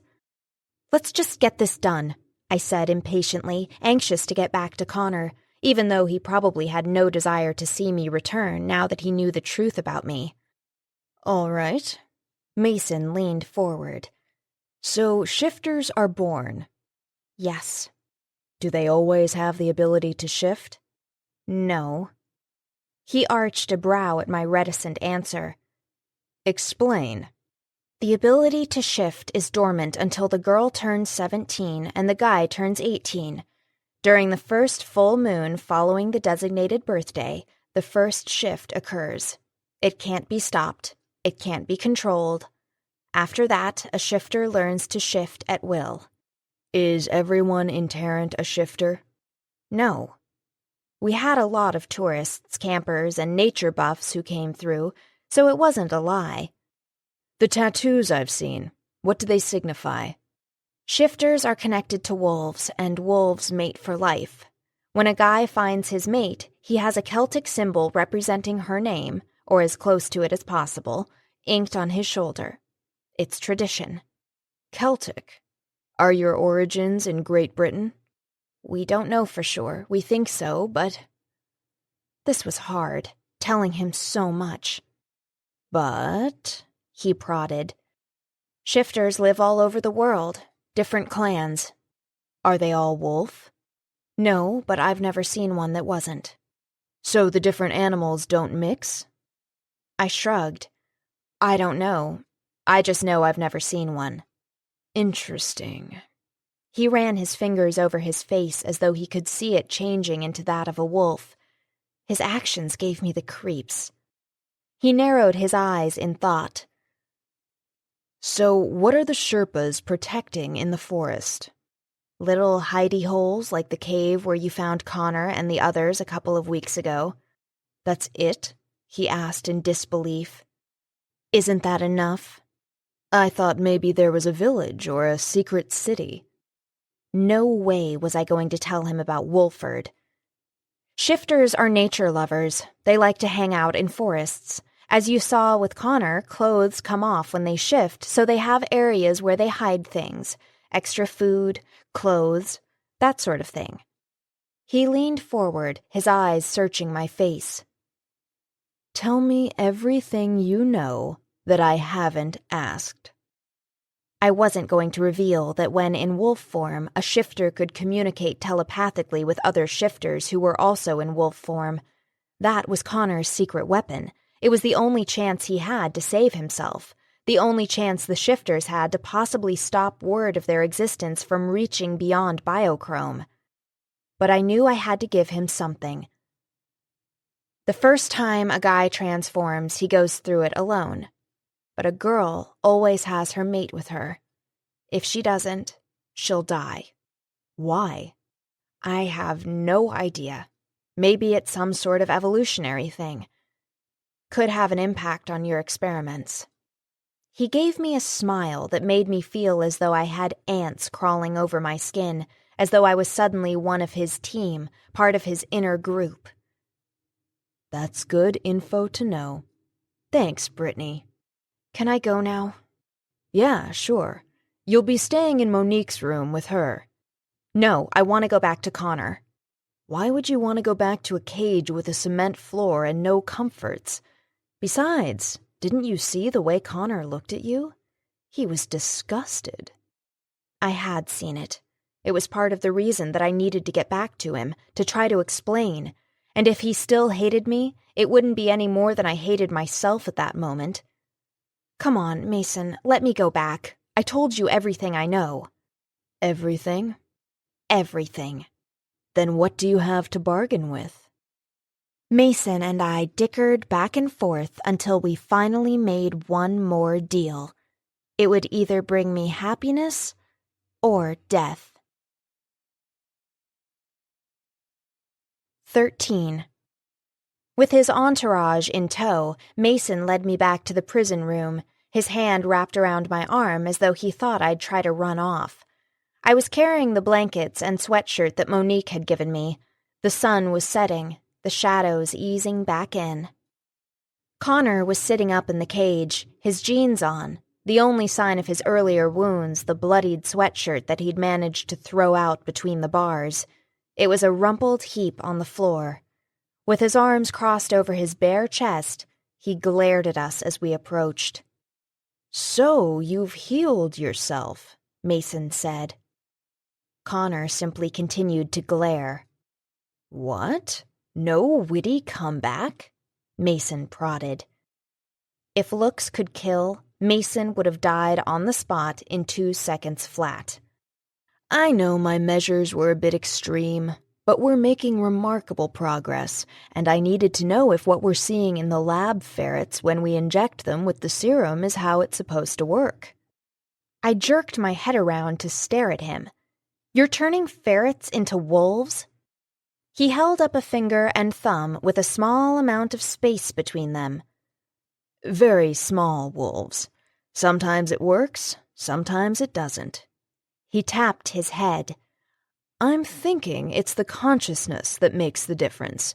You have to be able to think wolf to be wolf." "We've only been here a couple of days and you already have a serum?" I was flabbergasted. He hadn't told me they were that close to perfecting the serum. "We've been working on the formula for a long time. We just had a few missing pieces. And now that we have those, our puzzle is almost complete." He turned his attention back to Connor. "I need to put her back in the cage, and I want to do it with as little trouble as possible. I have to open the door to do that. If you move a 1/4 of an inch toward it, Wilson will zap you." Connor didn't move, not even an 1/8 of an inch. Once I crawled inside, the door to our prison clanged shut. "Enjoy what little time you have together," Mason said. I stood up. "What are you talking about?" "All good things must come to an end." "What does that mean?" Ignoring me, he strode from the room, his little groupies trailing along behind him. I smacked my palm against the bars. Son of a bitch! I wrapped my hands around the cold metal and pressed my forehead against it. I'd thought I was prepared to face Connor, but I wasn't prepared for the fury emanating from him. I had so much to explain, and I didn't know where to begin. Taking a deep breath, I reached down and picked up the bundle I'd dropped earlier. I turned around. Connor was in the exact same position. "I brought you a clean sweatshirt, and now we have some blankets." He studied me as though he had no idea who I was. I guess he really didn't. But I guess what you really want is a shifter, isn't it? Slowly he uncrossed his arms. He drew up one knee and draped his wrist over it, but he wasn't nearly as relaxed as he was trying to appear because both fists were balled so tightly that his knuckles were turning white. "When did you know you weren't?" Hearing his voice was like a gentle stroke across my heart. The words held no warmth, but neither were they ice. They were neutral, as though he was testing things out as much as I was. I clutched the blankets. During the full moon, it came, it went. I stayed the same. Not even a tingle. The night Mason got a jump on me, I was distracted. I just talked to my mom. She told me my dad was some guy she met in Europe. I laughed bitterly. Some human guy. All these years when she said he went through her transformation with her, then left, it was just a lie. She went through it with some guy named Michael, but he didn't stay around either. My mom and I seemed to have that in common. Guys wouldn't commit to us. His gaze wandered slowly over me. Once, twice, 3 times. Say something, I demanded. You smell like Monique. They let me use her shower. These are her clothes. Your blood was on mine. This conversation was so inane. Why didn't he yell at me, shout, tell me how much he hated me? Watching him was too hard. I started to look around when my eyes were arrested by the mangled, bent bars on the side near where he was sitting. What happened there? Did that happen during the fight with the cougar? It must have, but I'd been too preoccupied with other things to notice. No. I gave my attention back to him. Then what? He slowly unfolded his body in that predatory way he had and came forward until he was standing in front of me. Again his gaze wandered over me. He inhaled my scent, shook his head. How could I have not known? Why didn't any of us recognize the truth about you? I took a shaky breath. I don't know. Maybe I have just enough of my mother in me to fool everyone. He touched his knuckles to my cheek. All these years, you believed you were a shifter? I nodded. How could I even begin to explain? How could he possibly understand? After the full moon, you must have been devastated. He put his arms around me, drew me close. I absorbed his warmth and his strength, took the comfort he offered. I didn't know how long he held me. Eventually, when we sat down, he pulled me onto his lap and kept his arms around me. So what happened to the cage? I finally asked. When I woke up and you weren't here, I went berserk trying to get out, so I could kill Mason. Oh my God, Connor, I'm so sorry. Will you stop apologizing for things that aren't your fault? I didn't know what to think. I was afraid you were dead or hurt. I even had this moment of insanity when I thought you and Mason... His voice trailed off. Mason? Ew! Yeah, I couldn't see it either when rational thought returned, so I figured you were either dying or dead. When you walked through that door, it took everything in me not to let Mason see how glad I was that you were okay. But he's listening in now, so he knows. I was so afraid that you'd be mad at me for not telling you sooner. Leaning back, he studied my face and stroked his thumb along my cheek. I was stunned, and the timing sucked. But I understand how hard it would be to tell anyone that you weren't a shifter. I feel like I only just discovered you. Why would you trust someone you're just getting to know with your deepest secret? I should have. I trust you with my life. His eyes grew warm. When I finally realized that banging my body against the bars wasn't going to do anything except create a cycle of bruising and healing, I started thinking about things. That bruise on your arm, it's not from Mason.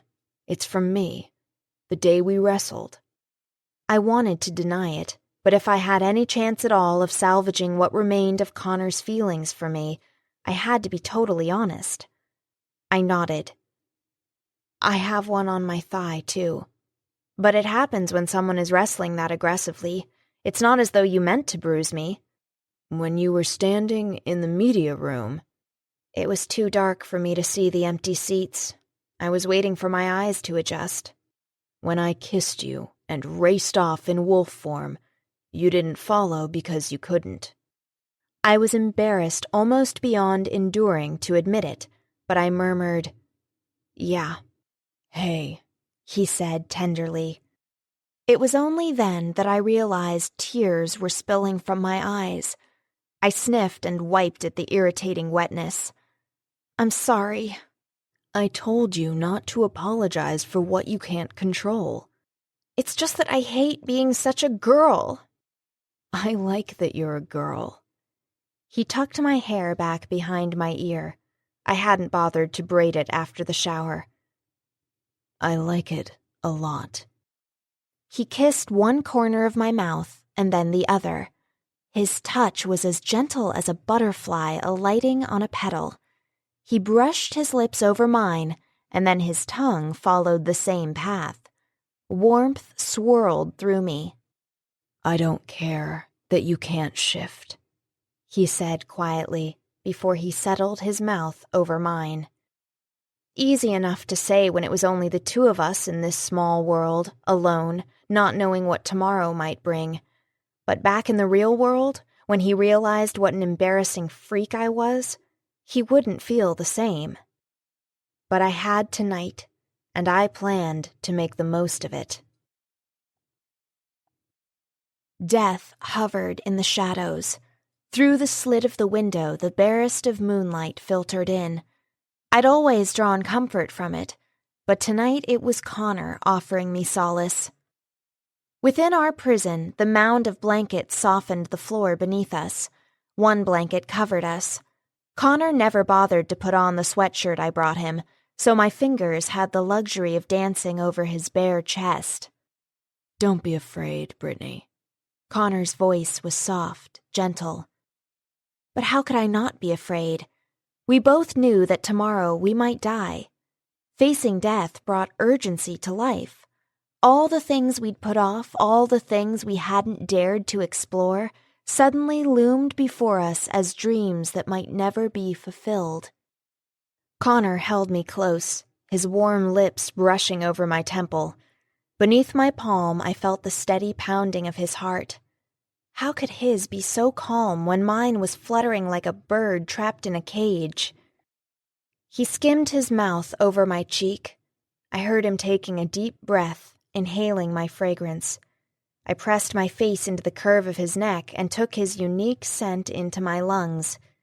Even here, inside this building where we were held captive, he smelled of the outdoors. Evergreens, rich earth, sweet nectar, sharp foliage. He smelled of everything I love and more.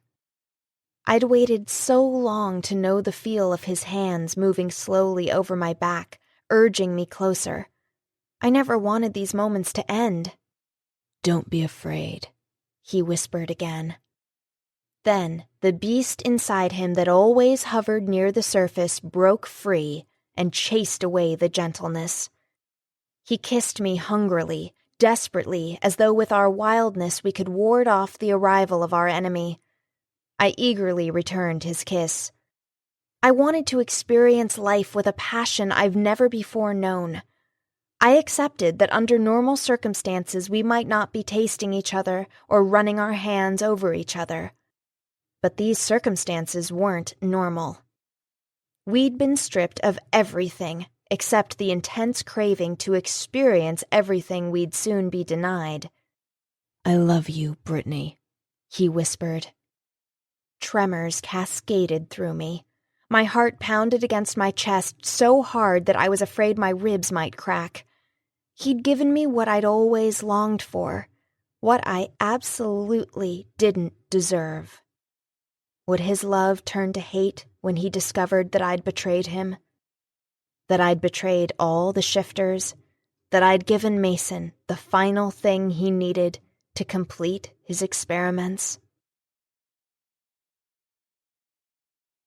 14. The next morning, I squinted against the sunlight. I'd fallen asleep with Connor's arms around me, but now I was alone. I had a moment of panic, fear shooting through me with the thought that somehow Mason had taken Connor. But when I sat up, I saw him standing in the middle of the cage, on all fours, staring at the window. He had no reason to hide his ability to shift now that Mason knew the truth. With a silly smile on my face, I simply sat there and admired him. He was so incredibly gorgeous. He swung his head around to look at me. "Don't shift back yet," I said as I scooted over to him. I buried my face, my fingers in his fur. I inhaled the scent of animal, the scent of Connor. I rubbed his back. He emitted a low growl of approval. "Do you know how beautiful you are?" I asked. "All the shifters, in wolf form, are incredible, but I've always thought you were the most stunning." I wanted so badly to have this. He nuzzled my neck. I knew he was trying to comfort me. For all the closeness that had developed between us during this ordeal, I knew that we'd never be as close as Kayla and Lucas or Lindsay and Rafe. They had everything, each other and the ability to shift, to always be in sync, to run through the woods together, to play in wolf form, to speak mind to mind, to embrace all that they were. Connor and I would have only a portion of that. It was so not fair to him. I knew I would have to walk away when we were free. He nudged my shoulder with his nose. As much as I hated to, I released my hold on him. He padded away. I didn't follow him with my eyes. I drew my knees up, wrapped my arms around my legs, and placed my chin on the support I'd created. I heaved a deep sigh. Could he truly ever understand the wonder of what he was? I couldn't blame Mason for wanting it, because I wanted it too. Connor, now in human form, sat and put his arm around me. He was back in his jeans, and now he was wearing the sweatshirt. "They're here," he whispered. I jerked my head around, knowing he referred to the other shifters. "So soon?" He nodded. "How many?" "They have an entire army. Even all the adults they could muster are here. All we have to do is pretend it's business as usual in our little prison today. Then tonight, freedom. And with any luck, the destruction of Biochrome." He balled his fist.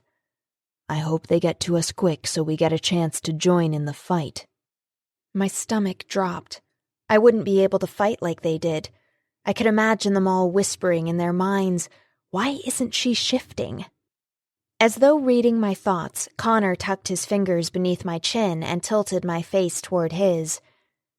"You have a mean roundhouse kick. You'll be an asset." I forced myself to smile. "I'll do what I can." He kissed me gently, more of a nibbling than anything passionate. On the monitors where they were watching us, it probably just looked like we were snuggling.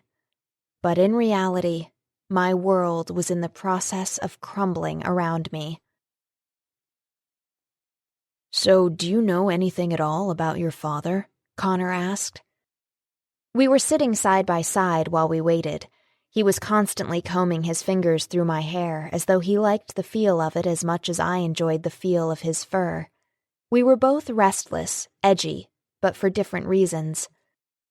Connor was fighting not to keep shifting so he could communicate with the others. He knew Mason would get suspicious. I could also feel the tension thrumming through Connor.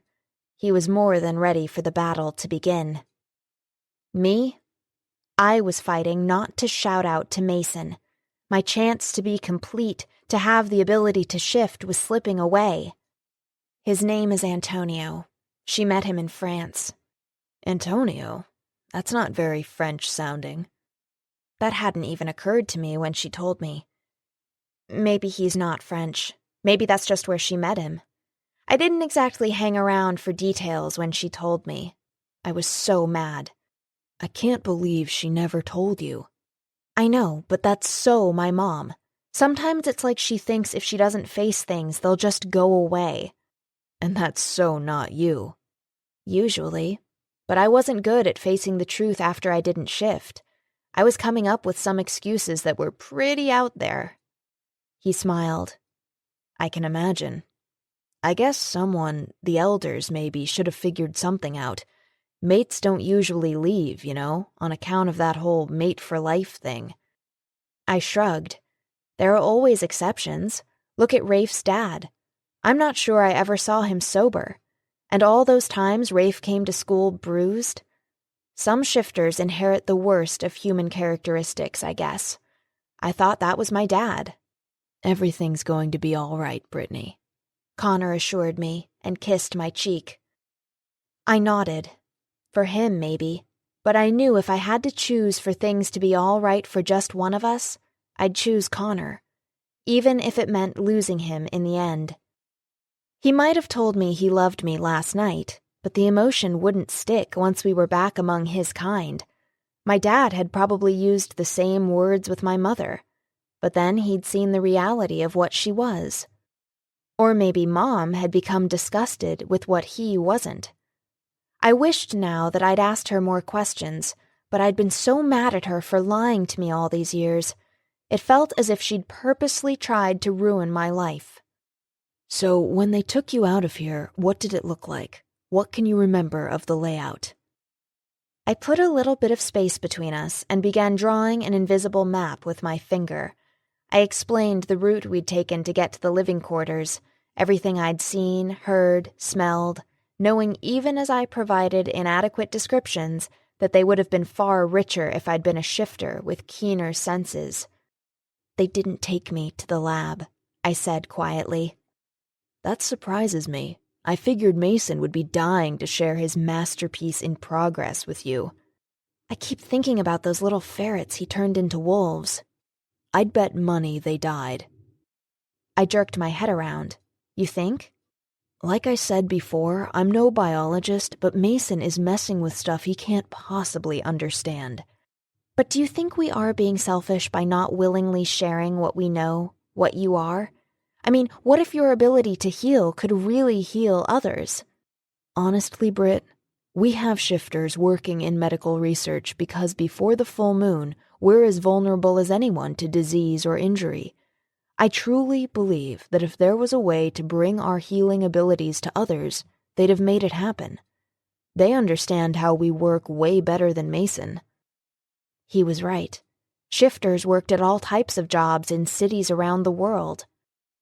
Our conversation dwindled to nothing as the hours dragged by and we became lost in thought regarding what we were each going to face. Connor was hoping Lucas would be able to find him quickly and release him so he'd be in the thick of battle.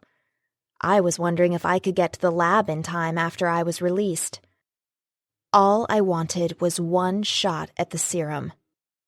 Mason didn't come to taunt us. No one brought us food or water. What if they've abandoned the lab? I asked at one point. They're still here. It was after darkness fell, when our prison was more shadows than light, that all hell broke loose. 15. Connor and I were lying on our mound of blankets, holding each other close, listening intently, wondering what was going on, when the lights above us came on for the first time, washing us in stunning brightness. We both scrambled to our feet as the door opened. I expected to see Lucas coming to our rescue. Instead, it was Mason, striding in with an excitement in his step like a kid who'd just discovered that he had indeed gotten what he wanted for Christmas. In addition to his usual entourage, he had his father with him. Ethan was balancing a long case, using both hands, the way I imagined knights presented their swords to their liege lords. The whole procession was eerie. Mason was putting on a play, and we were his audience. I could feel the tension radiating from Connor. He was ready for a fight. The entourage moved quickly to our cage. Wilson went to the side. There was a sizzling sound. Connor released a grunt and flopped without his usual grace to the floor. Only then did I see the stun gun Wilson had thrust between the bars. "What did you do that for?" I demanded as I crouched beside Connor. I could see the shock and confusion in his eyes, him fighting to regain control of his body and mind. "He'll be fine in a couple of minutes," Mason said. "Come on, I need you out now." "All you did last time was threaten him and he let you open the door. You didn't have to do this. I was furious. I was letting you back in then, not taking you out. You should see the video of how he reacted before, when he realized you were gone. The power he exhibited was amazing. I never grow tired of watching it. Now, hurry. We have the formula ready to go and I want it tested tonight. Leaning down, I pressed a kiss to Connor's cheek. I didn't even know if he'd be able to feel it. I'm so sorry. Please try to understand why I have to do this. Then I crawled out through the door. Mason pressed the remote to quickly close it. Almost immediately, I wished I was back on the other side with Connor. What was I doing? Mason's serum might kill me. Mason snapped his fingers. Ethan stepped forward and opened the case to reveal 2 large syringes with a golden liquid filling them. Their actions were like a performance in a bad movie. I wondered if Mason had scripted their movements before they came in here. Probably. He seemed to take his role as the villain seriously. I stared at those syringes. They looked so big. How do you know the dosage is right? I asked. Educated guess. I glared at him. I know more than your puny brain can imagine, he said impatiently. How do you know if it's ready for human testing? In addition to the ferrets, we've tested it out on a couple of other species with limited success. It's the consciousness factor that we talked about, and my father's here to handle any medical complications. I looked over at Dr. Keene. He was smiling as though the experiment was already a triumph. I glanced back at the cage. Connor was struggling to push himself to a standing position. With jerky movements, he reached the front of the cage and wrapped his hands around the bars, probably to hold himself up more than anything. What you doing? He shook his head, no doubt trying to clear it. She didn't tell you? Mason asked. She is a keeper of secrets, isn't she? In exchange for me bringing her back to your little prison, she agreed to take the first injection. Disbelief sharpened Connor's gaze. He shook his head. Oh, yes, my friend, Mason taunted. I know it's difficult for you to understand, but we humans will pay any price to possess your abilities. With dramatic movements, Mason removed the syringe from the case and arched a brow at me. Taking it in your hip or thigh would probably be less painful. I nodded.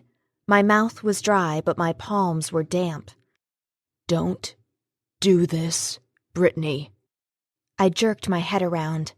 Connor had apparently shaken off the effects of the stun gun. I hesitated. I'll be able to shift into a wolf. We'll be able to be together. He shook his head, his eyes imploring me. Don't let him change you into something I can't love. I looked back at the syringe. I wanted so desperately what Mason was offering. If you love me, you won't do this, Connor said. I slammed my eyes closed. Not fair. So not fair. When I opened my eyes, I could see that Mason was losing his patience. Suddenly, everything in my world tilted.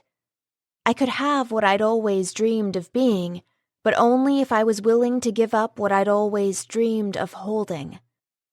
I backed up until I hit the cage. Through the bars, Connor's arms came around me with strength and purpose. I changed my mind, Mason, I said.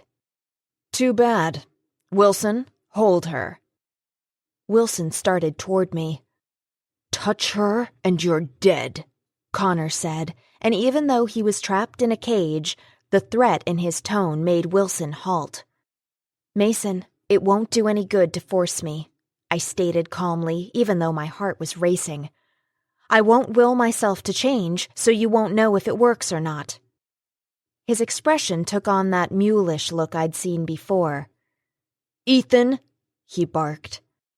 Ethan stepped back. No way, man. I thought we were doing this for medical research. I don't want to go furry. Coward, Mason spat. Fine. I wanted to go first anyway. The call of the wild, a long, deep-pitched howl, echoed around us. Mason arched a brow at me. Sounds like you didn't tell me everything, Brittany. But I should have expected it. You werewolves own the nearby forest, don't you? It doesn't matter. I can use this opportunity to test my fighting instincts. Wilson, Johnson, get out there! Stop them from getting inside! Dr. Keene ordered. When they were gone, Dr. Keene said, "Son, you should think about this." "I have, Dad. It's all I've thought about since I learned their kind existed." Before anyone could react, Mason lifted his shirt and jabbed the syringe into his hip, pressing down on the plunger. I watched that golden liquid disappear. He tossed the spent syringe on the floor. "So what do I do? Just think wolf?" "Just think wolf," Connor scoffed. I figured he offered the advice because he didn't think the serum was going to work, so where was the harm in cooperating now? Besides, we were about to be rescued. Mason tore off his shirt. He was reaching for his shoes when he suddenly released a high-pitched scream, doubled over, and dropped to the floor. "God, it hurts!" "Did Devlin forget to mention that when he told you about us?" Connor asked. "The first shift for a male is excruciating. Let me out of here and I'll help you through it." Mason rolled over and pushed himself to all fours. He glared at Connor. "I don't need your help." Part of me felt sorry for him. "You don't know what you're unleashing," Connor told him, and I felt the tension radiating from him. And then Mason did start to shift, but nothing about it was beautiful. Everything about him began to get distorted and furry. He wasn't turning into a wolf. He was remaining a man, one with odd-looking limbs, facial features, and fur. Ethan and Tyler raced for the door. Dr. Keene cursed as he opened his bag and pulled out another syringe. "I'm going to put you under." "No," Mason yelled, but it was more growl than human voice. There was a wildness in his eyes, but it wasn't that of a true wolf. I frantically searched around for a weapon, for something to free Connor. I spotted the remote to the door on the floor. I'd been so absorbed watching Mason that I hadn't even realized he'd dropped it. I snatched it up and pointed it toward the cage door. Before it was completely open, Connor had shifted and was coming out, snarling at Mason. But Mason was no threat to him. He couldn't control his grotesque limbs. I looked at Dr. Keene. He's not going to survive. "He'll survive. I'll make sure of it." I looked at the pitiful, howling thing rolling in agony on the floor. "You need to get your people out of here." I grabbed Mason's discarded shirt and took the keycard out of the pocket. Then I was running for the door, Connor loping along beside me. I swiped the card through the reader and pushed the door open. Then Connor and I were racing toward freedom. It was chaos, with people trying to escape and shifters in wolf form chasing them out. Although it didn't appear that they were intent on harming them, it was more like they were herding them toward the exits. I guessed the Guardians had decided on no collateral damage unless necessary. I wasn't surprised. Even in wolf form, they retained their humanity. I spotted a sign for the lab and veered off down the hallway. Connor stayed with me, and I knew he'd shifted into wolf form to serve as my guardian.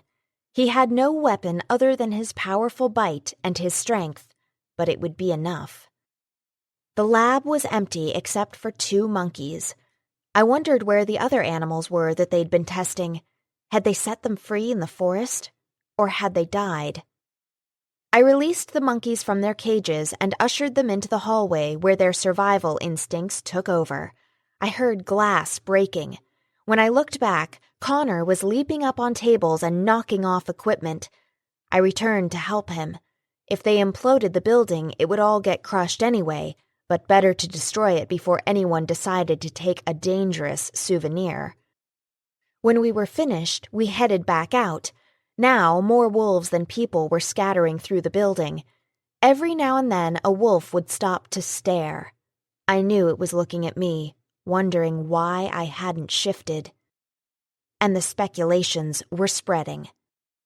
Then I saw a wolf with a familiar brownish-red coat stop and look at me, with sorrow reflected in its eyes. I ruffled my mom's fur as I raced by.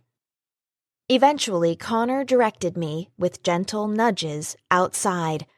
I didn't know exactly what the plan was, but I knew he did, that he was communicating with the others. I also knew that he wanted to be in the thick of things, but I was a deterrent. No matter how much I wanted it, I'd never be the best mate for him.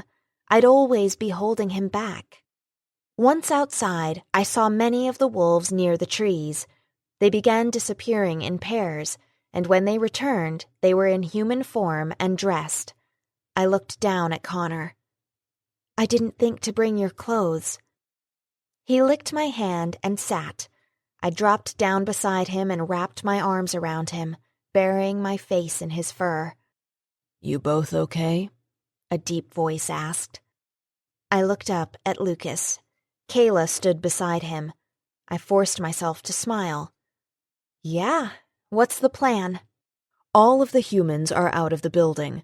A couple of tough-looking dudes put up a fight, but they're the only casualties. The rest seemed happy to just leave. Now we've got guys in there preparing it so we can bring it down." "The people who left, they might have proof of our existence. They had video of Connor shifting," I told him. "Yeah, we know. Connor told us, but I think we confiscated all the evidence." I nodded. "Right, this morning, when he was in wolf form. I guess he told you everything." "He had to. The pack comes first." I tightened my fingers on Connor's fur. "I know, but even without evidence, people are going to talk." "Sure they will, but no one will believe them." "I hope you're right." "If I'm not, we'll deal with it. We've really done all we can for tonight. Connor, I have some extra clothes if you want to shift back," Lucas said. Connor lay down and put his head in my lap. I ruffled his fur, leaned over, and kissed the bridge of his nose. "I'll be okay. I'll stay with her," Kayla said. He rolled his eyes to look at me. "Seriously, I'm okay," I said. He licked my chin, and I smiled. "Go shift. I'd rather have a real kiss." He headed off with Lucas, and Kayla sat beside me. She put her arm around my shoulders. "I'm so sorry. When I heard you weren't a shifter, my heart just broke for you. You always worked so hard to prepare for it." I shrugged. "I wanted it so badly, Kayla. I was going to take the serum, but in the end I just couldn't do it. Connor said Mason's dead." "Yeah, he couldn't have survived what he was going through. It was horrible. It's like he was caught within the transformation. Not quite man, not quite beast." "We didn't find him," Kayla said. "His father probably took him out. He said he was going to try to save him, but I don't think there's any way that he could have. Didn't see Dr. Keene either. There were a lot of people in there, and a lot of chaos. Do you think you may have missed them?" "I guess it's possible. When Connor gets back, we can see if he wants to go looking for him. I think Mason is a smell he'll never forget. Lucas and I could probably find him. We should go looking for him, just to be sure." We sat in silence for several minutes. I stared at the building, not wanting to look into the eyes of anyone else. I didn't want to see pity or sympathy or disgust. "Baby?" I turned my head to the side. "Mom." "I know you're not a baby," she said as she knelt beside me, "but you'll always be my baby. I'm so sorry I never told you the truth." "It's okay, Mom." I didn't know who reached for whom first, but suddenly we were hugging each other tightly, and I could barely breathe. Mostly because I was crying. Mom was crying too, and the more she cried, the harder she squeezed me. I guessed when I really needed her, she was there for me. Finally, I drew back and inhaled deeply. I'm having too many girly moments. Mom smiled and tucked my hair behind my ear. You always thought you had to be tough. So what was he like, my father?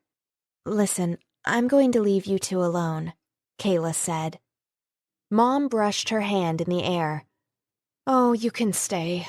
You should hear this. You too, Lindsay. You can stop hovering back there. You smelled her, I said.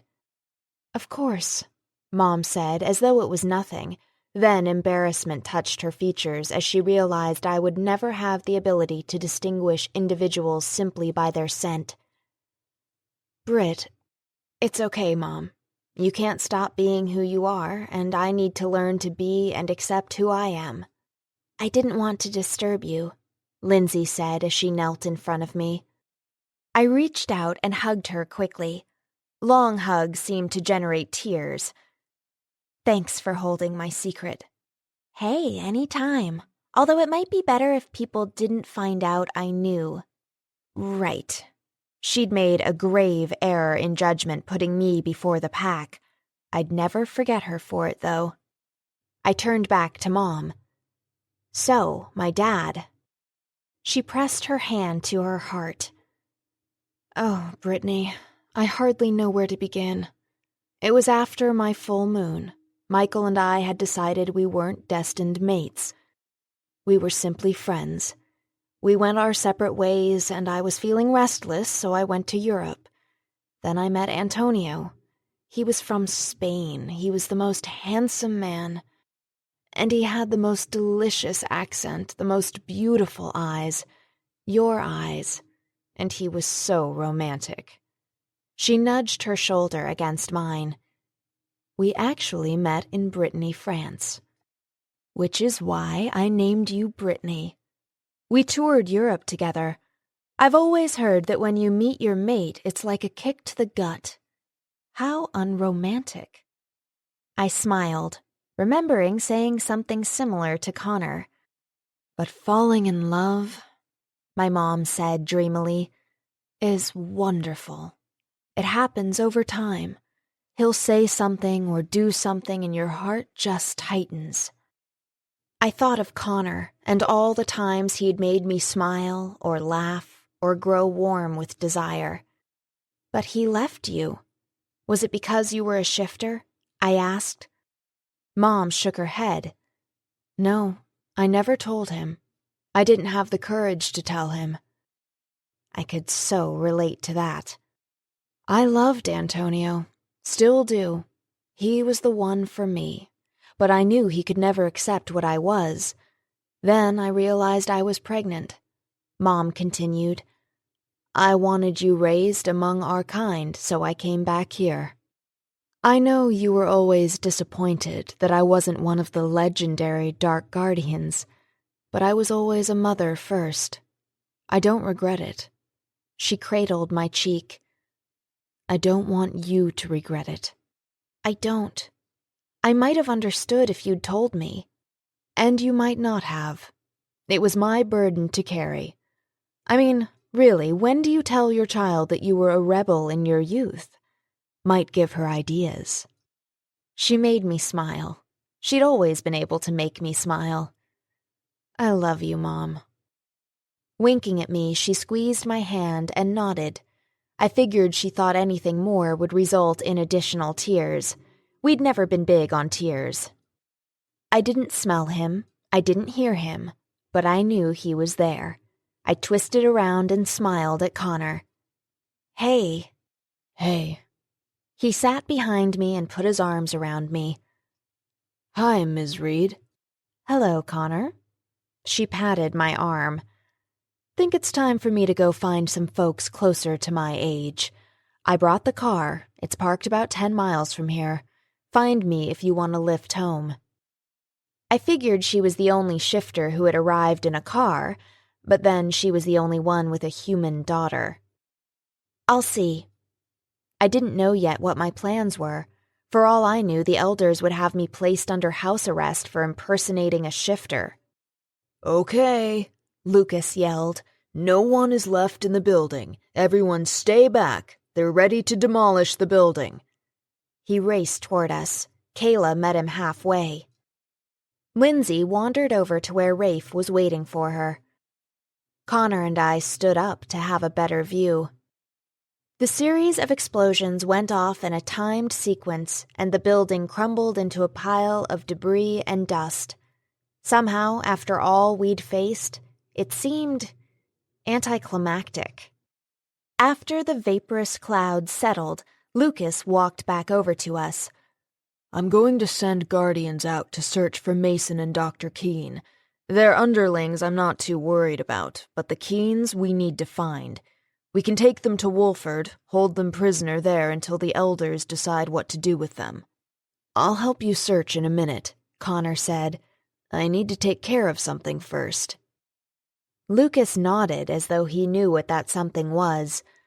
I was afraid I might too. That something was me. My suspicions were confirmed when Connor turned to me. We need to talk. I nodded. Yeah, we did. Taking my hand, he led me away from the others. We walked along silently.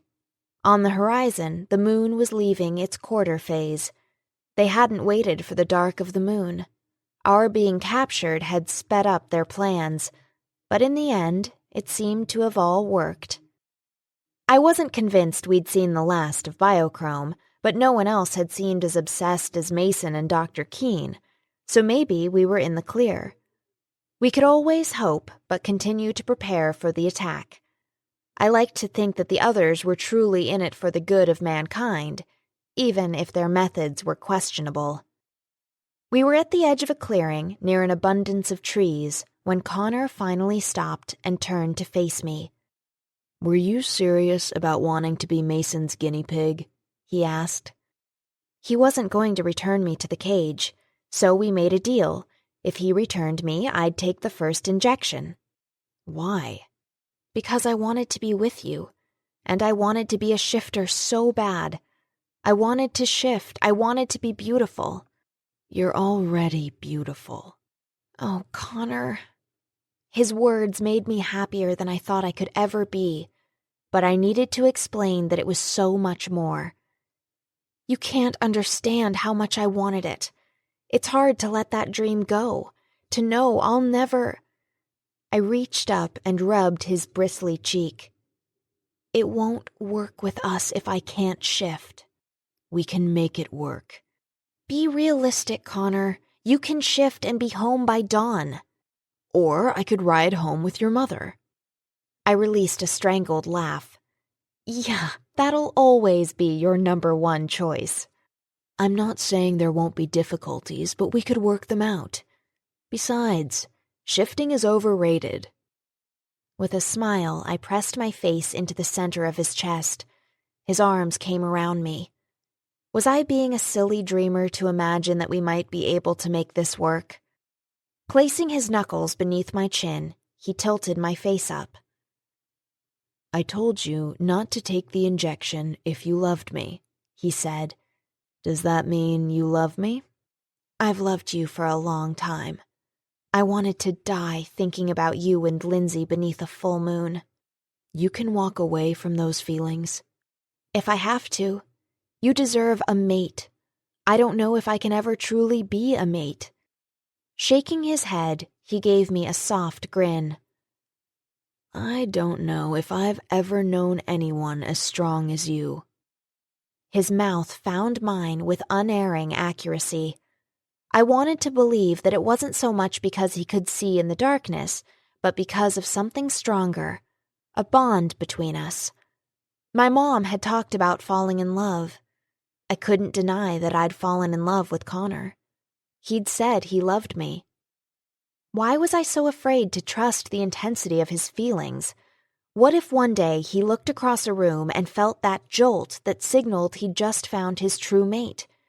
How would he feel then if he was stuck with me? He pulled back. Do you smell that? Monique? I'm still wearing her clothes. No, it's... He inhaled deeply. Mace? A growl echoed through the air and a heavy weight thudded into us, taking us to the ground. It was Mason. His shape was more man than wolf. He was covered in fur. His face was a caricature of a wolf's. It was as though when shifting it hadn't been able to decide exactly what it should be. His long fingernails cut grooves down my arm. I yelled, kicked, maneuvered out from beneath him. Connor made his escape as well. He was ditching his clothes as quickly as possible while I began looking for a weapon. I'd felt Mason's strength. I didn't think my wrestling moves were going to take him out. He leaped on my back, crushing me back to the earth. He'd misjudged, though, and overshot his mark, because when we landed, I was tucked up beneath his chest, which made me beyond reach of his snapping teeth. Growling and snarling, he leveraged himself so he could get to me. It was all I needed to position myself so I could toss him off. I scrambled away. I heard another growl, this one more menacing, more controlled. I looked back in time to see Connor diving for Mason. They were both brutal in their attempts to take the other down, but there was a madness to Mason that I wasn't sure we could defeat. I found a branch on the ground. It was sturdy, but too long. I grabbed both ends, put my foot in the middle, and jerked up. It snapped in two, giving me what I wanted. A stick the length of both my hands. A stick with a pointed end. I hurried over to where Connor and Mason were locked in battle. They were snarling at each other, snapping their teeth.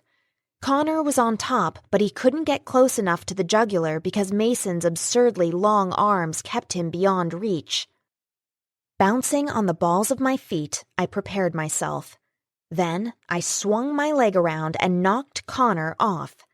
Immediately, I went to my knee and plunged the stake through Mason's heart. He wasn't a vampire, but a stake through the heart will kill practically anything. 16. It was sad that in death, Mason reverted back to his human form. He looked so innocent, almost sweet. No harshness, no cynicism, no obsession. Before Connor shifted back, he had howled into the night, but it wasn't a howl of triumph. It was a call to the others.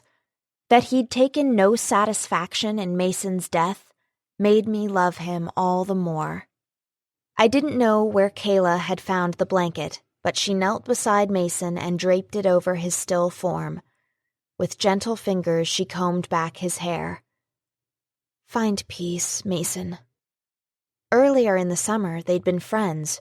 It occurred to me that it was his obsession with the shifters more than the formula that had destroyed him. And that left me to wonder if I was any different. Was I letting my obsession with not being a shifter destroy what I might have with Connor? Or was I truly being unselfish in my desire to let him go? Found Dr. Keene, or what's left of him, Rafe said as he and Lindsay joined the group. Looks like he was Mason's first victim. I wanted to believe that Mason hadn't realized he was killing his father, that every aspect of him that was human had disappeared until he was only a beast that he couldn't control. Poor Mason, Kayla said. I like to think that in the beginning he did want to do something good for mankind.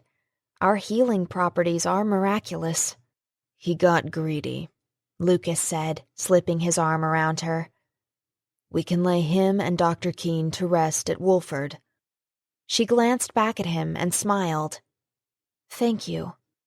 Holding me close, Connor whispered, Are you going to be all right? I know the first kill is never easy. He would have killed us if he could have.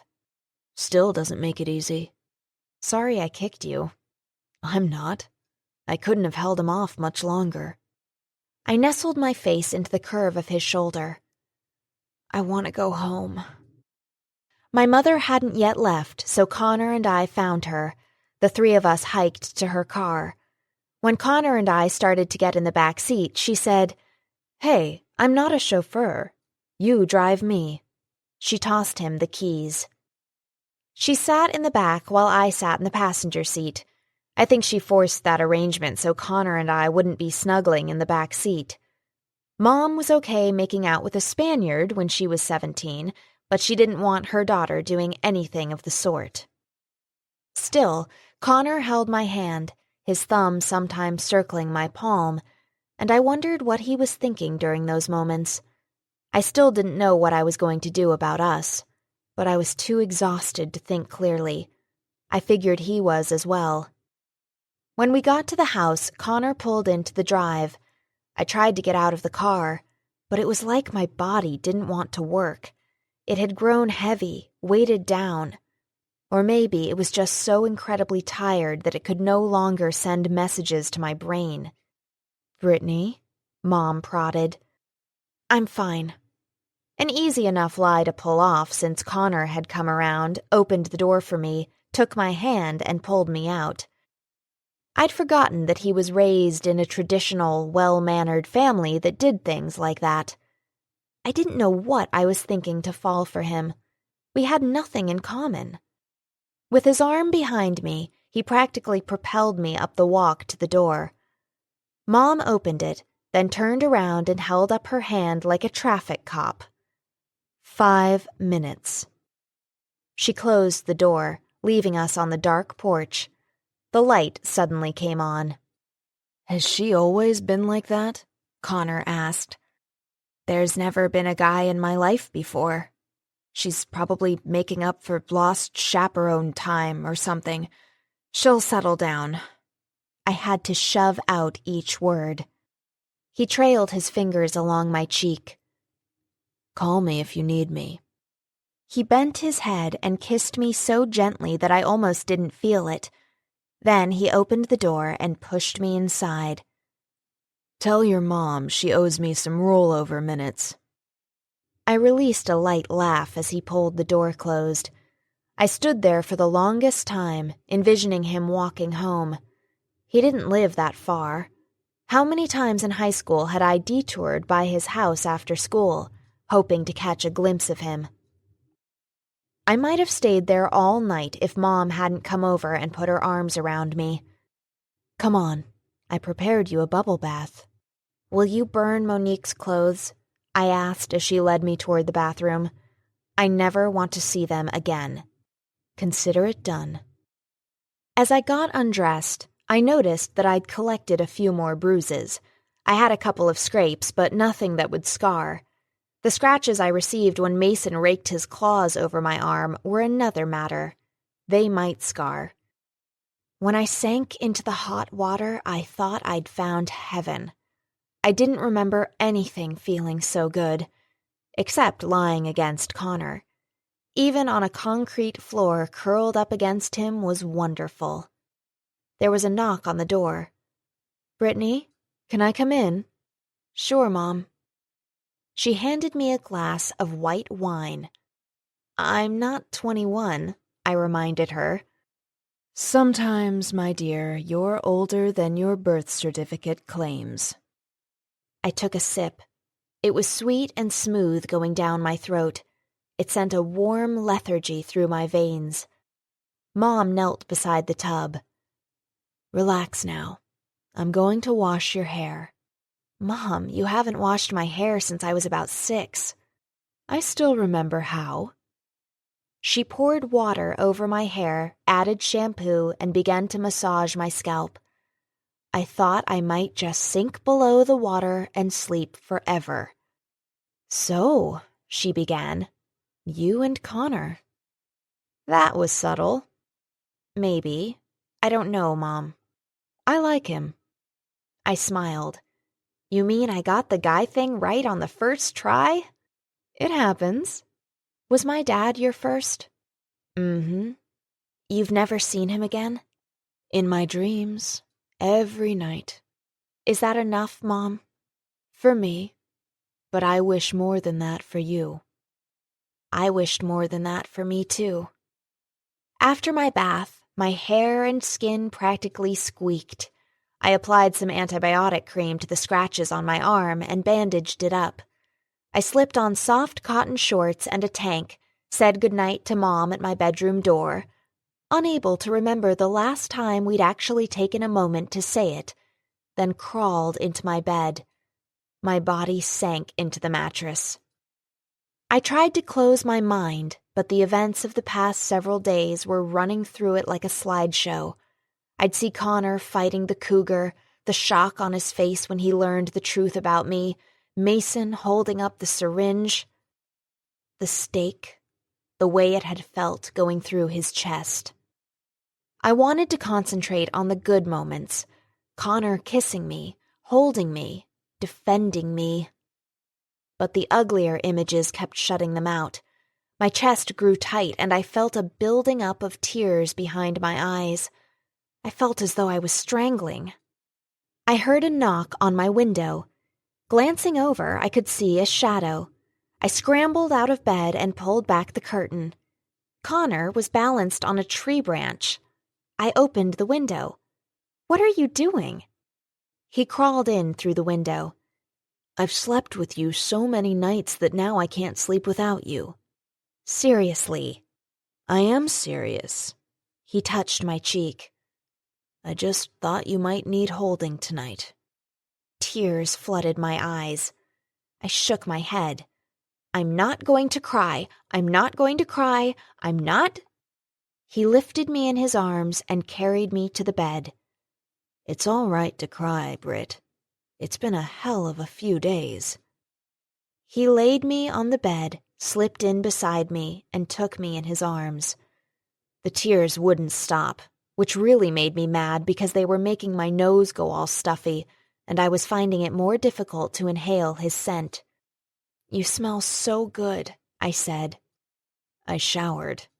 Best shower I've ever had." I slid my hand up into his hair. The ends were still wet and the strands curled around my fingers. "I'm so glad it's all over," I whispered. "Me too. Cry all you want, Britt. It'll be our secret." While he rubbed my back, I cried long and hard. Loud sobs were muffled as I buried my face against his chest. All the fear, the terror, the grief from the past few days just built up and flowed out. The times when I'd pretended to be brave had been the hardest of all. The times when I'd tried not to let Connor see how terrified I was of what they might do to him, or of what he'd think when he learned the truth about me. I cried until his shirt was damp and my eyes were swollen. I thought I was still weeping when I fell asleep. The knock on the door woke me. "Okay, you two, breakfast is ready." I gasped. I was still in Connor's arms. How had— "Don't be so surprised, baby. I have a keen sense of smell." I cringed. I knew she'd called me baby just to irritate me. Hearing her footsteps on the stairs, I dared to tilt my head back. Connor smiled down on me. "Sleeping with a babe and breakfast. What a deal." I nipped his chin. "Thanks for last night." "I've been there, Brittany. My first kill was a bear. God, he was magnificent, but he was attacking a camper." I could see in his eyes the sadness he was feeling with the memory. "He'd just kinda gone crazy. He wouldn't run off." I knew humans probably couldn't understand the grief shifters felt over the death of an animal, but they were part animal as well, and they grieved at any loss of life. "Does it get easier?" I asked. "No, but I don't think I'd want it to. If killing came easily, then I'd be like the men my father prosecutes." I touched his cheek. I almost told him again that I loved him, but I wondered if confirming my feelings would make it harder when the time came for us to separate. Instead, I kissed him. Then we went down to the kitchen. "Better not have been anything other than sleep going on in that room last night," Mom said as we joined her at the table. "Mom?" "There wasn't," Connor assured her. With a nod, she passed him the biscuits. I couldn't remember the last time my mom cooked breakfast. We both usually just took care of ourselves. You don't have to make things up to me, Mom. I always cook when we have company. Don't expect this tomorrow. The pancakes are delicious, Ms. Reed, Connor said. I narrowed my eyes at him and mouthed, "Suck up." He winked at me. "Thank you, Connor. So, what are your intentions regarding my daughter?" "Mom? God, that is so 100 years ago. People don't ask that anymore." "Maybe they should." Connor laughed. He was having entirely too much fun. He started to say something, but the doorbell rang. "I'll get it," Mom said, dropping her napkin on the chair and heading for the door. "I'm so sorry," I said with a roll of my eyes. "Don't worry about it." He tapped his fork against his plate. "So what do you want my intentions toward you to be?" "Connor, Mom walked in holding a black envelope. She was so pale that I thought maybe she'd left all her blood at the front door. "Mom?" She jumped as though startled. "It's for you." "Me?" I took it from her. My name was written in elegant gold script. I turned it over. It wasn't an envelope. It was a piece of paper with all 4 corners folded into the center and held in place with a wax seal of a snarling wolf. I opened it carefully and read what was written inside. Suddenly, it was like all the air had been sucked out of the room.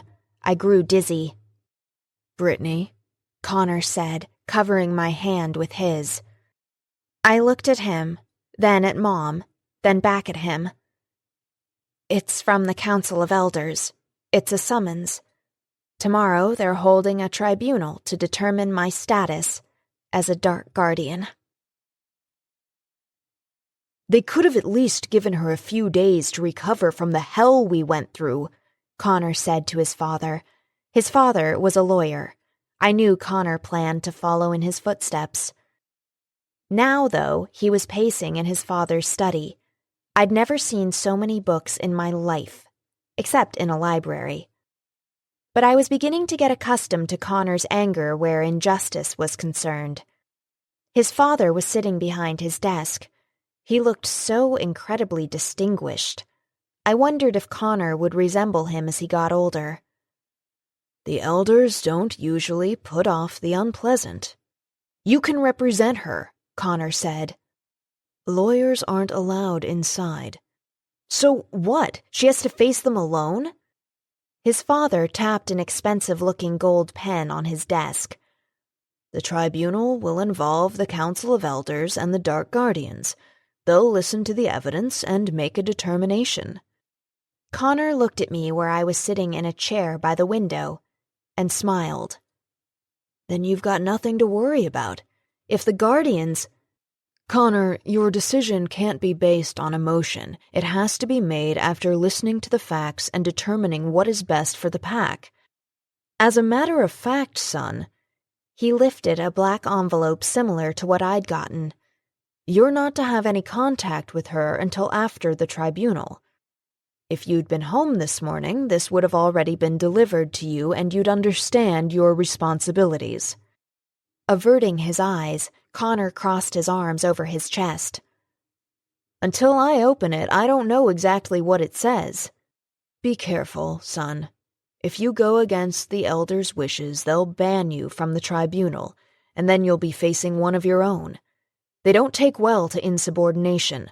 The Dark Guardians may be running around protecting us, but the elders control things and have the final say in all matters." With my knees shaking, I got up, walked over to his father, and held out my hand. "May I have it?" He arched a sandy blonde brow at me, but handed it over. I took it to Connor. "There is nothing I've ever wanted more than I wanted to be a Dark Guardian. Except you. But it wouldn't be fair to him to tell him that. Not now. Not with what we were about to face. What we had to face separately. You can't throw that away. Besides, I want you there tomorrow." I could tell he was shocked by my words.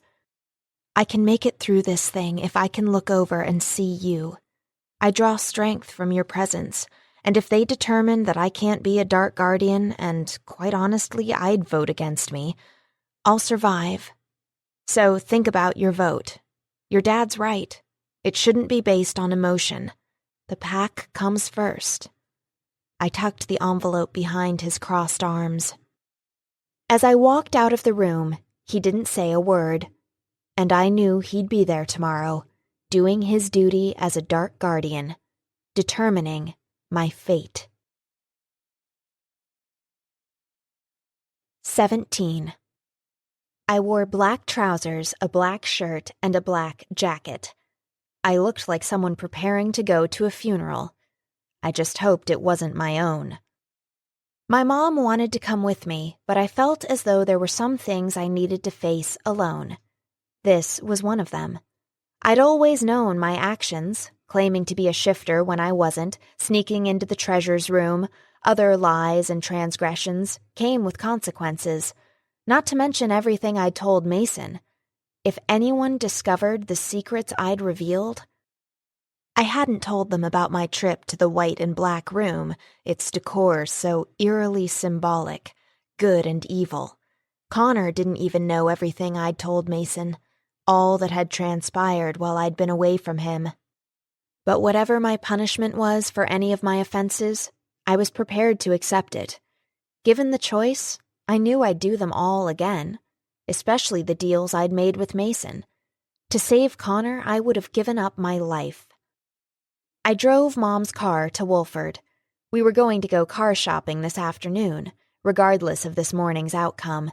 Since she now had confirmation that I'd never be traveling on all fours, she'd decided I needed some wheels.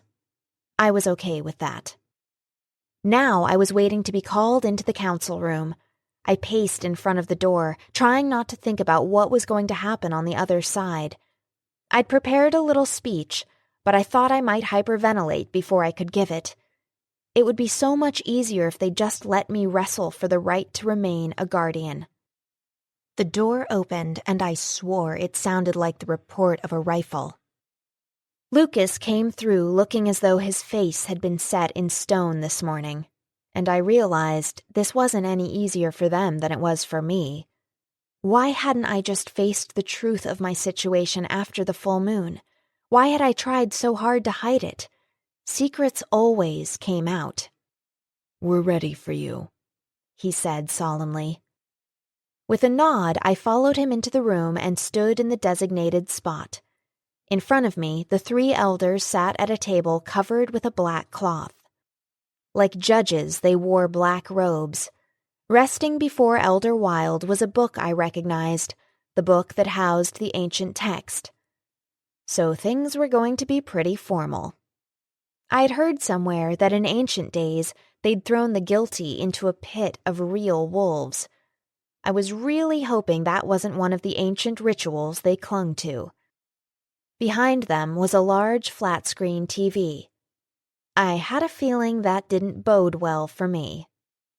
On either side of their table, at an angle, were 2 other long ones, also covered in black. 6 guardians sat at one, 5 at the other. My stomach knotted up with the significance of the chair beside Connor being empty. I didn't know if I'd ever wanted to sit beside him as much as I did right at that moment. For the first time in ages, his hair looked as though a comb, instead of his fingers, had gone through it. He had no stubble whatsoever, adding shadow to his face. Like all the other guardians, he was dressed in black.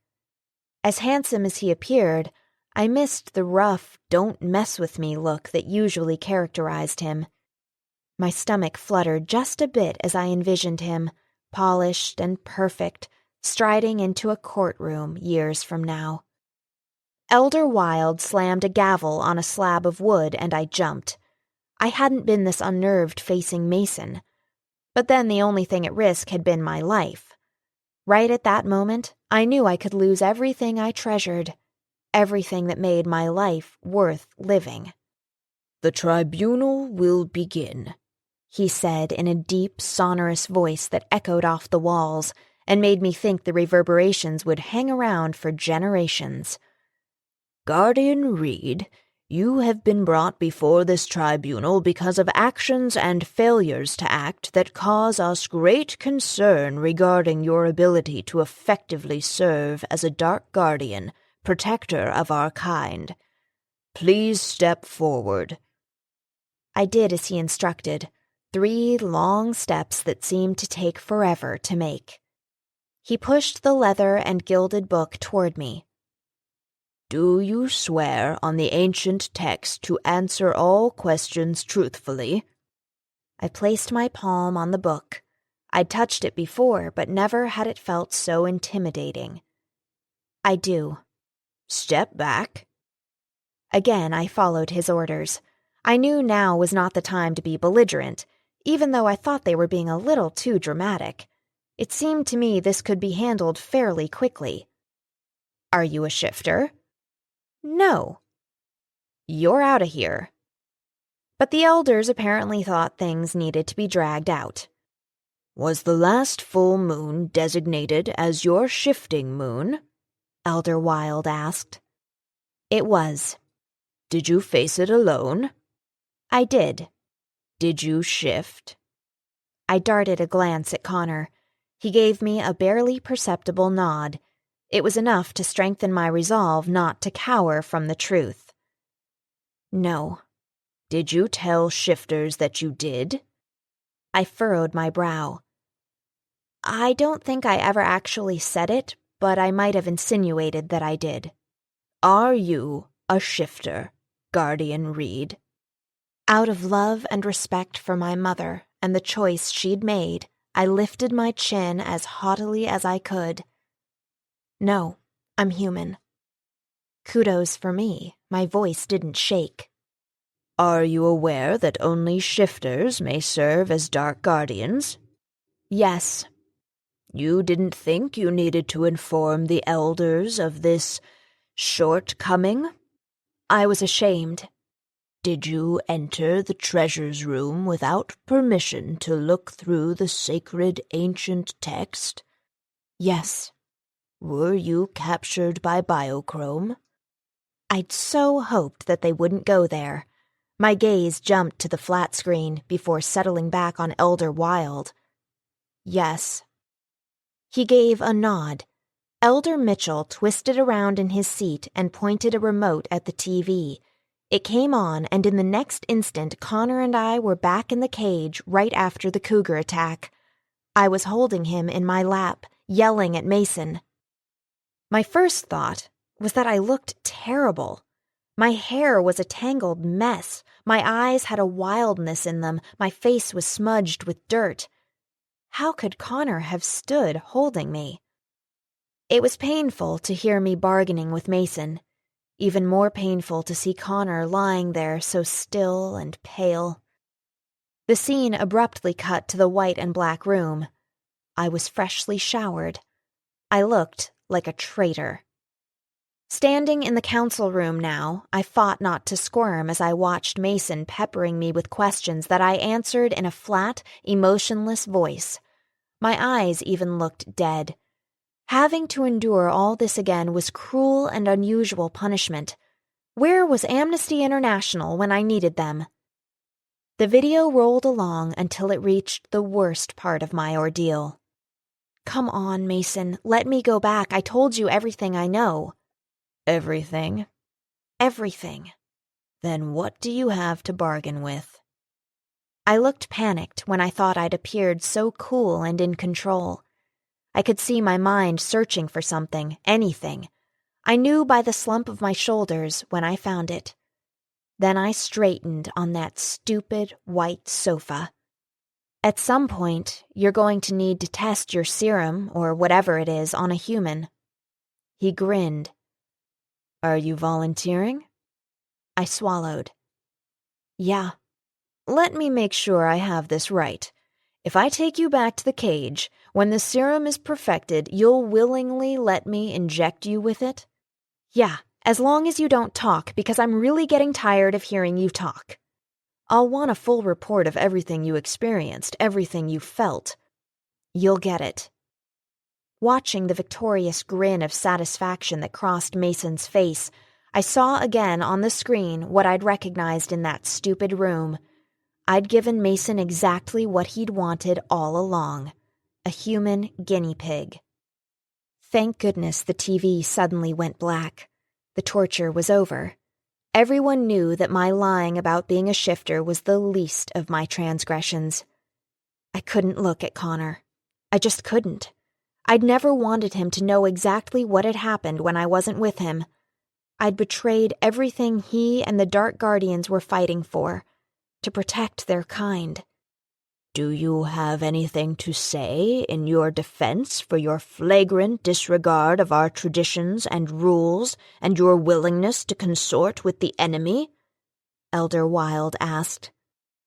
Consort? Who used words like that anymore? I opened my mouth.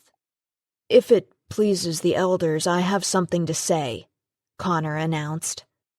As one, the 3 elders turned their heads toward him.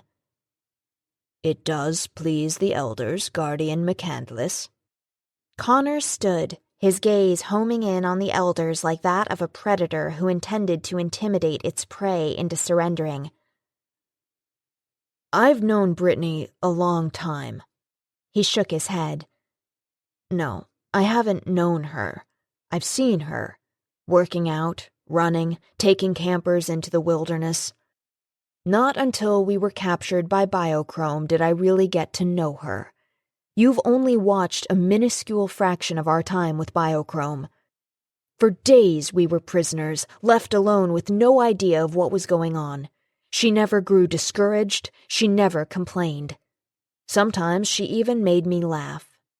She's courageous. They released a cougar on us to force us to shift. She couldn't. I did. But she didn't cower in the corner. She used her strength and a hell of a kick to distract it so I could get the advantage. She's resourceful. When Mason attacked us in the forest, I shifted, but again she couldn't. I had him pinned, but I couldn't finish him off. She kicked me, off of him so she could get to him and impale him with a weapon she'd made. She's loyal. When they took her away and refused to bring her back, she made a deal with the devil to return to me, to our prison, so I wouldn't be alone. You just saw her interrogation. She didn't tell Mason anything that would have helped him, anything that was a true betrayal to us. Yes, we have the ability to shift into wolf form, but we are not wolves. It is our intelligence, our courage, and our willingness to put others first that separates us from the animals. No one is more dedicated to protecting the shifters than Brittany. Whether or not she is a Dark Guardian, she is my mate. I declare her as such. I heard a couple of gasps. The loudest of all was mine. Connor, no! You don't know what they'll decide. They could banish me. They could... His gorgeous blue eyes came to bear on mine. I don't care what they decide, Brittany. You told me that there was nothing you wanted more than to be a Dark Guardian. There's nothing I want more than I want you. I felt the tears burning my eyes. I will not cry. I will not cry. Connor, I lied. There is something I want more than to be a Dark Guardian. You. He grinned with satisfaction. I was hoping you'd feel that way. You're my mate, if you so choose. For the flicker of a heartbeat, it looked as though he doubted what my answer would be. I'd never wanted anything more. I choose you. His eyes held so much love, warmth, and pleasure that nothing else that was facing me this morning seemed important. They could kick me out, banish me, send me to the moon, and I'd be happy. Have you anything else to add, Guardian McCandless? Elder Wilde asked. No, sir. The elder nodded and Connor sat. Have you anything to say in your own defense, Guardian Reed? Elder Wilde asked. I never meant to put anyone in danger. I truly thought I could perform my duties even though I couldn't shift.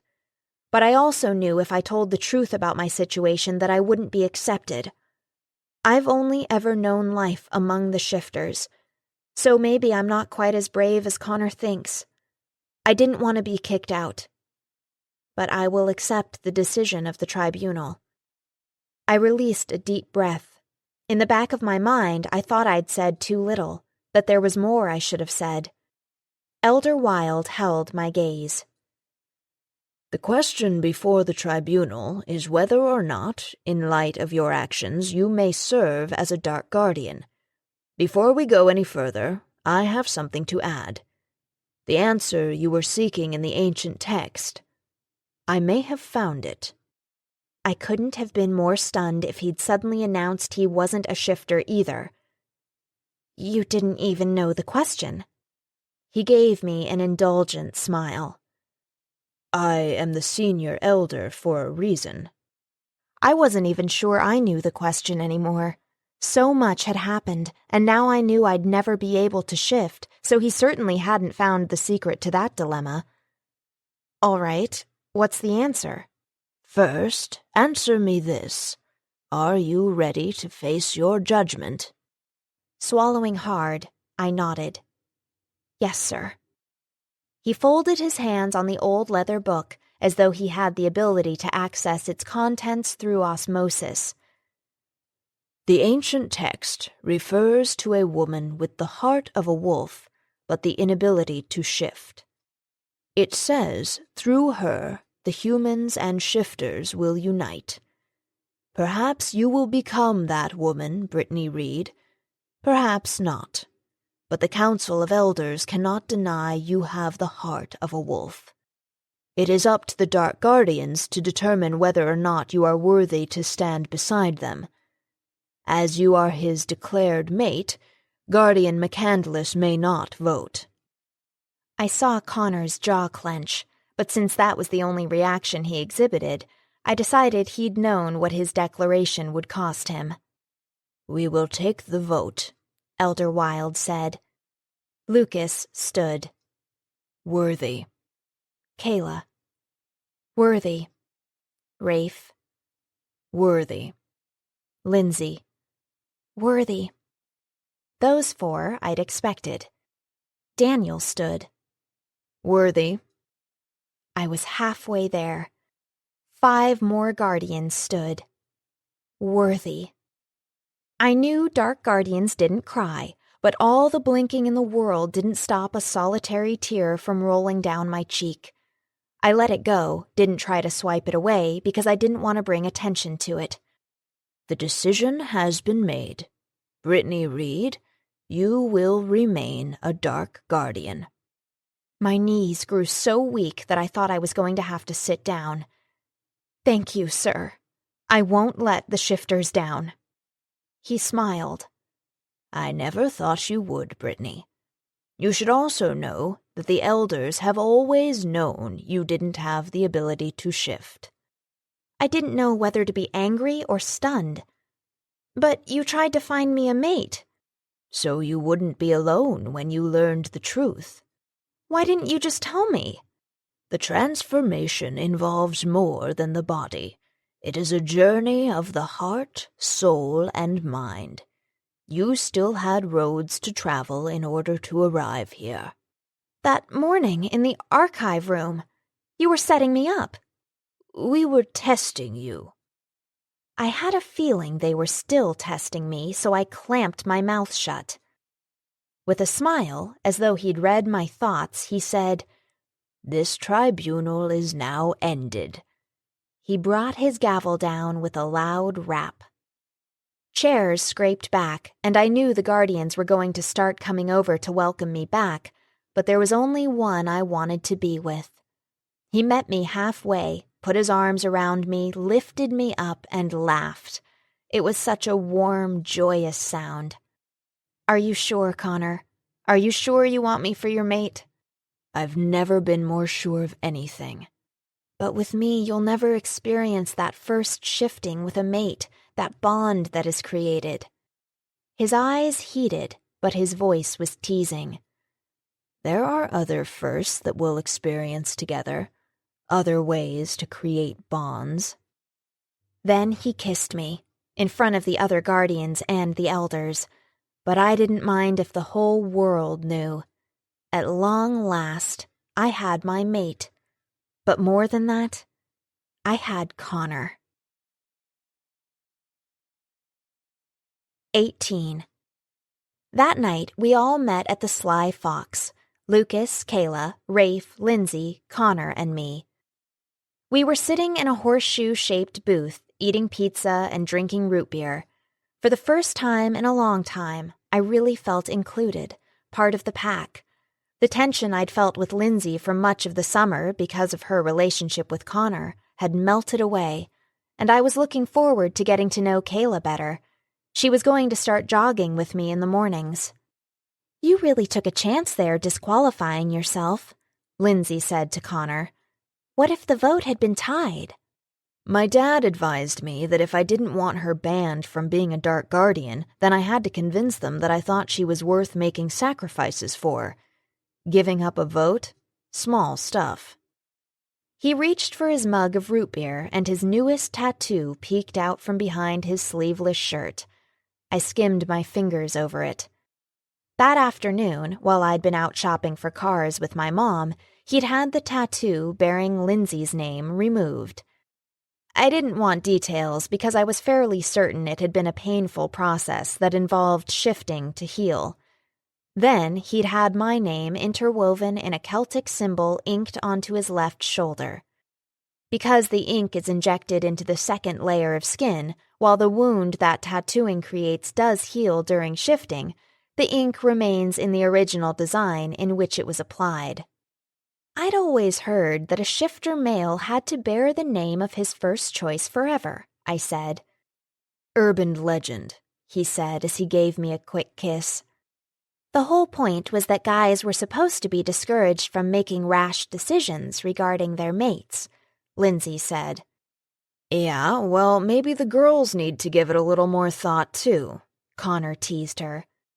Can't argue with that. She snuggled against Rafe. So tell us about your car, Kayla said. I couldn't stop the bright smile from forming. Mom said it needed to reflect my wild outlook, so she bought me a red Mustang. Whoa, Kayla exclaimed.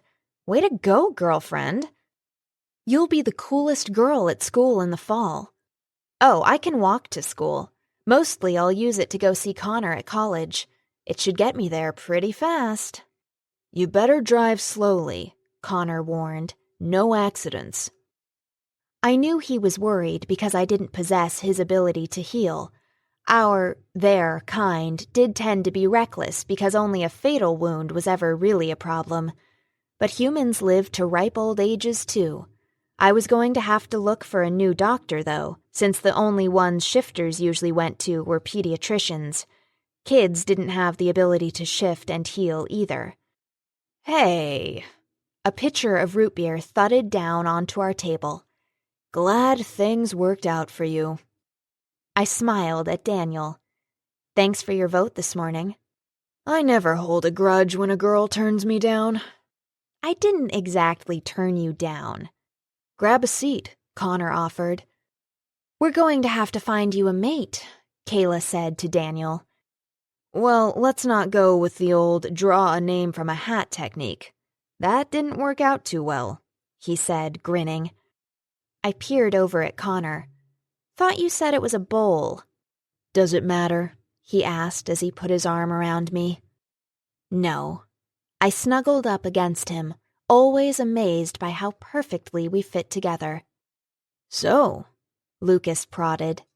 Anyone up for a two-legged run in the moonlight? 19. The night sky was brilliant with so many stars that it was as though someone had casually tossed diamonds onto blackness. The full moon was bright and appeared to be close enough to kiss the earth. As I knelt on the dew-covered grass, I couldn't see a single cloud.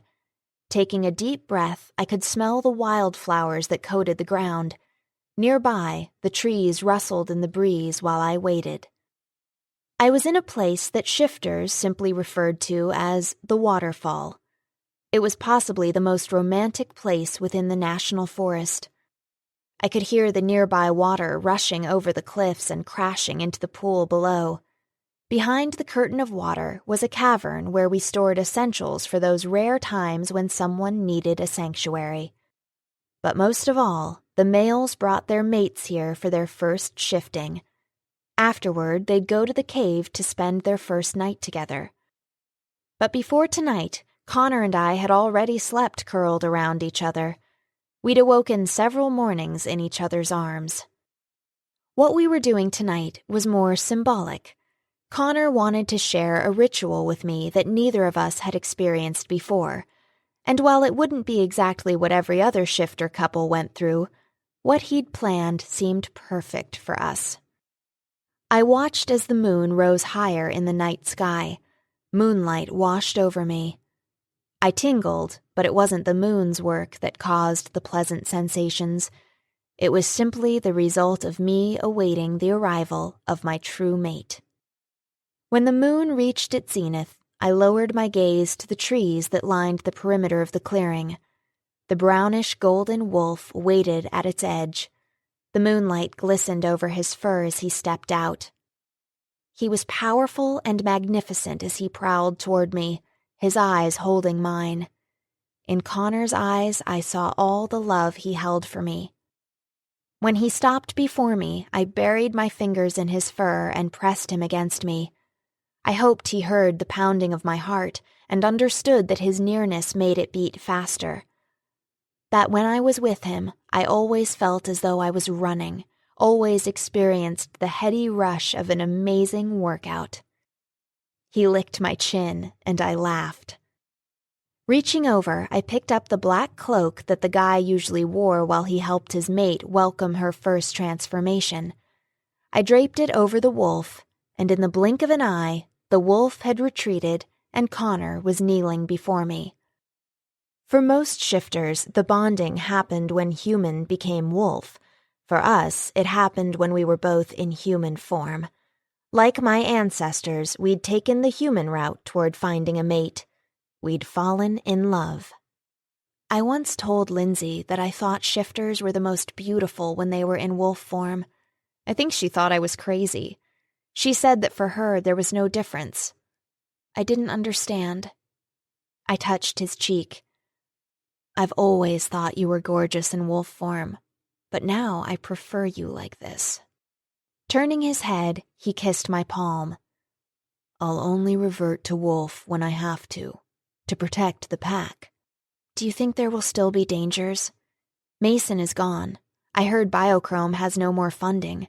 Investors probably realized the research was too dangerous after what happened to Mason and Dr. Keene. Surely we'll be safe now. There are always dangers for us, Brittany. Dark Guardians will always be needed. As he brought me to my feet, I didn't want to think about the enemies who might rise up against us, or the threats they would bring. I don't resent that you can shift, Connor. You can be a wolf any time you want. I'll still love you. He flashed a grin just before he kissed me. His lips were warm and tender as he drew me close. I liked to think, as the moon watched us, that it approved.